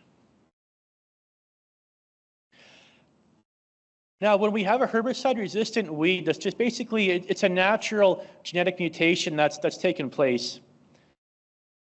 What happens is when we spray the herbicide, it can't fully lock into that key target enzyme system. So basically, it doesn't prevent the building blocks from coming in and being modified and basically impacting amino acid production. So the plant can still go on and complete its life cycle, and the herbicide is essentially just, it's metabolized in the plant and the plant moves on. So that's really basically how a herbicide works and how herbicide resistance works on a very basic level with target site resistance as well. So a little bit of a diagram as well, just to show how quick herbicide resistance can increase in a field. So we've got our weeds growing in a field, you run your sprayer over it, and the majority of plants but one dies. So you've got one that's just naturally got that genetic mutation, it survives, it goes to seed, then you've got 4 plants there that are resistant. Then in the next growing season, you run the sprayer over it again, and you've got more weeds that survive the application. So just basically like a multiplier effect. Now you've got four plants that are going to seed, and they might have X number of seeds on them. We've gone from 1 plant to 4 to 20 to hundreds now over time as it spreads, and we don't slow it down or catch it or do something about it. So this graph here is based on some calculations that Clark Renzel did on how fast resistance can actually increase and spread based on annual applications for group 2 herbicide. This was based on Glean, which has not been used for quite a while, but still applies to group 2 herbicides. I think it's just a good little example to show through. So you've got your base population there, 1 plant in a million that just has that genetic mutation that is herbicide resistant. You do your first application, we're down to 0.001% of the population. So just 1 plant and maybe 100,000. You're really not going to see that. If you do a second application, you've got 0.02% resistant. You're still getting very excellent to good weed control, because if you see a miss or you notice a plant here and there, a lot of times it's just written off, or we're too busy and we drive past it, or we say we'll deal with it later. We do a third application where 0.3% of the population being resistant, still very good weed control.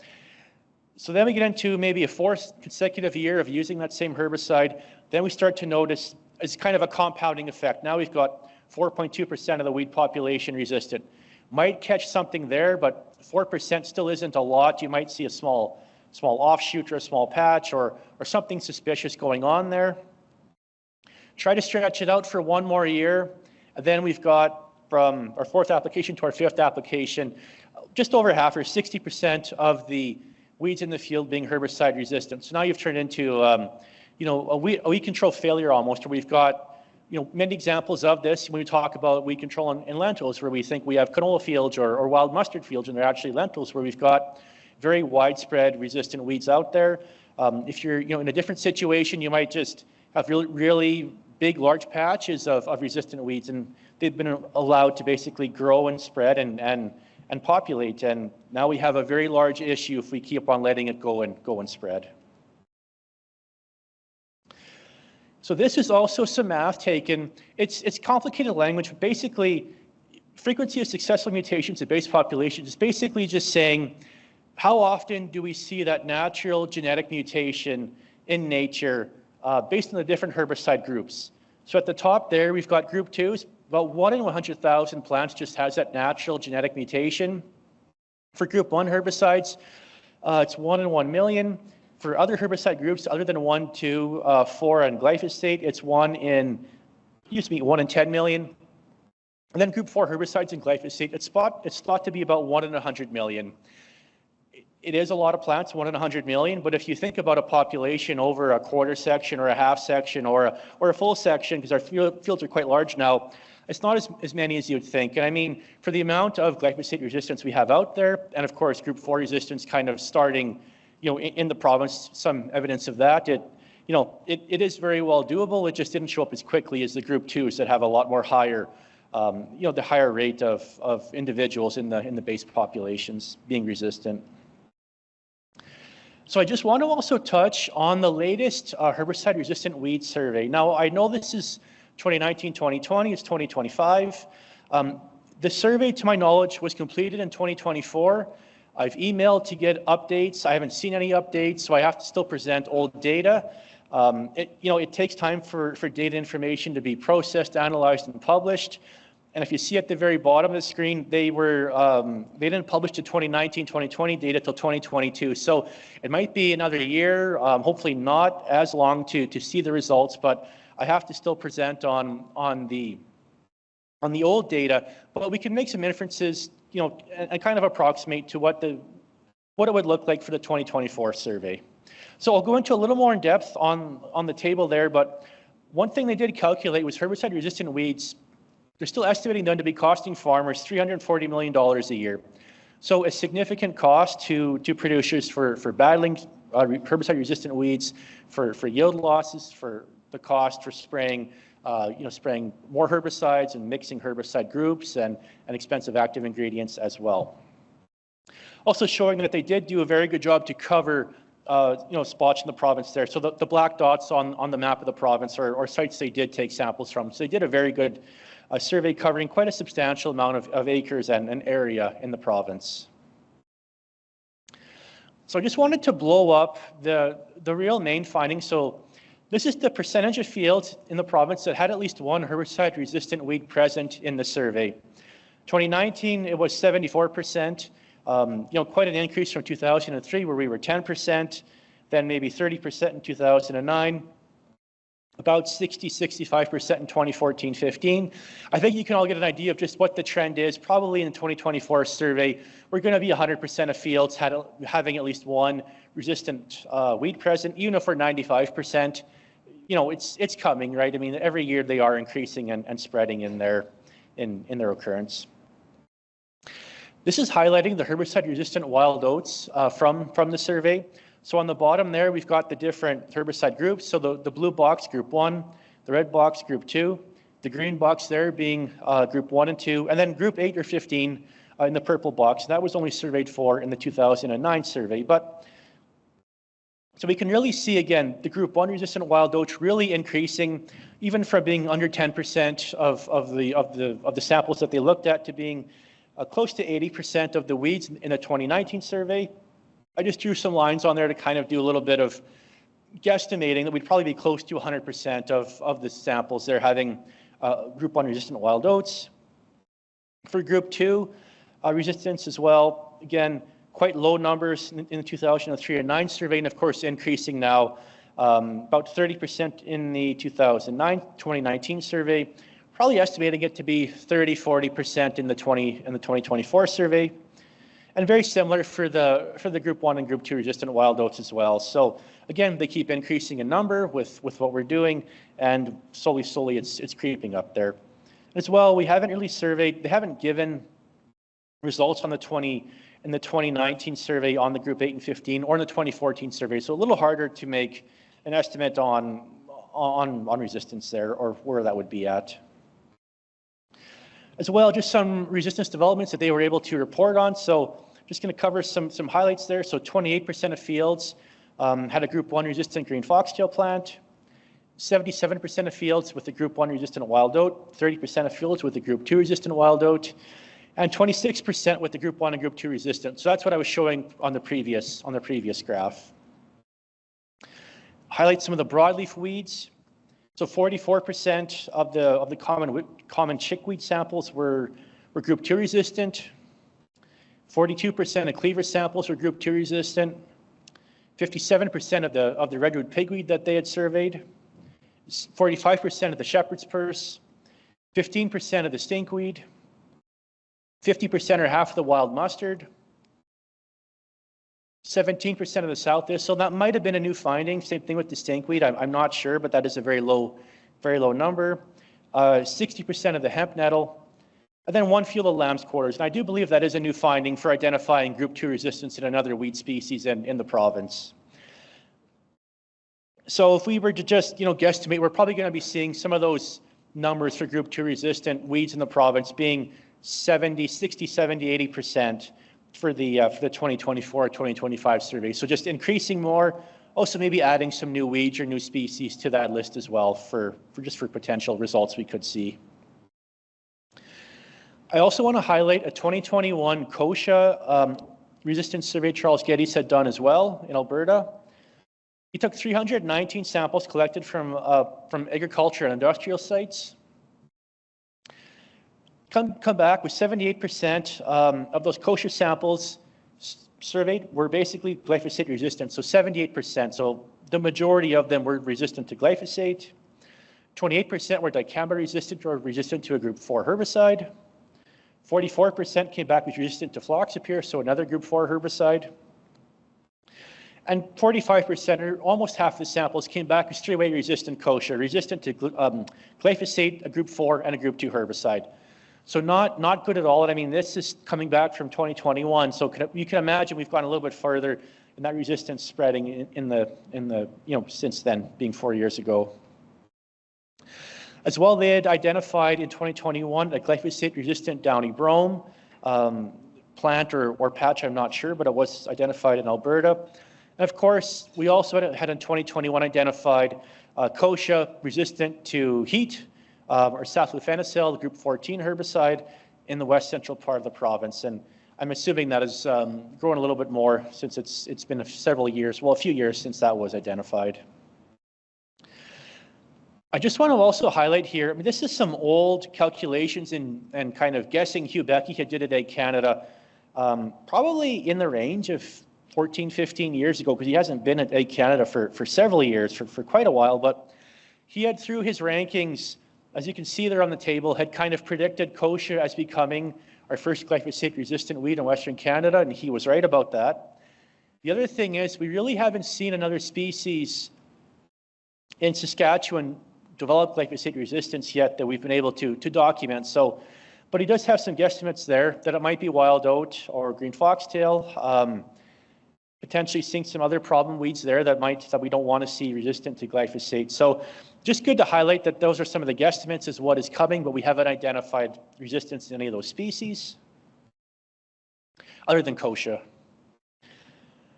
So this graph here, well, this table here is a map of the province basically highlighting from the 2019 survey the glyphosate resistant kochia results from that. So we have on there at the top of the slide there, so your white dot, which is 0% resistance, your light blue, which is 1 to 20% resistance in the population, basically having 1 to 20% of the plants resistant in that population that they had surveyed or sampled from. Kind of the lighter blue there, 21 to 60%, and the dark blue, 61 to 100%. So very, very high amount of resistance found in the plants in that population that they had surveyed. And you can see here, I don't have a pointer here, but they did survey quite a lot of plants from, again, Saskatoon west to the border, southeast, we can see Weyburn, they're kind of on the map, and Moose Jaw and Regina. Quite a fair bit of medium to high resistance in those populations, and some lower, but it's very well established that we have a glyphosate-resistant kochia problem. That was 5 years ago. I'm assuming that that's quite a fair bit more. It's it's spread quite a fair bit more, especially when we've been in these very dry years and kochra's just flourished with these drought-like conditions we've been having, especially in the kochra country. When we highlight the dicamba-resistant samples that they looked at, so again, we have the white dots being 0% resistant, the light blue being 1 to 20% of the plants in that population, a lighter blue there, 21 to 60%, and then 61 to 100% being the higher amount of resistance. Again, we have some dicamba resistance in the province as of the 2019 survey, more in the west central, southwest part of the province. Some lighter resistance up, getting closer to maybe Saskatoon or North Battleford there. And some around the, I call it the Weyburn to Regina area, but again, lower amounts of resistance. I'm assuming in the last 5 years that has really expanded, and we would see quite a stark difference in our levels now. So I'm not going to poll everybody, but just things to consider about when we talk about managing weeds or herbicides. So again, rotating herbicides, things to consider. Understanding the herbicide groups concepts. So different herbicide groups have different target enzymes and ways of killing weeds. Rotating herbicide groups. Mixing herbicide groups. Mixing effective herbicide groups. So just, if you have a group 2 resistant kochra and you're going to be mixing that with the group 4, well, the group 2 is really doing nothing to control the kochra. So you might as well just take that out of there and put a different mode of action or herbicide group in there that would be effective on it. Understanding what active ingredient is in your herbicide is we have a pile of different trade names out there. If you actually look at the active ingredient, that's a lot smaller list and quite similar if you start looking at the actives that are within every herbicide. As well, sometimes we'll get the question, how long can you rest a herbicide group before it will work again on resistant weeds? And the answer is once it's gone, it's gone. There's no going back to a susceptible population over time. And I'll touch on that a little bit more later on in the talk. As well, just, of course, thinking you have resistance based on the herbicide survey, probably do somewhere on the farm. Again, thinking about actively managing it. Again, we're going to start with talking about the basics, crop rotation, trying to lengthen it out if at all possible. I know it's been very easy lately to be growing, a couple different staple crops and doing very well on that, but any way to lengthen out the rotation, going from 1 crop to 2 or 2 crops to 3 crops, anything is a step in the right direction. Doing something about weed misses, right? So not ignoring them, doing something, mowing them, tilling them, not letting them go to seed is basically what I'm saying. So then you're not spreading the issue. I would say anything is better than nothing, or at least it's an attempt at controlling a weed miss. As well, doing something about low yielding areas. So if you've got saline patches you have kind of a crop partly established, but weeds flourish in there, that might be getting sublethal doses, and you might be a breeding ground for resistant kochra. So again, to consider doing something with those parts of the field. Forages we always bring up, they're maybe not the answer for certain producers, but something we always bring up about doing something with those saline areas. The harsh reality has been harsh for a while, and I kind of have said this multiple times, but of course there's infinite ways or pathways or herbicides that we can use to kill a plant. The chemical companies aren't holding back on us. They're doing as much as they can in their research and development to bring effective products to market. It's just a lot harder to do. With the amount of resistance we have, and of course with the time and effort it takes to bring a product to market, there's a significant amount of cost and time that goes into that, and then dealing with some of the juggling that we have to do with Health Canada and PMRA and reevaluations and hitting some of their stringent, how they are being stringent to bringing products to market. As well, just saying using the other group 1 or clethodim, for example, for rotating really isn't going to do very well. It's going to buy you a very short amount of time, and then in a year or two, you're back in the same situation. Again, switching to a group 2 herbicide for grass control isn't really a long-term solution for group 1 resistant wild oat control. If I've shown that's really, really close, we're just a little bit behind how we've progressed in our group 1 resistance as well. And 3-way resistance, so glyphosate and dicamba, or glyphosate in the group 4 and a group 2. It's happened in Western Canada, and we're probably going to see more and more of that happening and spreading, just with how we're, again, relying quite heavily on herbicides. Of course, as we showed in the herbicide-resistant weed survey, Group 2 herbicides no longer work to control kochia. That's been like that for I don't know how many years, for quite a while. Cleavers, wild oats, and mustard aren't far behind, as we're quite significant numbers of those populations were Group 2 resistant as results from the survey. Of course, once the weed is resistant to a herbicide group, it will be forever. There's no going back to a susceptible population over time because the fitness level, so the ability to reproduce is basically the same whether it's a resistant or a susceptible biotype. So we want to go back to a susceptible biotype, as the resistant one would still is able to reproduce, and it's more favored than one that can be killed by herbicides. So we talk about maybe stopping it's maybe not the best word to use, but how to mitigate it, prevent it, slow it down maybe. So again, going back to kind of good agronomics, growing a vigorous crop, high density, high fertility, high yield. When we're not in a drought, high yield is easier to achieve. But I think producers have been doing a pretty good job of this with kind of fine-tuning and honing their agronomics and growing very high-yielding, high-density crops. Diversifying the crop rotation, that's a bit harder. But really what that does is it keeps the weeds off balance. It keeps them from adapting to what you're doing. If you're growing canola wheat rotation for the last 20 years, the weeds know what to expect, right? If you throw in a winter annual or something just to change it up, it does catch them off balance and does help with the fight against them. Cory? So, yep. You have a couple minutes left. Okay. Thank you. Picking herbicides in the rotation, starting with the crops with the least options and progressing to those with the most options, trying to avoid overlap where you can.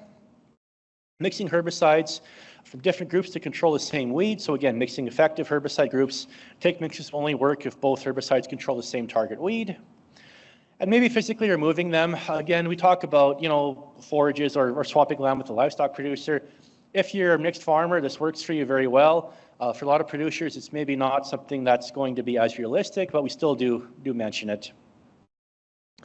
Bottom line, if you suspect a patch or a weed miss, do something about it. Work it under, mow it, whatever. Don't let it go to seed. Something is better than nothing, so keeping that in mind.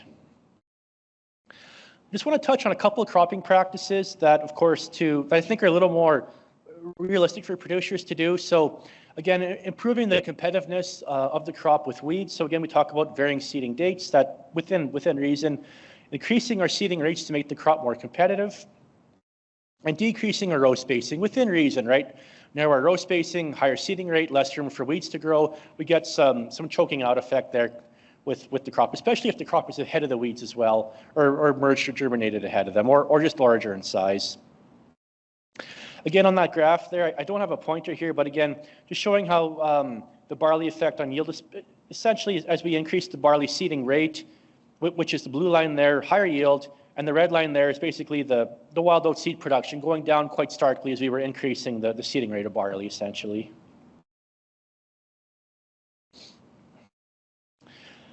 Some integrated crop management. Producers who don't have herbicides at their disposal, so organic producers have a different, they have quite a different world for dealing with and managing weeds. And of course, they make lentils more competitive by even upping their seeding rate from 130 plants per square foot to almost doubling it to 230 to make the crop a lot more competitive.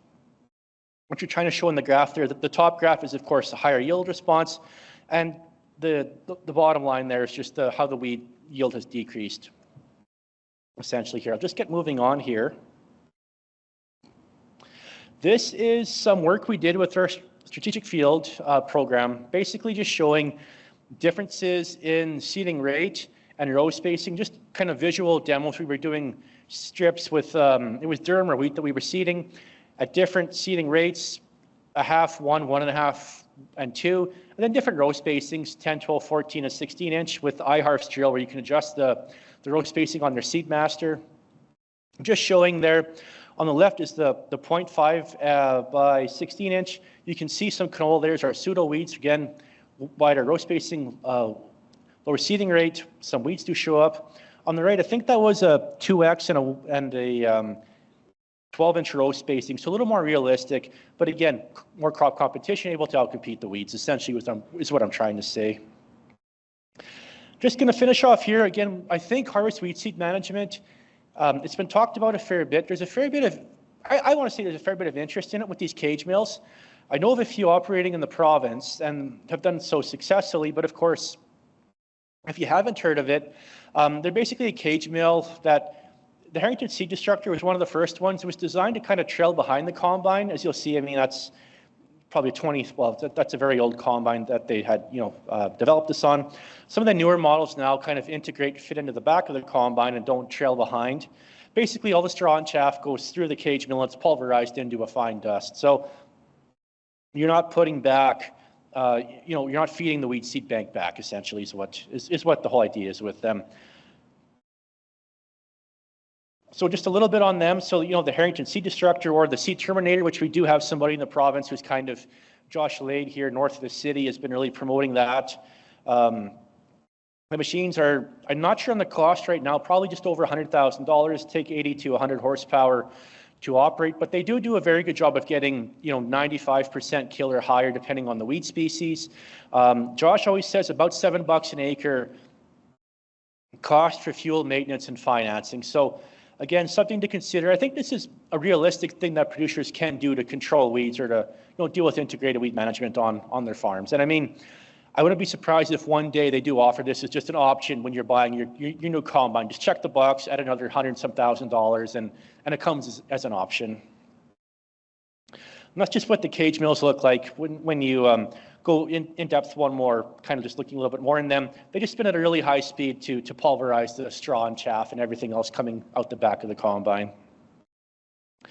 And that's the end of my presentation. I apologize if I went a little bit over time. And of course, questions here. So, is kochia getting removed from the noxious weeds list? I'm going to say that this is due to our Weed Control Act. We're doing a bit of a change up in the Weed Control Act. Is it getting removed from the noxious weeds list? Yes, we're basically saying to put it down to a nuisance weed. But it's still going to stay under the Weed Control Act. It'll just be categorized down to a nuisance weed. We still need it there because it is a significant weed. The only difference basically will be acting on it will only really happen now if you have a complaint from a neighbor, basically. I believe Clark had it as a noxious weed more so for preventing the spread of when it was glyphosate resistance before it had developed. That's why he had it there. Because glyphosate resistance is as prevalent as it is, we've kind of see the justification now to move it down to a nuisance weed under the Weed Control Act, but it is staying on the Weed Control Act. I don't see any other questions, so I'll take that as a cue to walk away.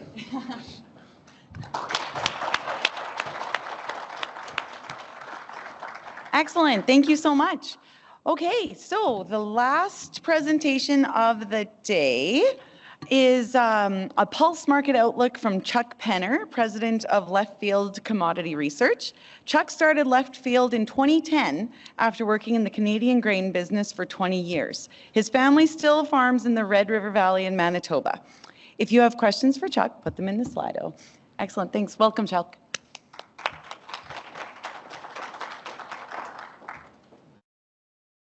Thank you. It's good to be here. I'm not going to go through what I went through to get here today.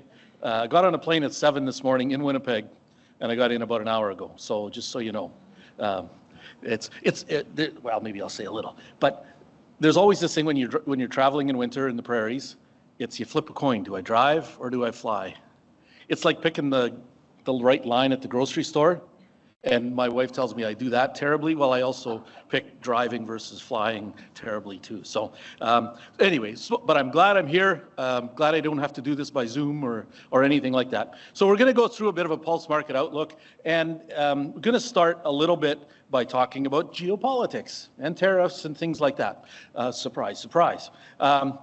And we're working on, we have our various reports that we write. So this week we're doing a series of special reports about the tariffs and which crops are most exposed and vulnerable and what possible responses could be and all of this kind of stuff. Well, I've had to rewrite that introduction about 3 times already. Like it's just, I think maybe now well, whatever, until the next change happens. But that's what we're going to talk about a little bit today, specifically regards to pulses. And so, you know, all of these questions, right, about how big are they? Well, we thought we knew. We don't know. We don't know how long they'll last, if they actually hit at all. Will there be kind of exemptions? Will some crops, you know, be able to escape it, or those kind of things, or products? I'd like to talk a little bit about Asia, because of course that's important for pulses as well too. And then we will talk about the situation in Canada as well, and with a bit of, at least for peas and lentils.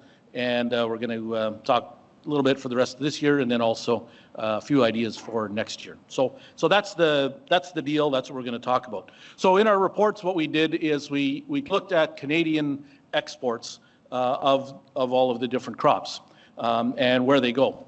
And so this is the one for peas. So you can see that India and China just absolutely dominate this market. The U.S. is the third largest destination for peas. It's kind of fluctuated over the last number of years. I think in 22, 23, after we had the drought here, I think their imports jumped to about 380,000 tons, give or take, something like that. But in this last full year that we had, they were down to 160. This year they'll be even lower. So, you know, it kind of puts that a little bit in perspective in terms of how exposed the Canadian pea market would be if tariffs actually get imposed. And a lot of the peas that go down to the States are going into either food processing, like being fractionated, that type of thing, or are going into some pet food as well too. So those are the two markets. So they're actually kind of premium markets. And there's, I won't go there yet. Maybe later. So that's how Canadian peas are exposed if their tariffs would be applied. This is looking at it from the other side. So where does the U.S. buy their peas from? Well, almost entirely Canada. This is in 23-24, the last full year that we have data for. So 85% roughly come from Canada. So they rely heavily on Canada. So if there is retaliation going on, or for the pea processors down there, the people using the peas, they're going to have to look for other sources. And so they had been buying from Russia. They were still able to buy some from Russia in 23-24. But there really aren't other options. You know, maybe a bit from Ukraine. Australia, probably not. They only grow a couple 100,000 tons. And those are mostly going into Southeast Asia anyway. So there really aren't a whole lot of other options for American buyers to source elsewhere. So what are the possibilities if there are tariffs imposed? So what are the possibilities? Well, it is limited tons, and it's been declining over the last few years, but it's not nothing. And so and largely it's yellows, it's not greens moving into there. So we know that's the portion of the market that would be affected more if there are tariffs. So trade could continue, business could keep going as usual. For the most part, and we're in the business of, or people like to think we're in the business of prediction. We make guesses. How's that? And in fact, I saw that one of mine came true. I said to my wife the other day, I said, you know, just watch. There's going to be a move to get to have Trump be able to run a third term, have a third term. I just read it at the National Post website now that somebody is already trying to push that constitutional change for him to be able to do a third term. So, hey, I guessed right. So for once. So there are different things that we can do in the short term. In the old crop, for example, there aren't a whole lot of adjustments that can be made. So if there are tariffs imposed in the old crop, and this would apply to a number of crops, largely it would have to be the U.S. processors or consumers, depending on whether they pass on those costs or not, that would have to eat those costs. So that's what would happen in the short term, I think. And so that's what I think could happen. They could maybe go to other origins in longer term. But if you think about a 25% tariff on peas that are US $280 a ton, that's $70 US. that doesn't buy you ocean freight and rail freight and whatever to get it into the middle of the U.S. That's going to be really tough. And then you have the quality issues and so on.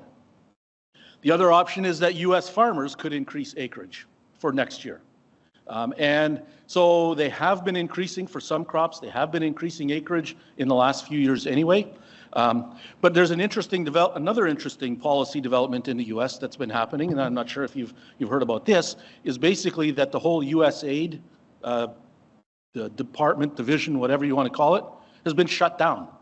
And that's one of the groups that governs a whole lot of the food aid that goes from the U.S., and they take U.S. crops and they ship them overseas. And peas and lentils are a large part of the U.S. exports of peas and lentils go out through food aid programs.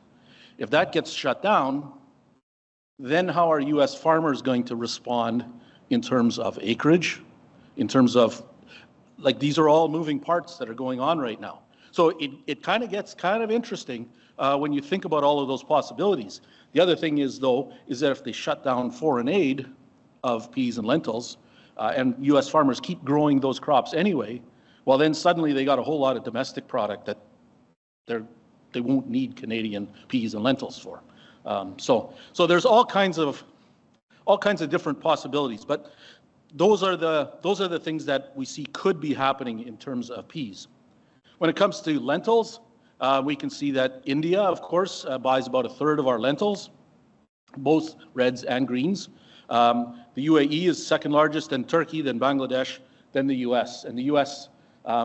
It's been pretty consistent, 80, 90,000 tons a year, very, very consistent. A good chunk of those are red lentils.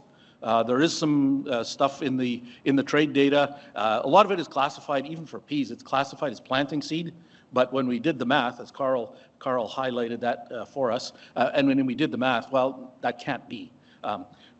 But they do import a fair amount of red lentils because they don't grow many red lentils in the U.S. It's mostly greens and brown lentils in the U.S. So that's largely what they're buying from us. So in terms of lentils, the U.S. is less significant even than it is for peas, and it's not significant for the green lentil market. And so that isn't a huge concern for the market if the U.S. puts tariffs on lentils. It's not a big deal for the lentil market. It's not nothing, but it's not going to completely, throw the whole market into turmoil. This is looking at it from the other side. So U.S. imports, again, 90% of their lentil imports come from Canada. A little bit from India, a little bit from Turkey, but most of it comes from Canada. So again, they're going to be hurting themselves by imposing tariffs. So their processors, and we can hope that the processors, and there's some big companies in the U.S. That do this, and some big political donors, that the lobbying keeps pushing back on this and saying, look, these are the costs that we're going to have to eat, or we're going to have to pass on to consumers. Do you really want to do this? So we can hope for that. So in terms of lentil possibilities, the tonnage isn't huge, even less impact on greens than on reds. So a little bit on reds, even less for greens. And the U.S. food processors who use reds, because if you buy like that Banniza pasta, it's got red lentils being used. And I would expect that almost all of that is Canadian red lentils being used in there. So they don't have a whole lot of other options other than maybe Australia. So in that case, you could see a little bit of displacement coming in from Australia for the red lentil side of the market, because the Australia basically grows as many red lentils as we do, depending on the weather, that type of thing. And so, but they would cover most of that processing or the tariff cost as well, in my estimation or my expectation. U.S. farmers could increase acreage of green lentils. But it has been expanding, but that's not where we're going to see the problem or the issue anyway, because we're really not exporting many green lentils down to the U.S. Chickpeas. So Turkey is the largest buyer, and the U.S. is in second spot. And a good chunk of those are for pet food and, again, for some food processing. So those are considered premium markets. So for chickpeas, a U.S. tariff would be a much more significant issue.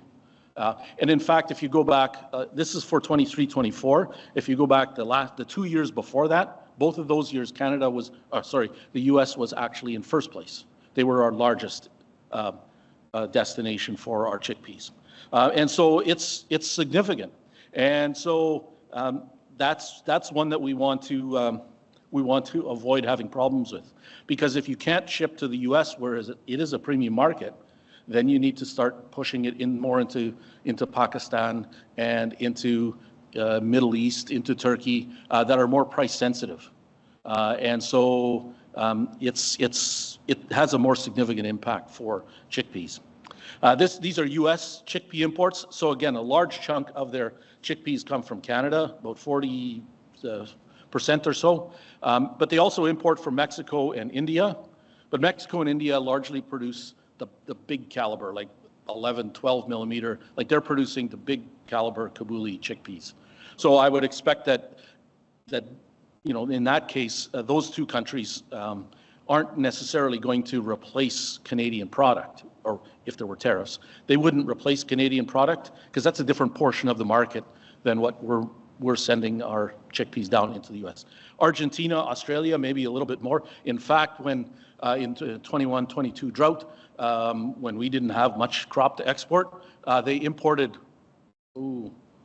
like a noticeably big chunk of a bulk vessel from Australia. And I think it might have been Desi's, don't know for sure. It might have been Desi's, but basically it's going into the milling industry, so it gets processed, ground up anyway.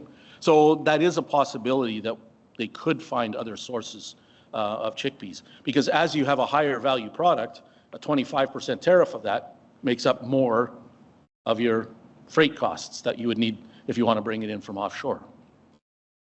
So in terms of chickpea possibilities, the U.S. is a big part of our export program, and it's a less price-sensitive market. I don't know if you remember a few years ago when there were really serious shortfalls of chickpea supplies. We were shipping feed chickpeas down into the U.S. for 40 cents a pound or more. So they'll buy what they need. But U.S. production has been rising. They're already trying to increase it more. And they can find maybe a few other sources of chickpeas, like Argentina, like Australia possibly. And then they can also just keep increasing acreage. We'll talk about dry beans. I don't know if there are any dry bean growers in the room. But Canada, or the U.S. is Canada's largest destination for dry beans as well too. Again, the data says it's a good chunk of it is planting seed, but a lot of it is blacks and pintos as well. And so they are our largest destination. Mexico is quite large, but each one of those, like Mexico takes blacks and pintos, the UK takes white beans, Japan takes red beans, like each of those. So if we would lose the American market, so to speak, like we wouldn't be able to push blacks and pintos into the UK or into Japan. Like that's it. They're very type specific, or mostly type specific. So it would be hard to replace their business. Canada is the largest source of U.S. Bean imports, and so it's it really is a North American marketplace for dry beans, and so that's that's significant. If there were tariffs or counter tariffs, I think both sides of the coin could get hurt kind of badly, both Canada and the U.S. But the U.S. crop is about 4 times the size of the Canadian one, so they do still dominate the North American market. So there are other origins possible for the U.S. for a few types, but if it's planting seed, then it's mostly the pedigreed seed people that get hurt by that. And then, of course, they can increase production, acreage and production as they can with many other crops. But I don't know whether those market signals would get through in time for all of these crops, would get through in time for the 2025 crop. So it may not be something, it could start to happen already for this next marketing year. But if it's delayed, if these tariffs are delayed another month, they're pushed off another month, and so on, then there's less of a chance that U.S. farmers will say, hey, let's capitalize on this market, let's bump up our acreage, and so on. So that's the U.S. situation. We're going to talk a little bit more about some other perspectives. We're going to talk about India. And so, of course, we have tariffs there, tariff possibilities there as well, too. So for yellow peas in particular, in 2020, late 2023, India took off the import tariffs that had been in place, 50% import tariffs that had been in place for quite a few years. And then we saw a big push of yellow peas into India. And then they put a deadline on it, and then they just kept pushing that deadline and pushing that deadline. And the latest one now is end of February. And so we're watching for clues about whether they will extend that zero tariff again. And then the other ones are for lentils and for chickpeas. That deadline is the end of March. So again, what are the market signals that could tell you that they will extend that zero tariff and allow continued imports into the country? And so one of the things that we watch, sorry, I'll just back up just a step. What the Indian government is trying to do, they're trying to do this balance between keeping food costs low for consumers and then keeping their farmers happy with higher prices. And so it's always, it's that type of an environment where that they make their decisions in. Are we keeping food prices down? Like, who are we angering the most or the least? Or who are we happy, you know, and the farm population is about 40% of the country. So it's not like here where it's 2 or 3%. Like, it's a significant constituency. There aren't any elections that I know of coming up anytime soon. So, so what we want to do is we want to look at what are the market signals that might be coming out of India that will say yes, a tariff, or no, they'll kick that can down the road again. So one of the things is they're planting the rabi season. The planting is over now, and in fact, in February, some of the earliest harvest will start happening. But the rabi season is when they plant their peas and their lentils and their chickpeas, and so that's important for us. So this shows acreage over the last number of years, and then the black line, black with yellow dots, that's the current year. And so the rabi acreage of pulses is actually trailing quite a bit below average. So that should mean that production will be lower, which should mean that they'll continue to need imports. And so you can see that it's different for some of the other crops. Lentils down only about 1%, chickpeas down 10%, and peas down 11%. So it's a little bit different for each crop. But what you can see is that the acreage potential, the production base, is smaller this year. So that's good. What you have is, but what you have this season right now, these are two maps at the same time of, well, it was last week when I was putting the presentation together. So the one on the left is compared to average. So green is good if you're a farmer. Green crop conditions better than average. The brown ones are worse than average. So I guess what I'm trying to, the one on the left is the difference from average. The one on the right is the difference from last year. So those are the two. So really what it shows is that conditions are better than average, but not as good as last year. So acreage is down from last year, and conditions are a little bit lower. Not horrible, better than average, but not as good as they were last year. So that's kind of the production outlook, if you want to call it that, for Indian pulses. And that'll give you, again, a bit of a clue about the situation. But it is the prices that they're trying to manage. And so this chart shows prices for chickpeas and peas. Chickpeas is the dark brown line, yellow is yellow pea prices, and then the red line is red lentils. And so you can see, like, pea prices there are just like worse they've been in many years. So again, if their idea is they've got to balance this between keeping consumers happy, consumers are happy with pea prices that low. So that's good. Farmers are not. And so there's farmers and the trade are now trying to lobby the government into reimposing tariffs because the prices are so terrible. Because yellow peas and desi chickpeas can be interchanged, they'll use some milled peas in the dal that they make. Those prices are connected, and so Australia just produced a 1.6, 1.7 million ton crop of Desi chickpeas, and they're just flooding into India now. And so you can see in the dark brown line there what it's doing to Desi chickpea prices. So both Desi chickpeas and yellow pea prices are coming down, which should give the government the luxury of reimposing tariffs. Not a guarantee, but it kind of leans in that direction. You know, I tend to think in terms of odds, and so I think the odds are increasing that they will reimpose tariffs on yellow peas. Maybe that this February deadline is going to mean they'll reimpose tariffs. It's a real possibility. Not so much for red lentils though, because those prices have been running steady, have been running, you know, at fairly firm prices. They mainly because they have a minimum support price, and that's right where that minimum support price is. So that's the kind of a situation that you have for red lentils.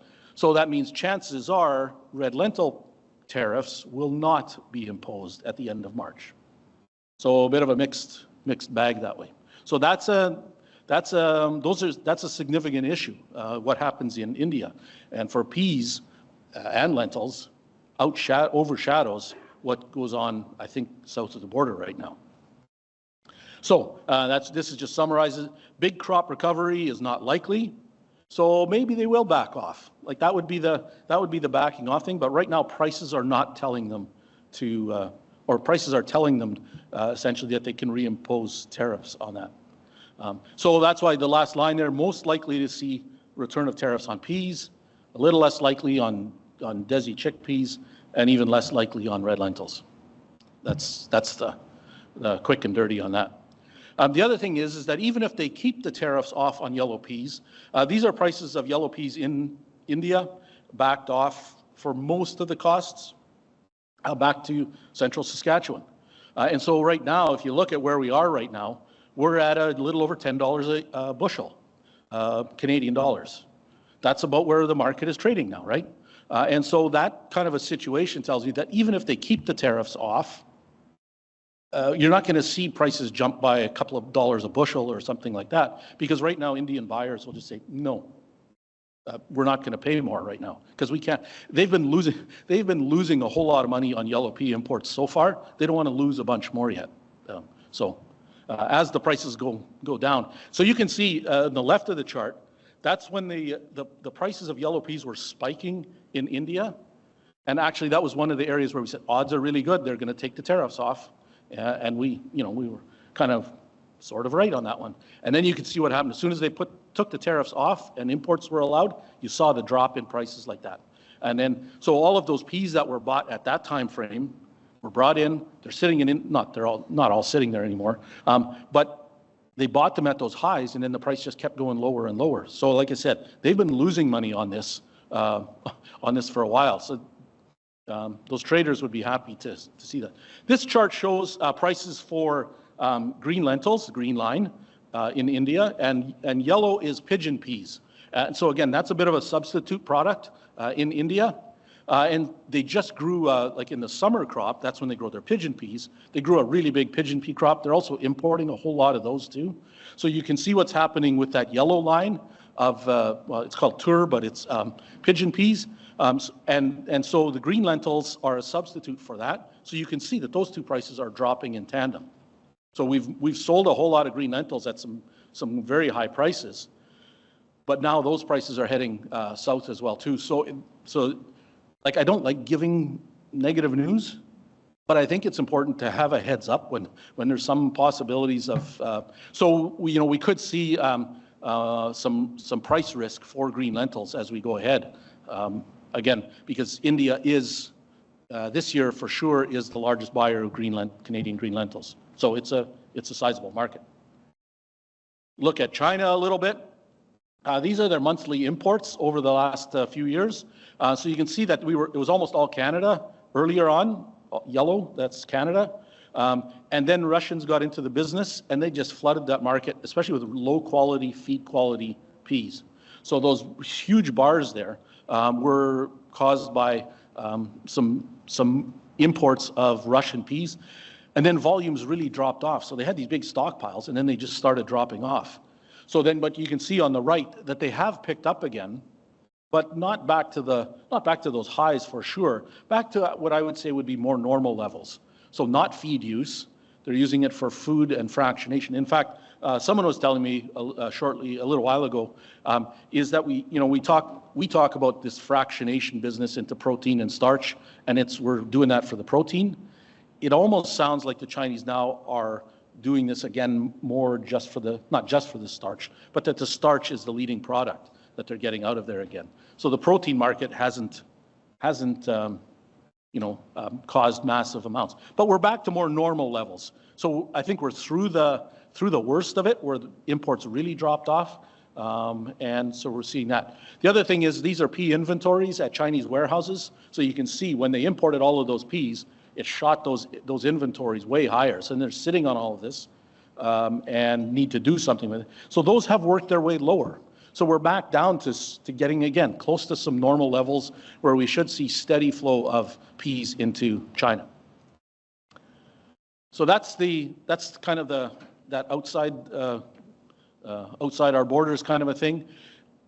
Now I'll talk a little bit about the Canadian side. So this is Canadian pea supplies for this year, a little bit larger than last year, but not a whole lot more. And partly it was because we carried over, relatively few peas into 24, 25. And so even though we had bigger production, we still don't have big pea supplies. So that means that the demand is important. So we had this massive movement. These are weekly pea exports, bulk pea exports. These would mostly be yellows. So you saw that, again, when India pushed that zero tariff down the road, we were moving huge volumes of yellow peas early in the year. But now it's slowing down. But it kind of has to, because we don't have the supplies to keep running at that strong pace that we had earlier. So if we can kind of continue on the pace that we're on now, we will work Canadian pea supplies down to a fairly reasonable level.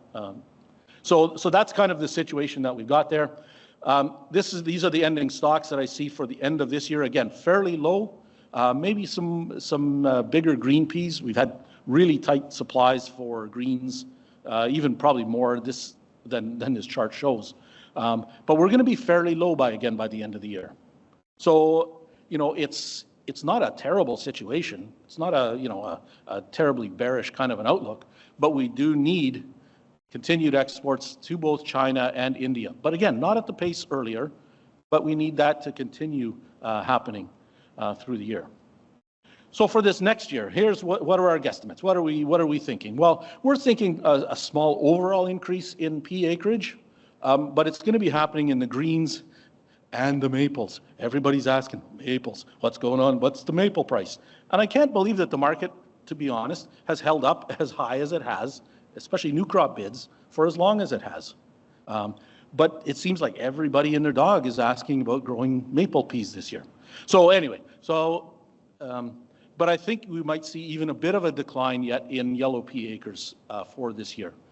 Increase in greens, increase in maples, a little bit less yellows. And I'd be happy to get your ideas, what you guys are thinking and about that kind of thing, because it's kind of a group effort in coming up with those numbers.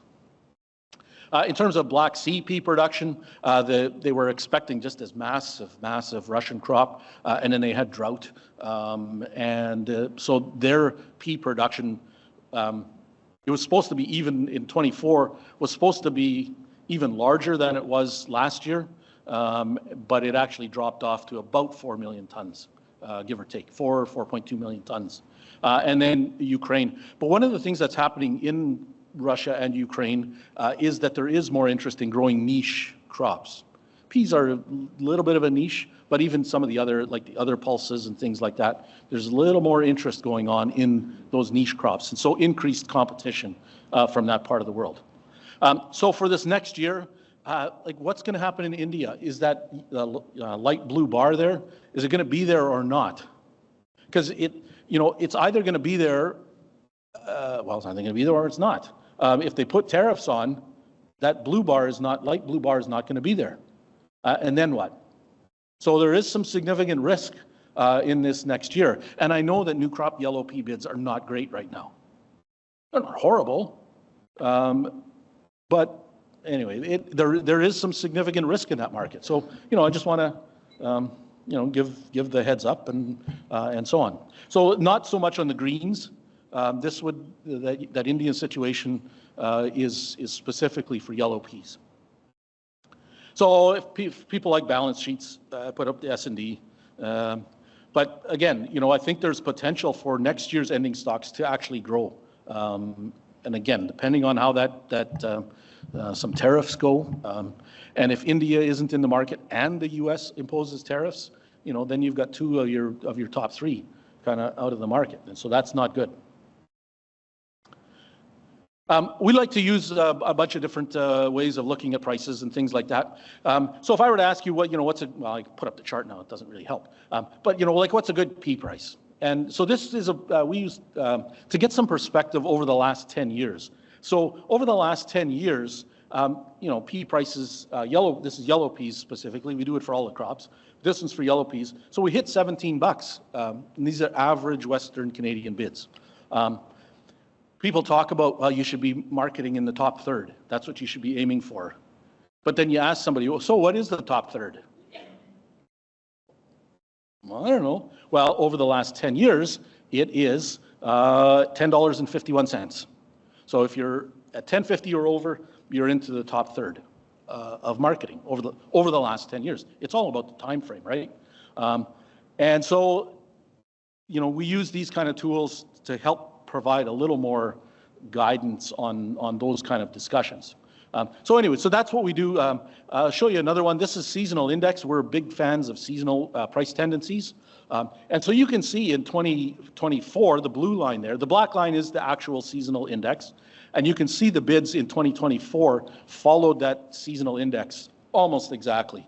And until we got into it did recover in fall, came off the seasonal lows in fall, but it didn't continue rising throughout the rest of the fall. But what we do have normally is you have, even if you look at the little red line on the far left, that's the beginning of January now, it's actually starting to do the same little tick higher at the beginning of January. But then it largely goes sideways.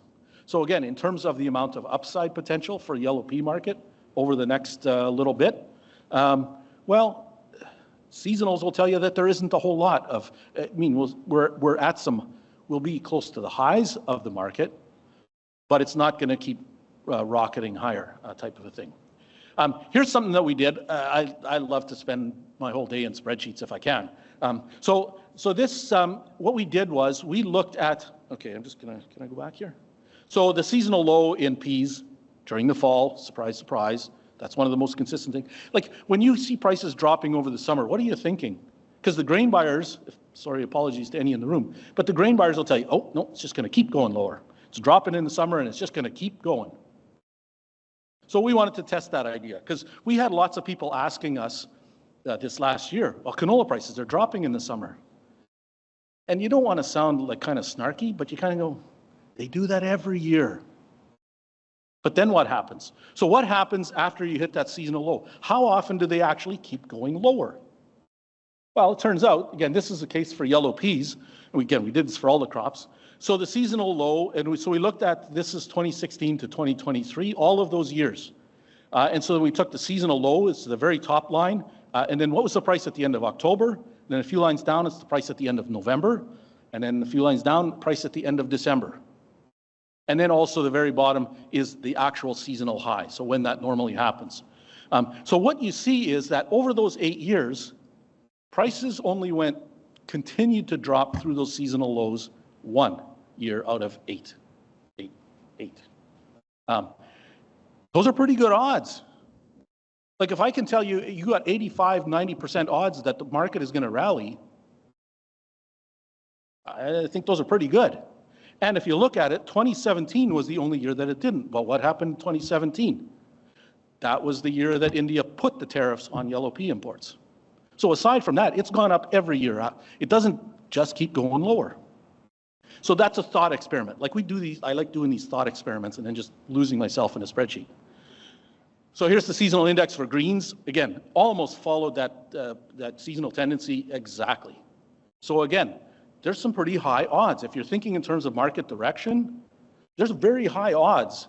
It doesn't happen absolutely every year. And in fact, when it doesn't follow it, that's an even more telling market signal, when it doesn't follow the seasonal tendency. Here's something that we did. So, sorry, I'll just go back to the here. So here's the, the seasonal high in green peas is sometime around May. And then, of course, you got the harvest low. So again, another thought experiment. What if you sold all your green peas at the high and at the week that the seasonal high normally is? If every year you sold during that week in the end of May, what would happen? Well, we can do that. And then we compared it, and I mean, it's kind of an unrealistic comparison, but we compared it to, well, if you sold 1/12 every month, or if you sold at 4 times during the year, like kind of October to pay some bills, end of December to pay some bills, end of March to pay some bills, and then June to clean out the bins. So you sold them in those 4 increments. So we did those comparisons. So this is what we have for green peas. So if you sold at the seasonal peak, and then all of those years that we did it for, 8 out of those 10 years, you would have got a higher price than those other marketing strategies. 8 out of the 10. That's 80% odds. Those are some pretty good odds. And even then, if you look at the years where it didn't, it wasn't a massive disadvantage. But if you sold at that seasonal peak, let's say in 2023, just to pick an example, the one at the bottom, you would have sold your green peas for $13.27 a bushel. If you would have sold them monthly, you would have ended up with $12.79. And if you sold them during that quarterly, whatever strategy, you would have gotten $13.10. Not a huge difference, but that's real money, right to the bottom line. So anyway, so those are some of the things that we like doing. So we had to throw a few of those up there on the screen for the peas. So for the rest of this year, we've got a heavy reliance on China and India. There's still very strong demand for green peas and for maple peas. Those prices just continue to just do this. And so again, we can run that right up to the time of the seasonal highs, end of May. So, is there a rush to market them right now? No, I think you still have some time till we get to those seasonal highs in that time frame. But there is so it's not massive seasonal upside, and for yellows, it's less seasonal upside, more steady, more sideways. And if India does completely back out of the market, again, that's a very unusual situation, but you could see a decline in that case. For 25, 26, I think it's even more important. All of these tariff rulings, tariff deals with India and the U.S. Could have a large impact on, especially on the yellow pea side of the market. Less so for greens. In fact, almost none on greens. Just to whatever. But are farmers going to be increasing acres here? I don't know. Again, love to hear from you. A few more slides, a few more thoughts about this is about now we're getting into the lentils. So this year, last year, 23, 24, we basically our lentil supplies were like they were during the drought year. So really, really tight supplies. But you didn't see it in terms of red lentil prices, did you? They just kind of went. They just went sideways. And we can thank the Australians for a good chunk of that, because in their 23-24 crop it was a record there as well. And so they really supplied that side of helped supply that side of the market. So this year we're back to, we had a pretty good rebound in production for both greens and for reds, but not massive supplies. Like if you go to the left side of the chart, the previous years, we've had a lot heavier supplies than that. So again, not a fairly well balanced, I would say. These are bulk lentil exports. This comes from the CGC data, and again, these would all, basically be all reds. And so we had this massive, we had a really slow start in red lentil exports, and then they just kept going. Like they didn't follow, like the black dash line is the average. They didn't kind of turn lower. They just kept going and going and going. And again, we can thank the Australians for that, because this year they were supposed to grow a 1.6, 1.7 million ton lentil crop, which would have been even larger, red lentil crop, which would have been even larger than ours. It was about the same size. Then they had frost in September, and they lost about 500,000 tons of production. Frost and drought, and they lost about 500,000 tons of production. So now Canadian lentils are backfilling for Australian, not just in India, but in UAE, in Bangladesh, and in some other countries as well. And so that's allowed Canadian red lentil exports essentially to just keep going like this, which makes me a little bit friendlier. And we really don't have enough supplies to get back to the 22, 23 levels for sure. There just aren't enough supplies. One of the issues, and these are Indian lentil imports, that's black line with the yellow dots, that's this year. So they're actually a little bit below average. But we've been relying less heavily on India for lentils this year than we have in previous years. So we have a more diverse set of customers for our red lentils, and that's a good thing. Competition is a good thing. So by the end of this year, I think we're going to continue to have very low ending stocks of both greens and red lentils. And this year, we actually might see red lentil prices start to respond to that. So here's the balance sheet for red lentils for this year and for next year. Oh, did I not have a... Oh, I thought I had an acreage slide. We're predicting an increase in lentil acres for 25-26. And again, probably shading more toward greens. That's what we're hearing. Small and large greens tends to be where more of the interest is. I mean, we've had a couple of years where we tried to grow more green lentils, and then the yields were just awful in those green lentil areas. And so if we do hit some average yields even with increased acres, you know, we could start to feel some larger supplies of greens in the next year. So again, I think we're going to be fairly snug at the end of this year, 24, 25, and then even into next year, I think there's some pretty good prospects that we're not going to massively oversupply the market and so on. Here's the seasonal index for the reds and large greens and small greens. It's a pretty, for red lentils, for example, like it's a pretty noticeable seasonal spike that happens late April, early May. So again, if we're getting snug and the Australians don't have as large supplies, you know, maybe that's when we're going to see our biggest strength yet for red lentil prices. I think there's some more opportunity for upside in red lentil prices for this year. And then if you go forward into next year, again, it'll partly depend on how much they produce and the Australians produce and Canadian farmers put in the ground as well too. So for this year, solid exports, reds and greens. We're less reliant on India for exports.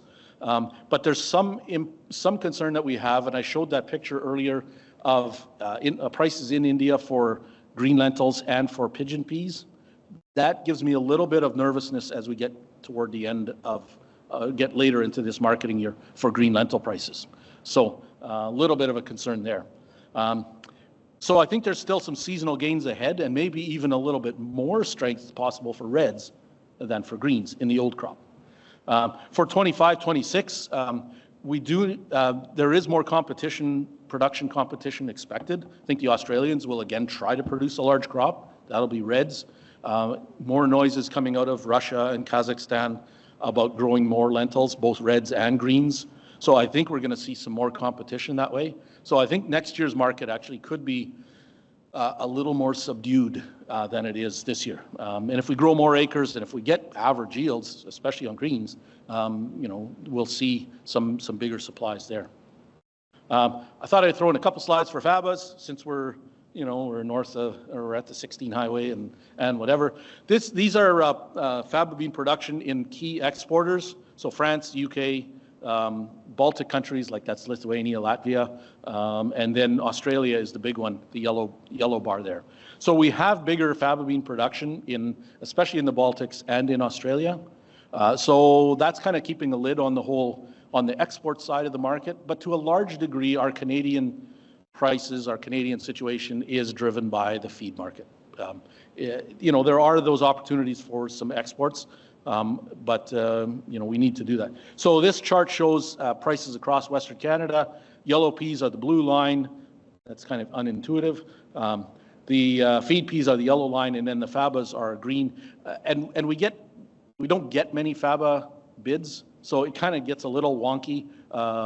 But essentially, it is going to follow pretty closely along with the feed pea market in Western Canada until we get some more processing. And so that's what we really need. But what we also have, and this is maybe the key point. So prices in Australia are the dark blue line there, and in Finland, the light blue line. Those prices are really taking off. And I showed you the picture for Australian production, a bigger crop this year, but their prices are going higher anyway. So this could provide some opportunities this year yet to still export a little bit more into places like Egypt, which is the key buyer. There's some other Asian markets as well too. So there could be a little bit more upside, but it takes work to find those buyers that are getting those sales made into Egypt and that sort of thing. But there are some opportunities that we may move a little bit more into those markets and see a little bit of price strength for those. And that's all that I have. How do we do the question thingy?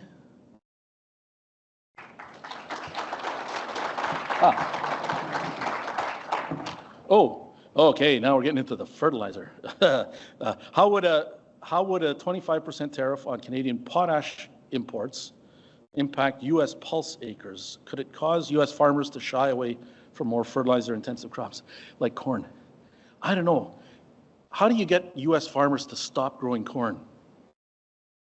Like we were talking about this with respect to some other crops, like oats, for example. We ship almost all of our oats to the U.S. And our oat products to the U.S. So we're thinking, well, what about the farmers in Minnesota, in Iowa, where the oat plants are? Maybe they'll grow more oats. And you're thinking, yeah, but then to get oats to displace corn and soybeans in Minnesota and Iowa, I don't know. That's going to take a whole lot of price incentive to be able to do that. So I'm not sure that the potash situation, if we do have those, I don't know if that's going to play out in time, at least for the 2025 season. I kind of doubt it in terms of getting people to change their, and those habits, like U.S. farmers are corn and beans, beans and corn. Like that's, like in those areas that we think about. When we talk about Montana, western North Dakota, maybe into the PNW, maybe there you could get a little bit of that going on, but not in the core corn growing areas, would be my opinion. What was long-term August pea price graph adjusted for inflation? Holy smokes. I don't know. I don't know. We don't ever adjust crop prices for inflation. Maybe we should. So I don't know. I don't have that, and certainly don't have it at the top of my head. But since I love doing spreadsheets, I should know that, right? Or I should be able to figure it out. So if you want to talk to me later, and I'll try to run something for you and see what I can get to you. How quickly would the small green lentil market saturate if we have more acres go in? I think we could have done it this last year if we would have gotten average yields, to be honest. I think we were pretty close to, I was nervous early in the growing season that we were going to oversupply small and the large green lentil markets with the acres that we had. And then again, the yields turned out so awful. It didn't happen that way. So I think we're pretty close to that. How long can you see this trade war go on for? Sorry, I shouldn't laugh. And what do you think the worst possible case would be in relation to crop markets? Oh man. I have no shortage of opinions. Here's one possible scenario. One is, and here's hoping, we get a different government in place. Although, you worry about all of this patriotism now and the rah Canada, and is that going to, anyway, you don't want to think worst case about the current government getting back in. But that could be, there's a certain amount of just personal animosity between Trump and Mr. Trudeau. And I think that's driving some of what's happening. It's what's been happening. So if we were to get a different prime minister, that could help ease those tensions a little bit. I mean, here's hoping.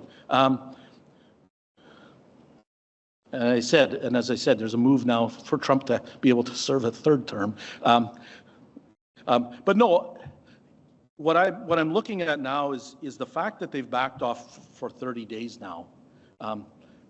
Are we in a situation where the immediate crisis of a 25% tariff is kind of now off the table? And that could be because, you know, as you have more time to absorb the impact of this, you get more and more lobbying, and Canadian lobbying in the U.S. or directly to Mr. Trump probably doesn't have much of an impact. But the lobbying to others, which then filters up to the White House or to his advisors and things like that, and then you start to have carve-outs and exemptions and all of those kind of things. So I think the longer we can push that off, the less likely that it's going to happen. Or that it's going to be across the board at 25%, maybe put it that way. The other thing is that I think the Mr. Trump, you know, may lose or may find another shiny object to go after in the next. I said I got lots of opinions. He's very transactional.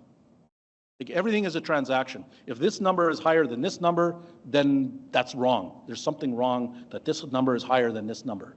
And he gets into that way of thinking. Does not think strategically. So, for example, I was talking about them shutting down this U.S. aid thing. Well, yeah, they're going to save $40 billion of that this U.S. aid costs them. And yeah, there's probably a bunch of waste in that $40 billion. But you think about, if you're not providing food to these various countries, then what happens? Like you're basically buying their friendship, if that's a thing, if you can possibly buy friendship. You can rent it, I guess. But not thinking strategically in terms of, if the U.S. pulls back from providing aid to these different countries, then who steps in? Right? So he's not thinking strategically, he's thinking transactionally. This transaction at $40 billion, this transaction of X amount of trade deficit, like it's all transactions. And so if you can kind of push this back a little bit, then maybe what you've got is a situation where other people, of course, some of his advisors are just as hawkish as he is, but you know, some of these the lobbyists and so on, you know, will start to be able to have an effect. I don't know. There's no way to know. I mean, there really isn't. Like I said, I wrote the introduction for our reports this week 3 times, just over the space of about 4 hours. So, like, what's going to happen? Seasonal price trends for Kabuli chickpeas. Okay, that one I think I can do from memory. Seasonal lows, guess when? Harvest. But the seasonal highs tend to be in the also be in that April-May timeframe, but there isn't a whole lot of increase, let's say, from January to May. Like you saw the red lentil chart where it can really take off in certain years. For Kabuli chickpeas, doesn't tend to have that much of growth in possible there. And I would say, because I didn't cover Kabuli chickpeas in the rest of the talk, Kabuli chickpea prices in Argentina and India and Mexico are currently dropping. So we're kind of swimming against the stream, so to speak, in terms of expecting a whole lot of upside for Kabuli chickpeas this year. So does BRICS alliance threaten our pulse industry? I would say it would be minimal. Those changes that are happening, like Russia producing more, Kazakhstan producing more lentils, more chickpeas, more peas, those kind of crops and those niche crops, I think that would be happening regardless, or even without a BRICS alliance.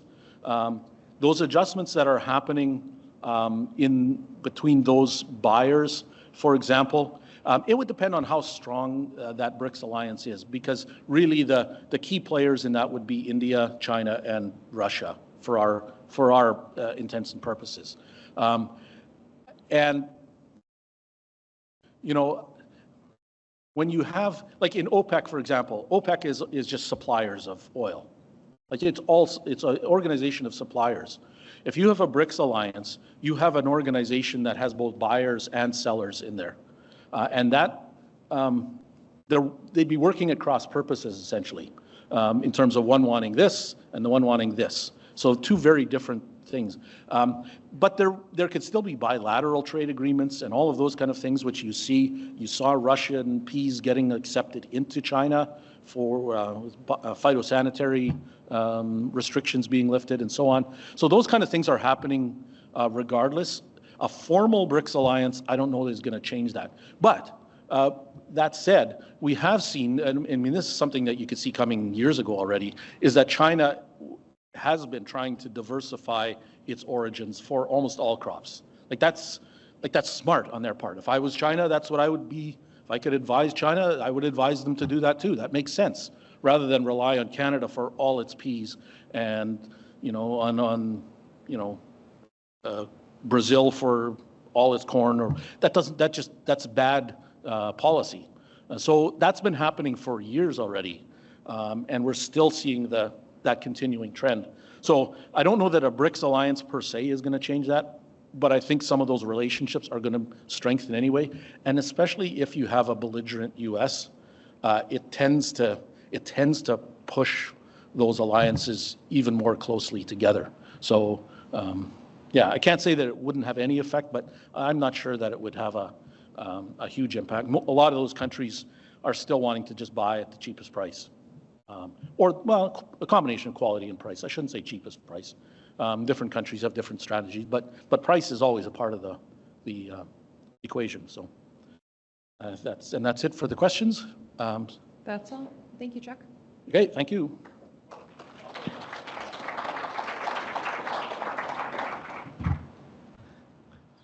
Whew. Well, that was a lot. And I have a feeling you're just going to keep getting busier in these next 30 days. Thank you to Chuck. That was amazing. Okay, so that concludes our program for today. I hope that you guys have found the meeting informative, and I can't thank you enough for taking the time to come or to be online and hear what we have to say today. So thank you guys so much. We would also like to recognize and thank our generous sponsors again. So FMC Canada, Corteva Agriscience, and Syngenta Canada. So we couldn't have done this without them today. So thank you to them. And we also would appreciate if you could take a few minutes to complete a survey. Let us know what you liked, or how we can improve future meetings like this, or what you'd like to see at meetings like this. We're always open to suggestions. So for the in-person attendees, you can scan the QR code found on the cards at each table. And those of you online will be getting an email with a link to the same survey.